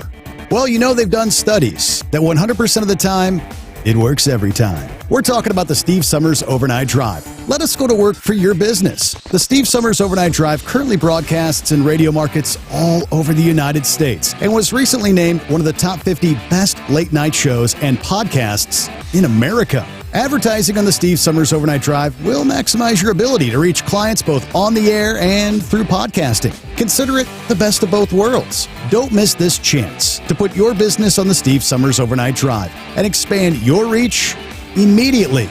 Before we go, I've got one question to ask you. Are you ready to get started?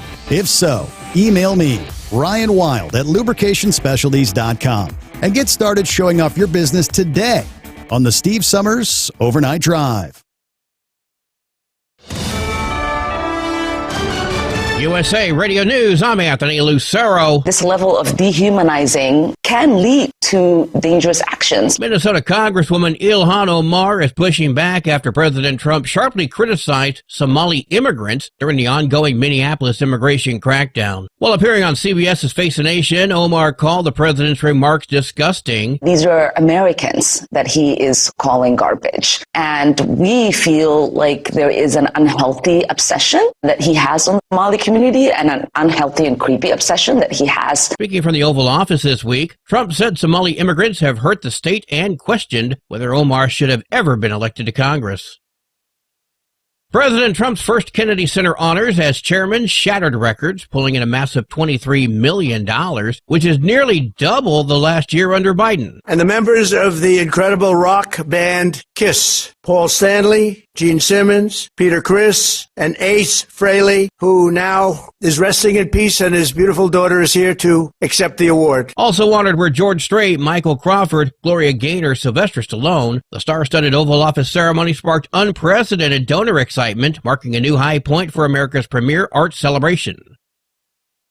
The holidays are joyful, but they can be stressful as well. Cleveland Clinic psychologist Dr. Don Potter says the best way to cope is to pinpoint what's overwhelming you. People can feel pressure to please everybody, pressure to be joyful and be in the holiday spirit, pressure to make everything right. She says it's okay to say no, set boundaries, and even change old traditions. Be sure to make some time for yourself, plan ahead, and keep the season simple to keep stress in check. Russia struck a central Ukrainian city with airstrikes hours after U.S. peace talks. President Zelensky called his discussion with President Trump's team constructive. More talks with UK, French, and German leaders are set for tomorrow in London. From America's News Network USA, Radio News.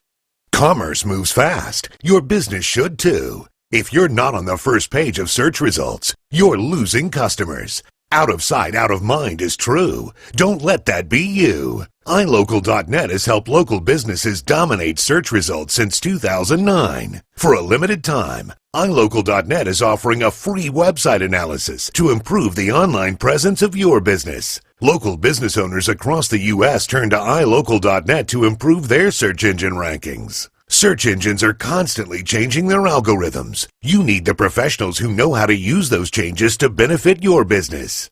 Don't hope for new customers. Get found and be chosen. Call 888-699-2407 for your free website analysis. Don't wait. Call 888-699-2407. That's 888-699-2407. For your free website analysis, call 888-699-2407. The Netflix $83 billion deal to buy Warner Brothers Discovery is moving forward, but regulators are already signaling a tough antitrust review. Paramount Skydance warns the merger gives Netflix too much power, while others say the entertainment market is big enough to stay competitive. If approved, viewers can expect a lower price for Netflix HBO Max bundles.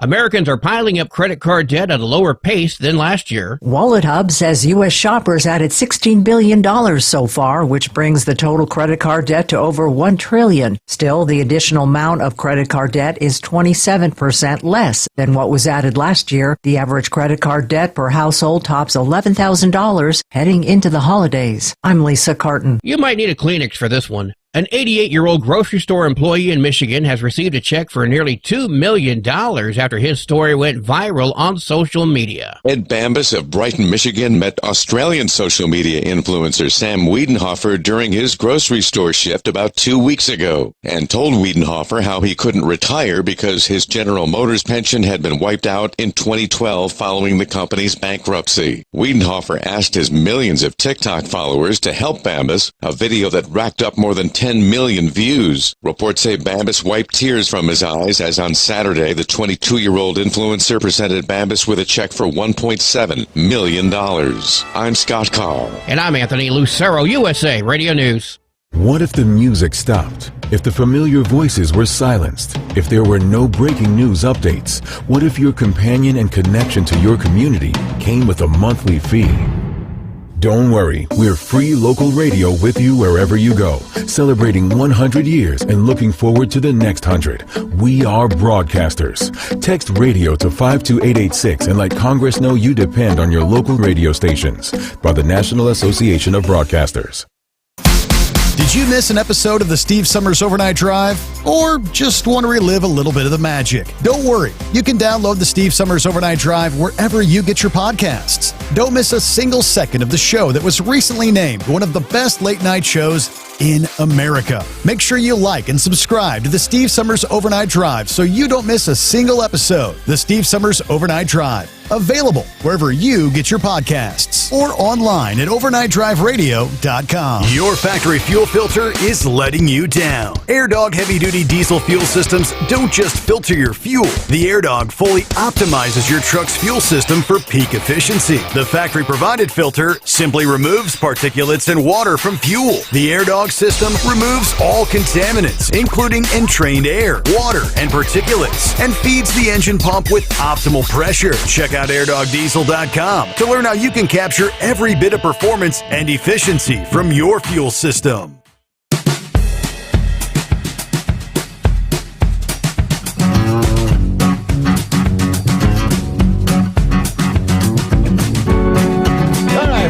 Get that final hour off and rolling here. Here we go.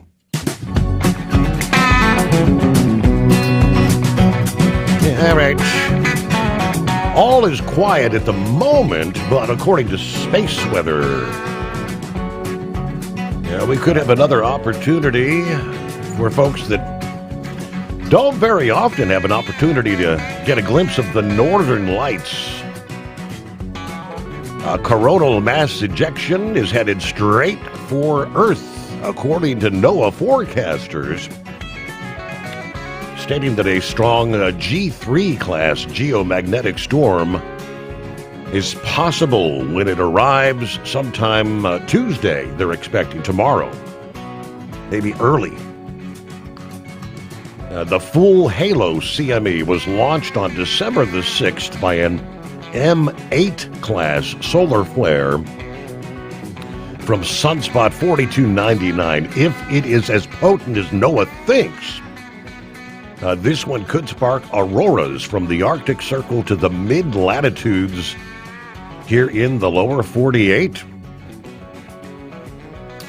So at the moment, all is quiet.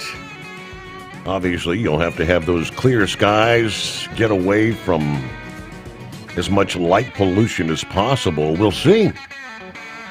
Maybe it's Monday night into Tuesday morning, the anticipation.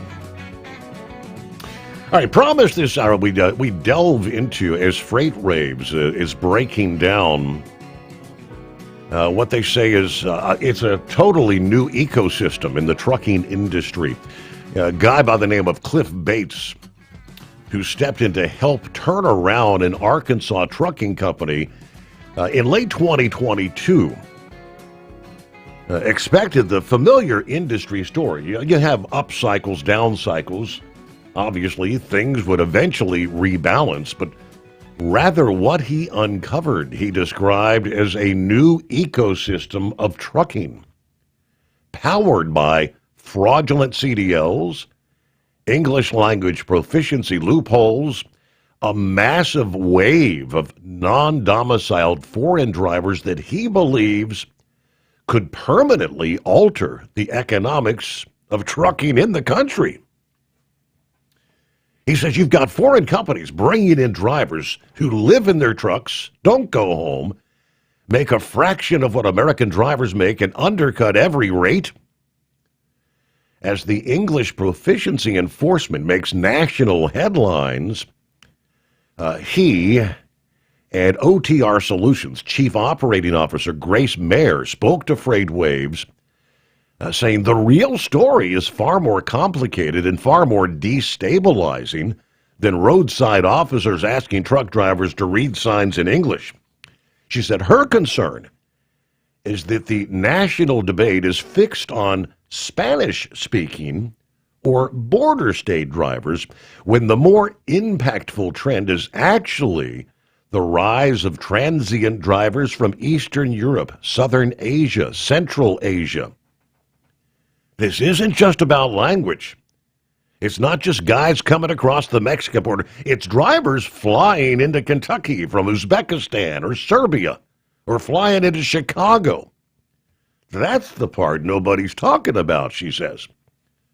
Now, Bates said his background was in real estate development, but in 2017, he invested in a refrigerated carrier. Over the last several years, he saw the fleet grow from 2 trucks to 140 during the pandemic. But by late 2022, the carrier was losing money. He said all of a sudden, we were losing crazy amounts of money. We were all in debt.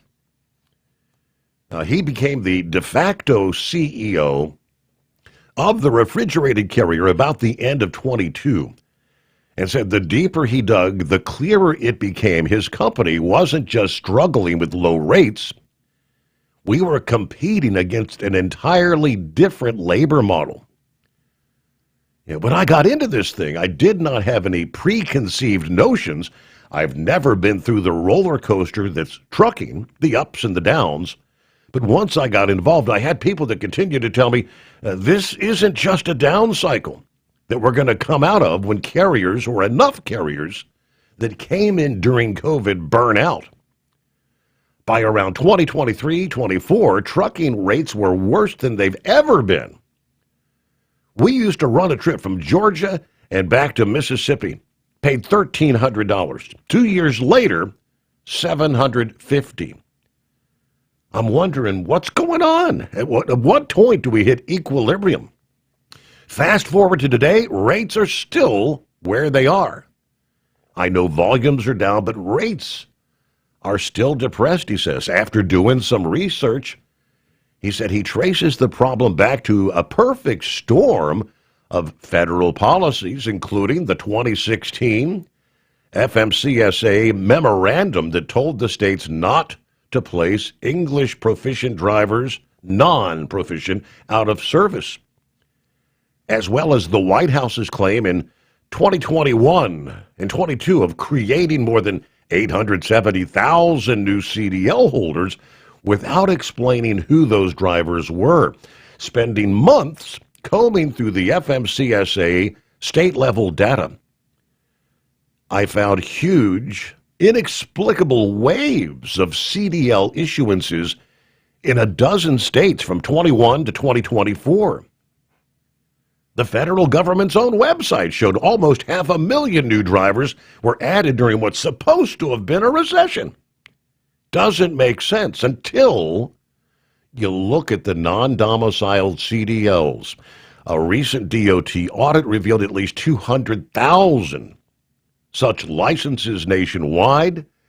The proliferation of these non-domiciled has coincided with the increase in trucking capacity across the U.S. since the FMCSA permitted foreigners to obtain these non-domiciled CDLs back in March of 2019, added more than 310,000 trucks to roads across the country. Bates and the Trump administration has since banned states from issuing new non-domiciled CDLs. Why are you willing to jeopardize American lives by leaving them on the road, he says. If you know they're unsafe, ban them. Now, Mayer said the national debate over the English proficiency has veered away from a major issue. Short-term immigrant drivers using the non-domiciled CDLs who enter the market temporarily, accept the bottom-of-the-barrel rates, and leave after they accumulate some cash. Since joining OTR Solutions, when it was founded in 2011, she has served as the company's chief operations manager, becoming the COO in 2018. Now, that's OTR Solutions, a full-service freight factoring and trucking technology company that leverages technologies to provide reliable cash flow. Now, she stressed the issue with the non-domiciled CDLs is not just about border carriers or Hispanic-owned fleets, many of which she said operate fully compliant. But it's the transient subset of the Eastern European, the Indian Punjabis, and other immigrant drivers that are moving through the S on short cycles. Drivers come in from out of the country for like 4 months at a time. They run hard, they undercut rates, they don't speak English very well. They go back home before they come back and do it again. I don't think anybody would disagree that we don't want someone on the roads that doesn't understand our signs, not able to communicate, but those drivers exist.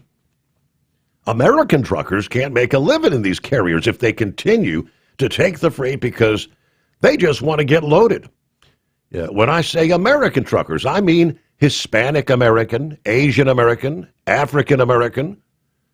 The diversity of American carriers is broad. Of course, we've been following how many drivers have been sidelined. Latest number from October was some 7,248, and that's the English proficiency. How about the ICE operations? Bates had some of the strongest evidence for how cheap labor is affecting the trucking market has come out in recent months when Immigration and Customs Enforcement, together with state police, Oklahoma, Indiana, Texas, Wyoming, began using the program that allows state and local agencies to help ICE. Multi-day roadside operations targeting CDL irregularities. The results have been consistent. Somewhere between 20 and 30% of trucks pulled over were being operated by drivers with fraudulent or non-domiciled CDLs, expired visas, or no license at all. It was the same thing every time. 20, 30% should not have been on the road. The numbers match the patterns that Bates and federal officials acknowledged privately. He recounted a DOT demonstration where undercover agents posted fake loads and received 80 carrier responses in like 10 minutes, 78 of them using non-domiciled CDL. Their words were, "This was our aha kind of moment." Even the U.S. Postal Service tried to ban the non-domiciled drivers, only to reverse that policy within a week when they couldn't find enough legal drivers to run their network. There was nobody to run the mail. Both Mayer and Bates also highlighted the fraudulent back-office operations with these foreign-run companies dispatching drivers offshore, then manipulating the safety and compliance systems. Mayer tried the issue directly. She tied it directly to the double brokering crisis. Fraudsters take a low rate because they're just going to double broker it. That's why cargo fraud is at an all-time high. She described the DOT's undercover video showing electronic logs being reset remotely. In one example, he said a dispatcher told a fatigued driver, "If you pull the truck over, we'll call the police and report it's stolen." Bates connects these practices to several fatal crashes where drivers have plowed into stop traffic at full speed, tested clean for drugs and alcohol, and were believed to have been awake for anywhere from 40 to 60 hours. Bates said his refrigerated carrier, once a 140-truck fleet, eventually merged into another carrier after losing millions. The root cause was not poor management or cheap freight alone. It was the new labor economics. Long-haul freight has evaporated. 400-mile routes instead of 1,500-mile lanes. U.S. drivers can't get enough miles to survive. Rates remain below the pre-2017 levels despite all the inflation we've seen. Many carriers are surviving only through equipment loan forbearance. This industry is on the verge of collapse. Every carrier I know is asking lenders for forbearance. We're going to lose American capacity and be left with foreign operators. And lastly, both of them say this is not a red or blue issue, like Republican or Democrat. The administration already stopped states from issuing new non-domiciled CDLs, but no one asked about the ones still on the road. They are the common denominator in so many crashes. The government fears removing them would seriously disrupt the economy. Mayor agrees the moment demands attention beyond politics. We're asking for safe roads and a fair market, and right now we don't have either of them. 844-844-3388. Have you been searching far and wide, looking to advertise your business on a brand that will help you reach the very clients you want to walk through your front door? Well, you know they've done studies that 100% of the time, it works every time. We're talking about the Steve Sommers Overnight Drive. Let us go to work for your business. The Steve Sommers Overnight Drive currently broadcasts in radio markets all over the United States and was recently named one of the top 50 best late night shows and podcasts in America. Advertising on the Steve Sommers Overnight Drive will maximize your ability to reach clients both on the air and through podcasting. Consider it the best of both worlds. Don't miss this chance to put your business on the Steve Sommers Overnight Drive and expand your reach immediately. Before we go, I've got one question to ask you.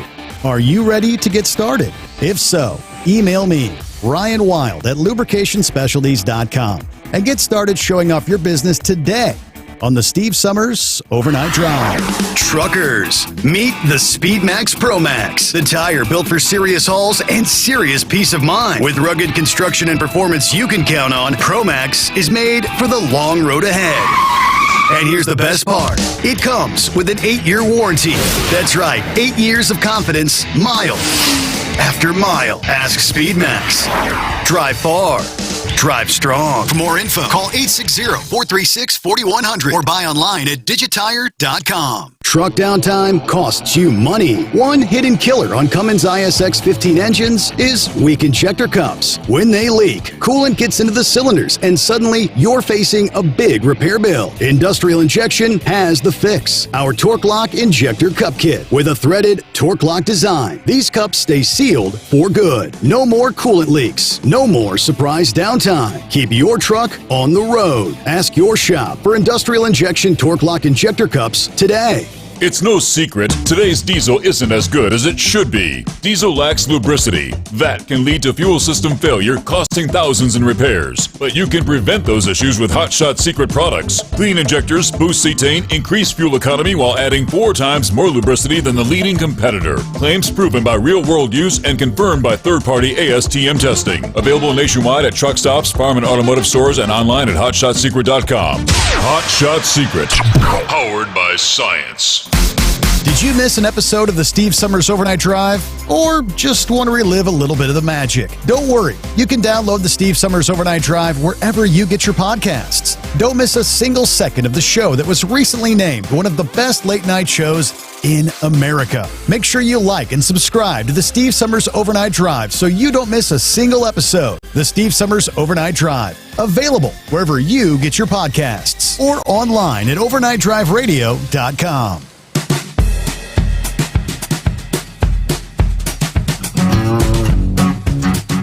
Right in line with what we were just talking about. Here's another prime example. She said, everywhere, every state, everywhere you turn, states that are doing these crackdowns on commercial vehicles, we're finding 20-30% of them are either illegal, in many cases don't even have any driver's license. Latest is Alabama on board, another state cooperating with ICE to apprehend truck drivers operating illegally. This time, the Alabama Law Enforcement Agency, working with ICE, targeted enforcement. Now, they've had several. One in late October, the other was just, a couple weeks ago, November 16th through the 18th, along some of their high-crash rural interstate corridors, as they put it. According to last week's news release from the governor's office, the inspections led to 82 individuals being detained. Based on their immigration status, 12 of these drivers did not have a driver's license of any kind. The other 70 held out-of-state licenses. Alabama leading the way when it comes to going after illegal bad actors in trucking, says Governor Ivey. I'm proud for taking decisive action, grateful for our partnership with Immigration and Customs Enforcement. Alabama will not look the other way while illegal immigrants and illegal operators threaten the safety of everything on the highway. If you're here illegally or breaking our laws, putting folks at risk on our highways, you will be held accountable in our state. Now, in Landline's attempt to obtain more details about the raids, the truck drivers and the trucking companies involved, the governor's office deferred those questions to ICE. As of press time, ICE has not responded to Landline. The Alabama Trucking Association president praising the coordination efforts and emphasized their importance to the industry. Alabama's trucking industry is built on the hard work of family-owned small businesses and professional drivers who follow the rules and operate safely, but a growing number of illegal operators and bad actors who exploit regulatory loopholes. They are compromising safety, undercutting the hardworking Alabamans who move our economy. Fortunately, due to the leadership and enforcement actions by Governor Ivey and the ALEA, we're doing our part to keep the highway safe. ICE, as we know, has also targeted several other states, Texas, Wyoming, Oklahoma, targeting those commercial vehicle operations. But again, consistently, time after time. Out of 82, 12 with no license, not even a passenger vehicle's license, out there driving with no license whatsoever. Who is employing these people?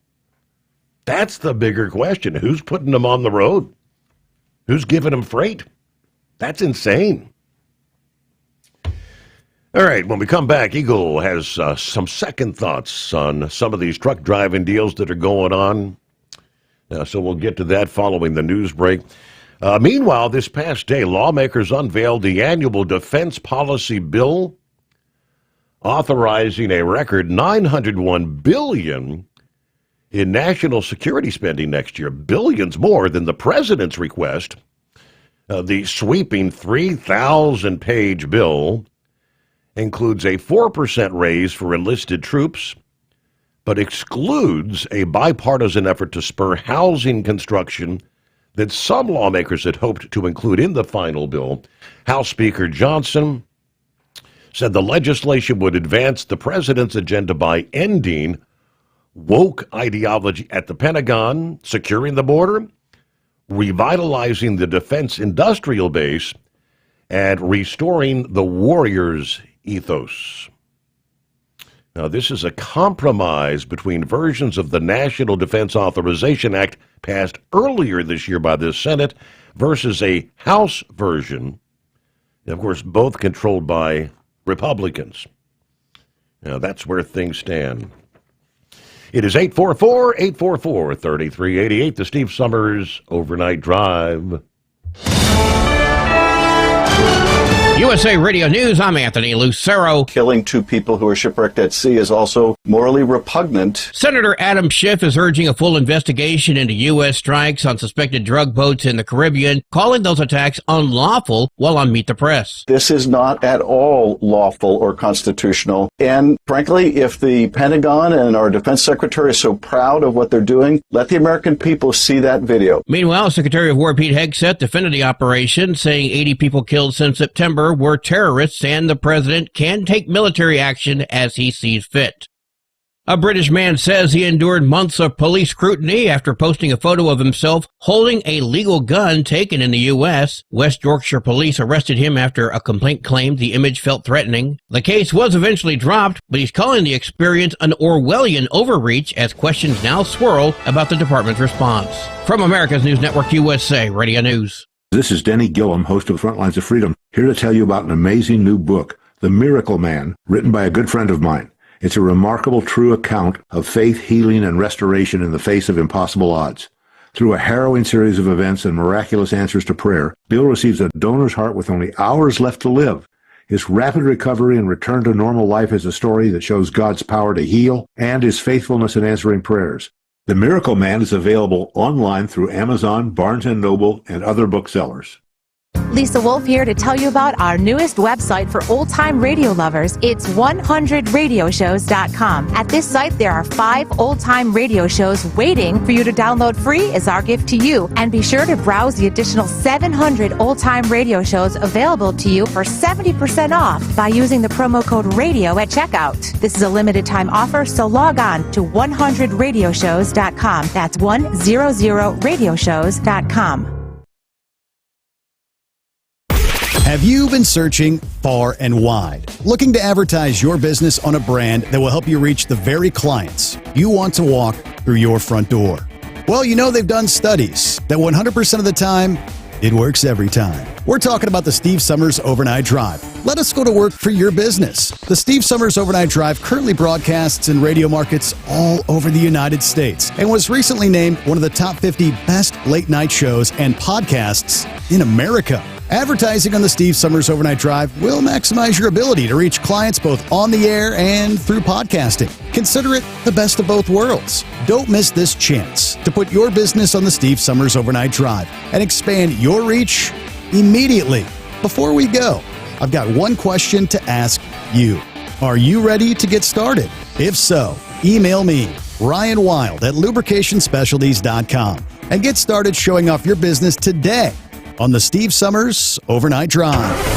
TEL's Independent Owner-Operator Program gives you the power to operate under your own authority or choose the carrier you want to run for.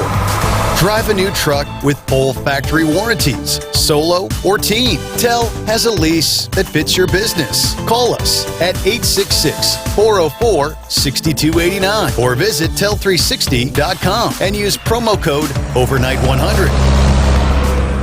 Winter is here. When the temperature drops, so does your truck's performance. Avoid fuel gelling by using Hot Shot Secret's EDT Plus Winter Defense, a 7-in-1 fuel booster and anti-gel that improves cold weather performance. The 7-point cetane boost decreases DPF regens and increases fuel economy. Be confident that your engine is running smoothly and trouble-free, even in the coldest temperatures. Hot Shot Secret EDT Plus Winter Defense, available at Pilot Flying J, Amazon, O'Reilly Auto Parts, and HotShotSecret.com. Hot Shot Secret, powered by science. Truck downtime costs you money. One hidden killer on Cummins ISX 15 engines is weak injector cups. When they leak, coolant gets into the cylinders and suddenly you're facing a big repair bill. Industrial Injection has the fix. Our Torque Lock Injector Cup Kit with a threaded Torque Lock design. These cups stay sealed for good. No more coolant leaks. No more surprise downtime. Keep your truck on the road. Ask your shop for Industrial Injection Torque Lock Injector Cups today.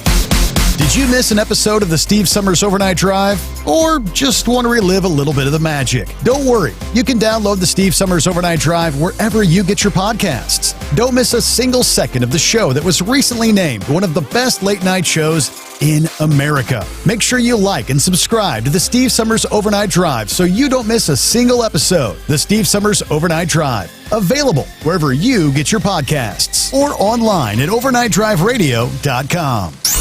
The Overnight Drive with Steve Sommers. Live from the Hot Shot Secret Studios. Call Steve now.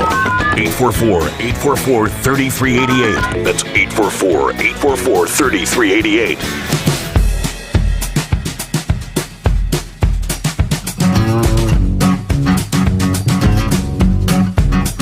I came across a post from just a couple hours ago talking about the potential of the Northern Lights Monday night into Tuesday morning. And this guy, Zachary, I guess he's one of the close followers of space weather. He breaks it down rather interestingly. He said the flare was first detected yesterday afternoon. Instruments picked up a sudden spike in X-ray output from the active region 4299. Yeah, this is a sunspot cluster, he says, larger than 10 Earths laid side by side. The moment it erupted, every sensor pointed at the sun lit up. The flare registered as an M8.1, which is just a breadth below an X class. The kind that rearranges space weather and human behavior at the same time.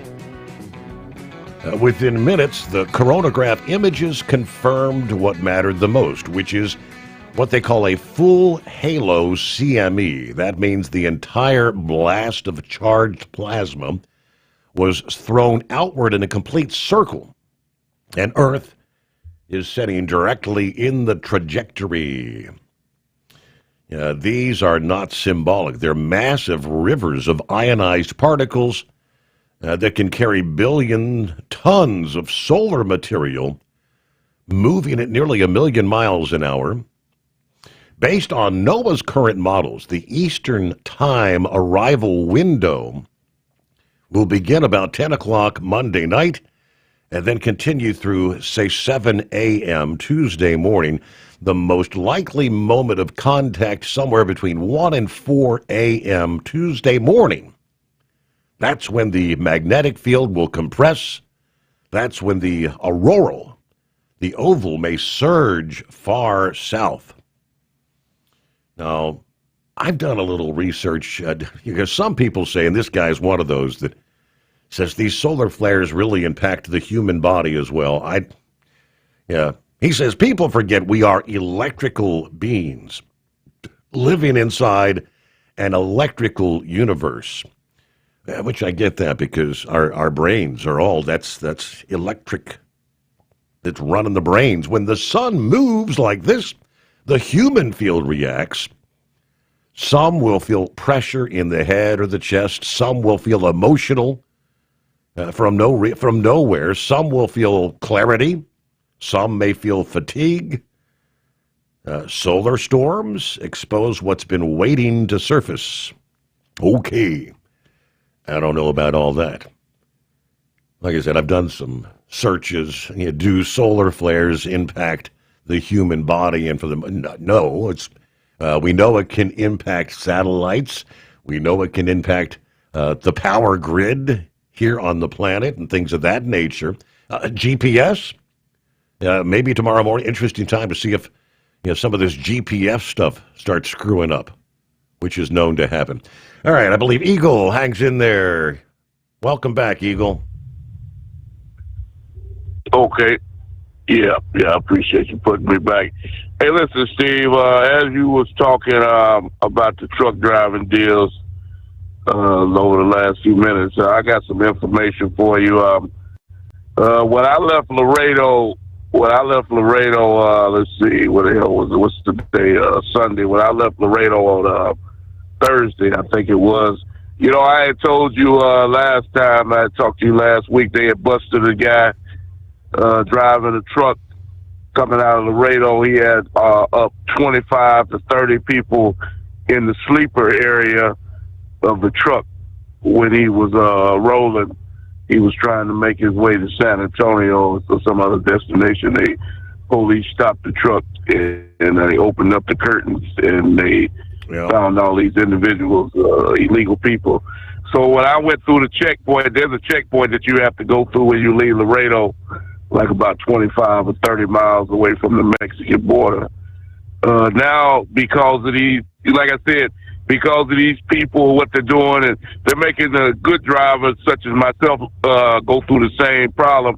Now, when you go through the checkpoint, there's an officer that has a flashlight, and he's standing on a podium, and you have to open up the curtains to your sleeper if they're not closed, so he can look inside the sleeper area of your truck to make sure you don't have no illegal people in your sleeper as you're rolling north towards San Antonio. And they got anybody that's going to Laredo, you better make sure everything, your paperwork and your truck is in good order, because from San Antonio all the way to Laredo, about 150 miles is wall-to-wall state troopers and border patrol trucks just looking for a reason to pull you over. If you even look like you're suspicious, and you will be inspected. So you better make sure your truck is in, your lights are working, and make sure your truck is in good order, because they're looking to take some money out of your pocket as you're making your way to San Antonio. Now, as far as this situation goes with the illegals, Steve, when it goes out, go back to Monkey Gouger, we ain't heard from him in a while, and some of the other people that called in. We've been telling you about all the problems that was going on in the road with these foreign drivers. from California and Oregon and Washington State, mainly a lot of West Coast people, because as you can clearly see, they don't. What's his name? The governor of Florida don't give a damn. I mean, of California don't give a damn who get a CDL out of his state. But that's gonna come to a stop. He's slowly but surely getting rid of that, because I don't see that many trucks rolling no more, Steve. They definitely not rolling on Interstate 40. I heard those guys are making a bypass around the state of Oklahoma and Arkansas. If you on Interstate 40, Steve, rolling east, you better jump down to Interstate 20 or 10, because before you go into Oklahoma, you better make sure you got all your paperwork right and everything, because Oklahoma ain't playing games. That's one of the states. Oklahoma and Arkansas are enforcing that language deal, and if you don't speak English, you will be pulled out of the truck, and you'll be looking for another profession. Them guys are not playing games in Oklahoma. I was recently in Oklahoma about a week or so ago, and it's wall-to-wall police in Oklahoma pulling over trucks, because that's the easiest way to get from California back over to the East Coast coming out of L.A. Most of them guys run Interstate 40 all the way back over to North Carolina or wherever the hell they going. But they get them guys off the road. And I can already see, Steve, the safety-wise over since Trump, that's one thing I got to give Trump credit. Like I told you so many times, Steve, you might not like the way people may not like the way he come across. They don't like the harsh way that he talks and the harsh way that he goes about doing business. But one thing you better be sure, Donald Trump gets the job done. He's not a bunch of talk, and he's definitely getting this truck driving deal in order, because he's getting them guys off the road. You can clearly see we was talking about accident after accident with these guys, Amazons and Super Eagles and these other companies that were running over people in America. All that's coming to a stop. You're not going to hear about these type of incidents, because I can already see it when I'm rolling down the interstate, because I don't have a guy tailgating me through the construction site when the sign clearly says speed limit 45 miles an hour, and you got a truck riding on the back of your bumper literally inches away trying to force you to speed up through a construction zone. And you don't see guys rolling down the interstate with his leg up on the dashboard as he rolls by you. Got his left leg up on the dash, and got a television set looking at the TV as he's rolling down the interstate, a distracted drive. You don't see them guys out there no more. They getting them off the road and putting them into a Burger King where they belong, because that's all they're good for, is flipping hamburgers. Because when it comes to the safety of America, Steve, you have to have the best qualified drivers out there. I heard somebody call in a little bit earlier and say, will this help? What Trump doing help American truck drivers get back to the way it was when I started driving back in the 90s? Yes, it will, because I can already see the improvement in getting those people off the road. And like I said, the lady talking about half the people is like a third world nation. It was like a third world nation out here at these truck stops, from people from Russia all the way to Bosnia and South America, you name it. They was all out here driving trucks. And like you said before, Steve, there were people riding around with driver's license that said no identification on it, not even a name on the damn license. A guy running a $80,000 pound truck across America. That's got to come. That's coming to a stop. And Donald Trump I have nothing but praise for the man, because he's helping me make money and to take care of my family. And I'm never going to talk bad about somebody that's helping put money on my table and getting the people off the road that don't need to be on the road. So I say, all I got to say before I hang up with you is God bless America, and definitely God bless Donald Trump, because he's damn sure making America great again. And I thank you for taking my call. All right, Eagle. Thanks for hanging in there this morning. All right, here's hello to Steve, Columbus, up and at 'em, right? Monday morning. Good morning, Steve Summers, all the listeners out there. The long weekend was nice. Could have been much longer. Thankfully, this is another short week for us, and we'll actually have another 3-day weekend ahead. But the coffee's hot, car's warmed up, time to head into town. See what the day brings us. All right, and hello to Truckin' Phil.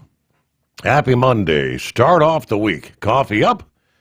Morning, Mr. Summers, the Hot Shot Secret Nation, and the great product of Staybill. Starting off at 12 degrees, high of only 26 for Fort Wayne. We're -3 with a high of 23 for Newaygo, Michigan. Roll on, Knuckle Buster. And a big shout out to all the veterans out there. Here we go. Fort Wayne to Newaygo, Michigan and back once again. Everybody have a great week. Semper Fi from Truckin' Phil, as he likes to say. The Steve Summers Overnight Drive live from the Hot Shot Secret Studios. Did you miss an episode of the Steve Summers Overnight Drive? Or just want to relive a little bit of the magic? Don't worry. You can download the Steve Summers Overnight Drive wherever you get your podcasts. Don't miss a single second of the show that was recently named one of the best late night shows in America. Make sure you like and subscribe to the Steve Summers Overnight Drive so you don't miss a single episode. The Steve Summers Overnight Drive. Available wherever you get your podcasts or online at overnightdriveradio.com. Your factory fuel filter is letting you down. AirDog heavy-duty diesel fuel systems don't just filter your fuel. The AirDog fully optimizes your truck's fuel system for peak efficiency. The factory-provided filter simply removes particulates and water from fuel. The AirDog system removes all contaminants, including entrained air, water, and particulates, and feeds the engine pump with optimal pressure. Check out airdogdiesel.com to learn how you can capture every bit of performance and efficiency from your fuel system. At Hot Shot Secret, we share the science behind common diesel problems. For example, Fuel additives. most fuel additives either impact performance or provide protection. Hot Shot Secret Everyday Diesel Treatment provides both performance enhancement and fuel system protection. Everyday Diesel Treatment delivers a 6-in-1 premium fuel treatment for every fill-up, every time. Everyday diesel treatment is available at truck stops, Tractor Supply, O'Reilly's Auto Parts, and online at hotshotsecret.com. We know being over the road isn't easy, but getting parts for your truck can be. Rainey's offers over 100,000 parts and accessories, from chrome to cab comforts, watermelon lights to necessary replacement parts. It's all available on our website. Got questions? Our team of experts has your back from start to finish with unmatched customer service you won't get anywhere else. Head to Rainey's.com to get $25 off any order over $250 with code DRIVE25 at checkout. Have you been searching far and wide, looking to advertise your business on a brand that will help you reach the very clients you want to walk through your front door? Well, you know they've done studies that 100% of the time, it works every time. We're talking about the Steve Summers Overnight Drive. Let us go to work for your business. The Steve Summers Overnight Drive currently broadcasts in radio markets all over the United States and was recently named one of the top 50 best late night shows and podcasts in America. Advertising on the Steve Summers Overnight Drive will maximize your ability to reach clients both on the air and through podcasting. Consider it the best of both worlds. Don't miss this chance to put your business on the Steve Summers Overnight Drive and expand your reach immediately. Before we go, I've got one question to ask you. Are you ready to get started? If so, email me, Ryan Wild at lubricationspecialties.com, and get started showing off your business today on the Steve Summers Overnight Drive.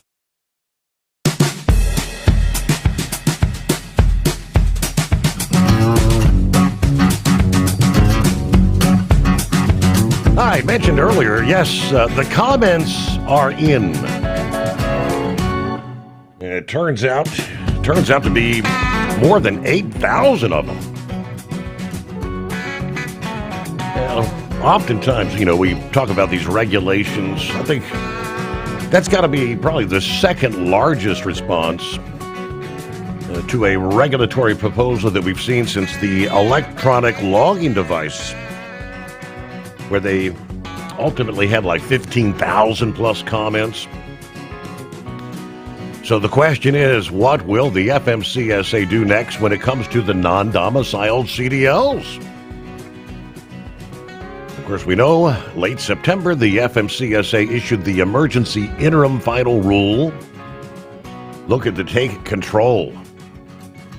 It's saying states allowed thousands of unqualified, unvetted, sometimes illegal drivers to be out there driving truck. The FMCSA guesstimated this rule would remove about 194,000 CDLs Of course, as we know, while the original rule took effect immediately, it's been paused after the lawsuit that was filed by the U.S. Court of Appeals for the D.C. Circuit on December 3rd, that the court granted that request to hold the lawsuit in abeyance until the FMCSA reviews all those comments and ultimately issues that final rule. The court did direct the FMCSA to file status reports to the court in 90-day intervals beginning March 3rd of next year. Of course, the comment period ended November 28th. It's not like you can go through 8,000 comments overnight, right? But we can give you a sample of some of the responses, varying first, of course, with the Owner-Operator Independent Drivers Association, obviously very supportive of the effort. CDL holders must be trained, vetted, qualified. This sweeping action delivers immediate licensing reforms to remove unsafe, unqualified drivers from the industry. We're optimistic that the interim final rule and the DOT's measures will strengthen training, licensing, qualification protocols, ensuring that only well-trained, qualified individuals can earn a CDL. All right, let's see. The ATA, generally supportive of the rule, it says, and to reinforce driver credentialing standards, make sure that non-domiciled CDL holders maintain proper authorizations and qualifications. And they're also asking drivers and carriers to be given time to adjust, given that the FMCSA's estimation that this rule would result in a significant number of CDL downgrades. It's important drivers be provided reasonable time to notify their employers, or alternatively, the FMCSA establish a mechanism to ensure carriers are promptly informed when a driver's CDL has been downgraded. They had a bit more to say, but let's move on to the Teamsters of California, which is in opposition of the interim final rule, and saying it's going to cost hundreds of thousands of drivers their livelihoods. We urge the DOT and the FMCSA to withdraw the rule and instead work collaboratively with labor unions representing these critical workers to invest in and improve driver and community safety. That was signed off by their co-chairs, Victor Mineros and Peter Finn. Again, that's California Teamsters. Attorneys general in 18 states, as well as D.C., said that the rule should be rescinded. The interim final rule's dramatic new restrictions are unlawful, according to the attorneys general. And, well, if we listed the states, you'd know it's your typical leftists. California, Colorado, Delaware, Illinois, Maryland, Minnesota, Nevada, New Jersey, New Mexico, New York. You know the drill there. Oklahoma's Department of Public Safety, supportive of the rule. This has had a first-hand view of the significant problems and unintended consequences with the implementation of these non-domiciled CDLs.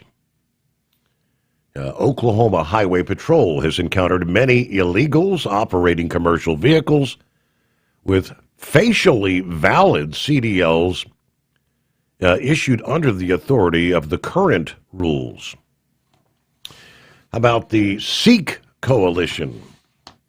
The group said the interim final rule has had a devastating impact on Sikhs, as trucking is one of the most popular professions among that community.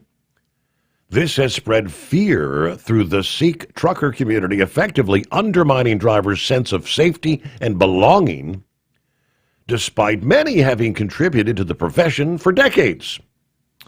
These calamitous consequences exemplify the danger of wrongfully assigning blame for the actions of a few individuals to entire communities, as the FMCSA has done through this rule.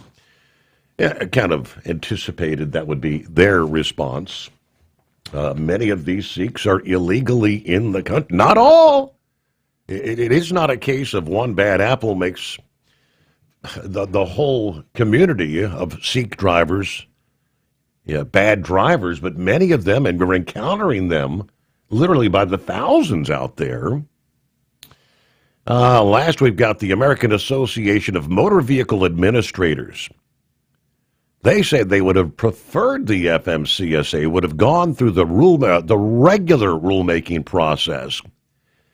They've asked them to clarify several questions in regards to implementation, but we appreciate the opportunity to comment on this interim final rule and recognize the FMCSA's commitment to ensuring the integrity of the CDL program.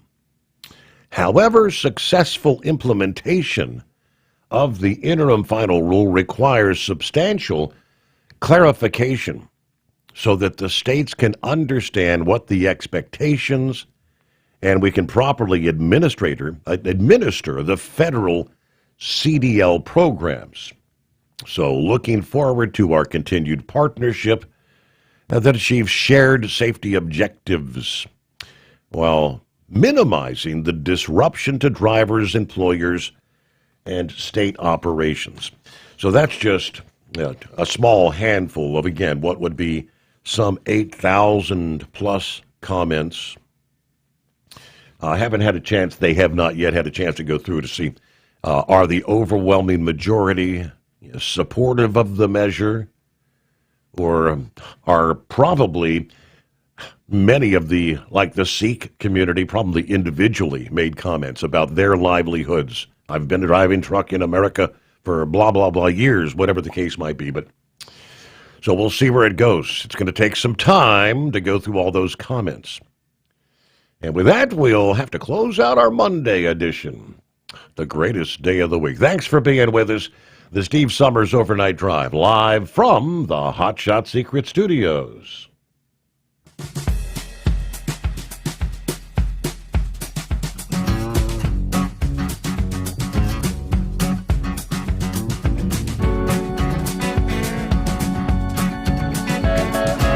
You never guess the places that I've been. You never guess the places that I've been. 'Cause everything is like a dream, yeah, but only in that dream that I live in. I'm never gonna let the day begin. Never gonna let the day begin. 'Cause everything is like a dream, yeah, but only in that dream that I live in. Oh, don't wake me up before you go, and I'll just make this bed my own. Oh, darling, please just let me sleep. Give me my dreams.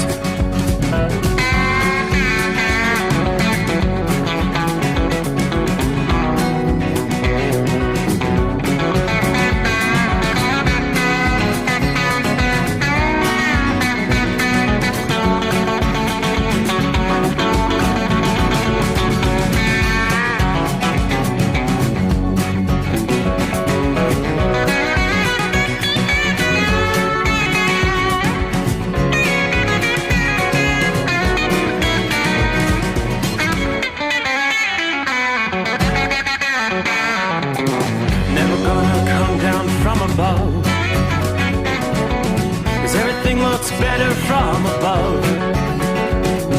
Nothing's ever as it seems, yeah, except in that world that I dream of. Never gonna lose the ones I love. Never gonna lose the ones I love. 'Cause everything is like a dream, yeah, but